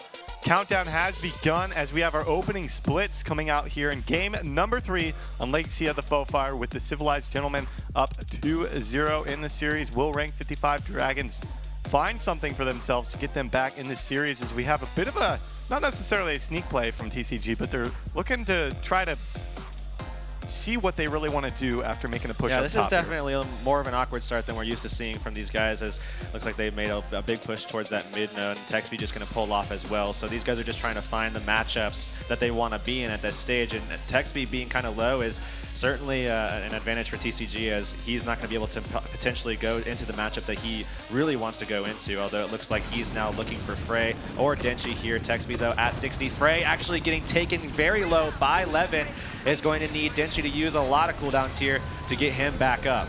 Yeah, Frey will be okay, however, and it looks like Rom getting a little low against Zanov there. Will be okay, and they're all up to 100% HP. Actually, Levin going to get mowed here at the midpoint, extremely low. Might actually be taken into down state. He will go down. There's so much cleave that will be coming out here from TCG, but the res still coming through for 55. Just not enough from Frey, unfortunately. He was getting fairly low as well. Did get his heal off. They are going to portal right on out of the fight and try and bombard one of the side nodes. Yeah, but look at TCG with the counter portal almost instantaneously, and Levin doesn't have the portal yet anymore to go through. So he's going to have to just kind of rotate around and try to get healthy here without that glint heal. So now Denchi and Draze are going to be able to try to win. I mean, a very interesting setup here. Levin's going to be rotating out of this one and looking for Frey here, as Frey is pretty low. Oracle pretty low, though, as well, and Helseth not actually healthy himself, and he actually does get mowed, and Levin is looking for him here. Denchi trying to get the support out, and once again, these elementalists are insane. Denchi did get the support, and that was a great play from him. Great communication, knowing that he was in the mode, needed the help, and now Oracle is going to be under pressure as well. Does have his heal up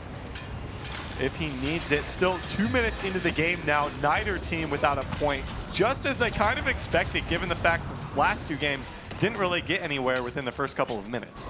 Yeah, and Frey is going to be rotating away from that warrior there. And again, these warriors they bring so much pressure to the table and forces a lot of weird stuff to happen in these games, because you don't expect some of that pressure to come out sometimes, and all of a sudden you're sitting on 15 burns and dropping so quick. Oracle actually getting hit by Helseth and Frey right now, and Texby on point trying to maybe get something going. But again, almost 3 minutes into this game, and so far we've just seen a kill here in favor of TCG. And like I said, this is going to be very brawly. These guys really know how to support one another. They know how to get the reses as well. And while so much we're going to be seeing so much damage come out in the long run, I mean, it's crazy to see how long these guys can prolong their team's death. I'm kind of surprised Frey didn't follow up on Oracle, who's just spamming autos from behind. He was really low, didn't have any cooldowns really in terms of getting his health back up or survivability.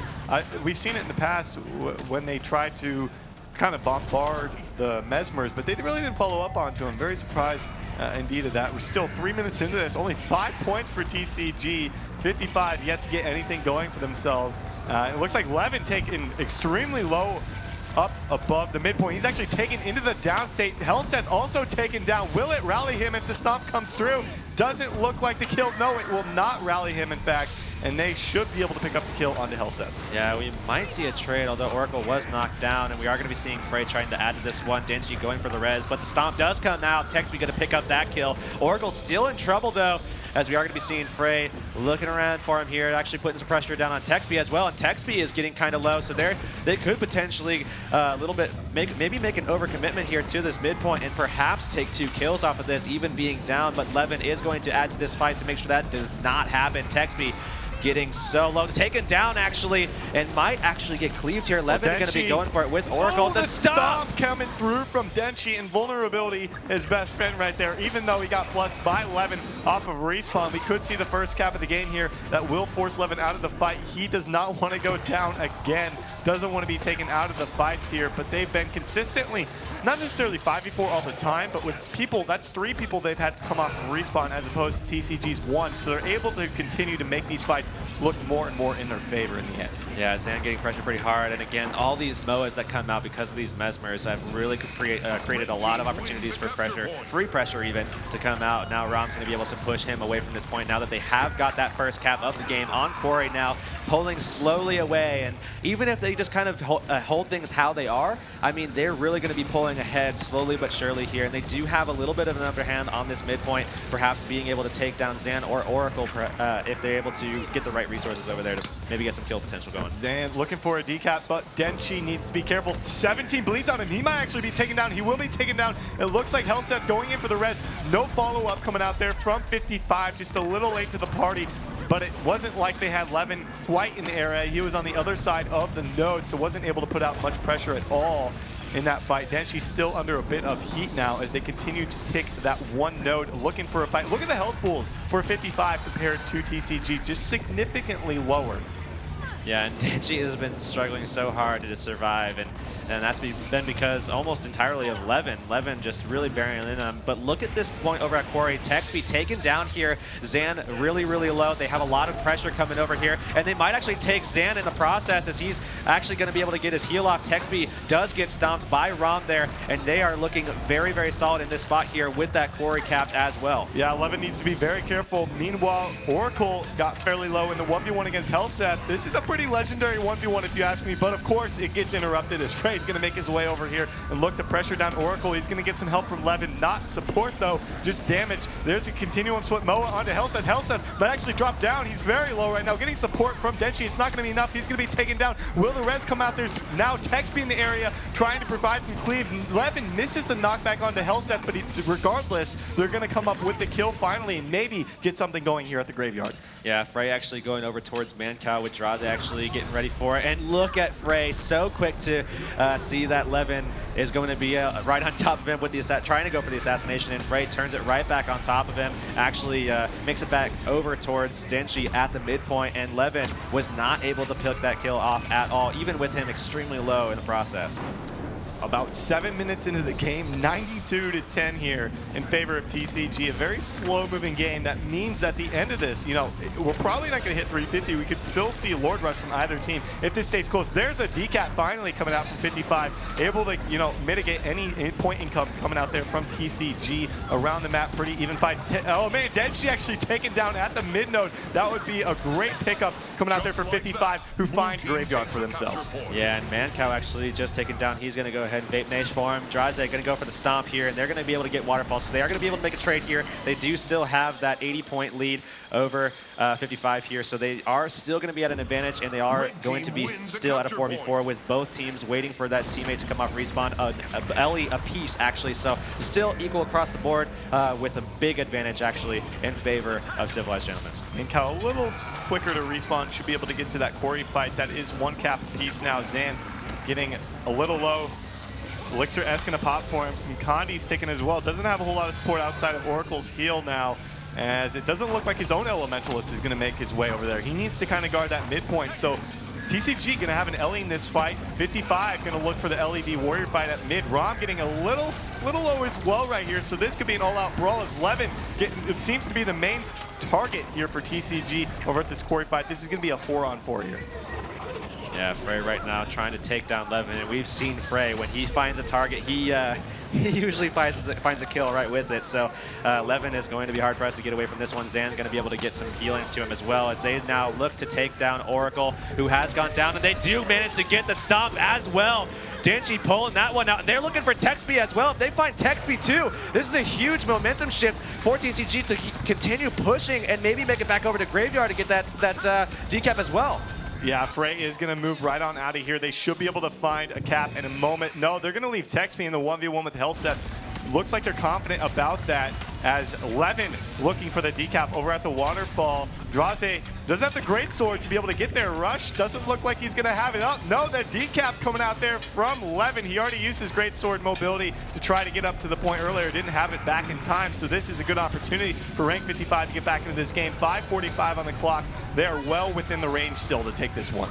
Yeah, Texby now taken out. Denchi going to be going for that stomp, and this is the kill they needed a little bit earlier, but now getting it, it's still good. 70 points in lead right now, and they need to take out Oracle as well. And they've been known to really put some pressure on him. They have Helseth here as well as Frey, so there's a lot of damage that is going to be here. And again, Frey, so good at putting on the pressure. Texby going to be coming off of respawn right now, and he's looking like he's going to be going over towards that midpoint. We do still have Draze and Mancow actually on the waterfall node. Again, that is something that we've been seeing on every map here for that stalemate so that they can keep that point contested until a team wins a team fight here. Again, that Ellie being out of the fight with Mancow being out of the fight, they lose a lot of the support on these fights. So, I mean, if they can put some damage in, if Ram and Frey can really find Levin here, I think that they might be able to turn this midpoint back around. A 65-point lead for TCG. Of course, that Lord 150 points, so either team could come up with victory as it comes down to the final remaining minutes in this game. It looks like the main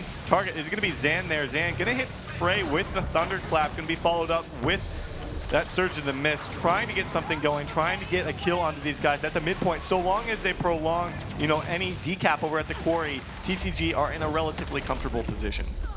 Yeah, Levin right now trying to find Denchi, looking like he's going to try to make a rotation over towards that waterfall, but Denchi is ready to follow him up if he decides to do that so that they can have almost a mirror there. I mean, you got a DPS and you got the Ellie there, but it looks like Levin is going to exit there, and Denchi is once again going to follow him out at the midpoint. We do see Texby actually pushing Frey off as well. And meantime, over at the quarry, we are going to be seeing still TCG with the point, but Zan and Oracle trying so hard to take Ram out with Helseth there to provide some peels, it looks like. And this is going to be a long one. We're going to be seeing a lot of contention between these two guys. And as we're actually getting down to the wire here, if we're not going to be seeing any kills, we might see one on Frey, but Denchi going to be going for the heal. Is it going to connect though? And Denchi goes for the teleport just to land the support there and gets him back up. Use Lightning Flash just for the support. That if anyone gets low on his team and they have to bail, he's not going to have to get that to get out of the fight. But in fact, it looks like it was well used because now Levin is under a lot of pressure. He might be taken out. He's in the downstate. Mancow trying for the res. This is a significant stop, and they find it for themselves. Texby still in the fight here with Mancow. They do not want to give this cap up to TCG. They cannot afford to give a 2 cap up at this stage of the game. Yeah, if you give the 2 cap up at that point, I mean, you're really looking at trying to take a Lord and maybe making some kind of insane portal play because there's not a lot of opportunities left at this stage in the game with only 3 minutes left on the clock for them to turn this one back around. I mean, they're still close now, but if you give something up, it's really going to put a damper on those possibilities. For sure. Something to take note of is how passive Oracle's been playing at the quarry. I think he might just try to wait it out, you know, put a portal down with a minute remaining and go for a Lord play maybe. I'm curious to see if TCG would rather go for their own Lord play to finish the game. If they might hit 350, we'll see if a decap comes out, or do they defend their own Lord? Yeah, Oracle actually, I'm not sure if he's going to be using it for that. He maybe does have not. the portal. He's actually dropped. Doesn't even get his portal off. If that stomp comes through, that's going to be huge for TCG, and it doesn't look like there's going to be any res coming out from them. Yeah, the portal's going to go on cooldown for that. They need to make sure that they hold on to basically everything. They are super close to getting, actually they are going to be holding on to that graveyard. In the meantime, we are still seeing Waterfall actually getting close to being capped for the blue team here, but in the meantime, Texby getting incredibly low. So is Frey. Frey is under so much pressure as well. He's got Connie sticking on him. He does have Denchi healing him though. On the other side of the map, their Elementalist, 55's Ellie, is not in the fight. No support coming out. He's going to be taken in the downstate. This could be TCG's fight. Zan going in for the res. Oh, the stop comes out at the last second, right before he gets rezzed. Finding it for themselves, 80-point lead, 1:45 on the clock. Are they able to seal the game? Will they go through this tournament undefeated?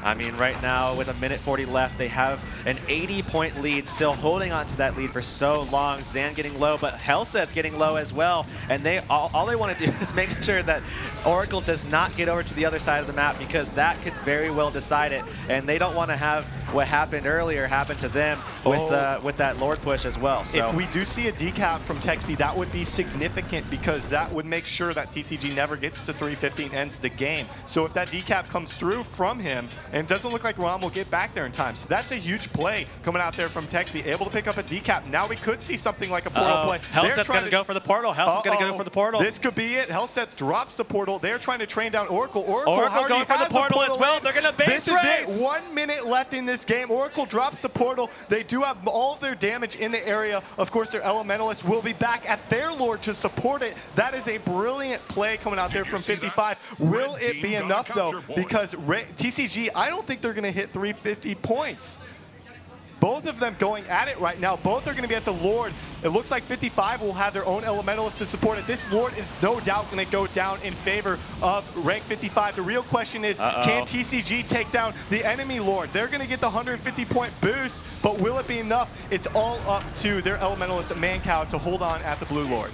Yeah, and Mancow's trying really hard. He did get mowed there. Blue Lord about to go down as well here, and it does drop. And it looks like if they get that stop, that's it. That 472. Is it. There it is. Civilized Gentlemen will be your new world champions for the first time ever, taking down rank 55 Dragons 3-0 in that game. What a performance by them. Undefeated, 6-0 throughout this tournament. Did you expect this? Not at all. And give it up for your winners there. Team Civilized Gentlemen coming through, and they talked about it before. They were saying that this is the start. This is the start to their story. They're going to start dominating now, and they impressed, man. They impressed. I mean, Hellset finally getting to wear the crown appropriately this time. Yeah. Finally finding a world champion, tournament after tournament for him. Gonna be a world champion here. Look how happy they are. They're definitely excited. 6-0, just utter dominance throughout this tournament here. Yeah, we've never seen a finals experience. I mean, we've never seen a finals like this at all. And TCG really coming through, doing so well. Giving props to Dragons as well. They came through. I mean, that series between Astral and 55 Dragons was absolutely phenomenal. And I mean, honestly, I'd be so drained after that. It'd be hard to perform against a team like TCG right there. So yeah, rank 55, obviously a few of their members, former members of TCG, then they go on to be world champions. Now it goes back in TCG's favor, and we're yet to have a back-to-back champion once again. But crowning a new one for the first time, as they are definitely excited about their victory. And that makes EU 2 for 2 on Pro League Finals so far. So a little bit to say with that, maybe. Definitely excited to be able to get, hoist that trophy up big and high, because they're finally going to be world champions. Congratulations to those guys. You can see it in Hellset's eyes. You know he wants to raise that thing up. He's been itching for it all day, and we've been seeing him. We've been talking with him as well. He's been wanting to pick that bad boy up all day, and he finally now gets the chance to with his team. And look at them hoisted up. Those are your champions. Team Civilized Gentlemen. New world champions in Guild Wars 2 for the first time ever under the name. They will be the world champions here at the Season 2 Finals. And we are going to send it down to Kalaris on the stage to hear from our winners. All right, thank you very much, boys. Congratulations, TCG, for becoming the new world champions. Just got to ask you a few questions just before we sign off here. Going into the finals, obviously 3-0 in the end of things. Did you expect it to go down? I don't know why I'm asking you this. Did you expect it to go down this way, Hellset? I'd like to give a real special thank you to the second warm-up team for the World Finals. And we're just going to go ahead and win that. This was just a warm-up, so it's nothing. Okay. So sights on the World Championship. The Great Sword Warrior coming out as well during all of this. Like, what were the decisions behind that? Obviously, it played a pivotal role. Drazir being his first LAN here. Congratulations. So what was that all down to in the end? So I've done a ridiculous amount of duels versus Warrior simply because I love the duel. It's extremely interactive. And I've done them so much with Raza, and we started discovering that the duel is harder and harder. Like, the general meta consensus is that Mesmer destroys Warrior. Everyone thinks this way, but honestly, it's like a 90% favorite matchup for the Warrior. It's just if it's Raza. So I just kept dueling him, and we kept that as a secret card for 55. We never actually showed it in scrims. We didn't show it to anyone. Just been dueling in secret, and that was basically our trump card for the tournament. Raza is a beast. Yep. Drazir is a beast. You heard it here, ladies and gentlemen. Well, TCG, once again, ladies and gentlemen, a big round of applause for your new world champions, the Civilized Gentlemen. Take your trophy, boys. Take your trophy once again.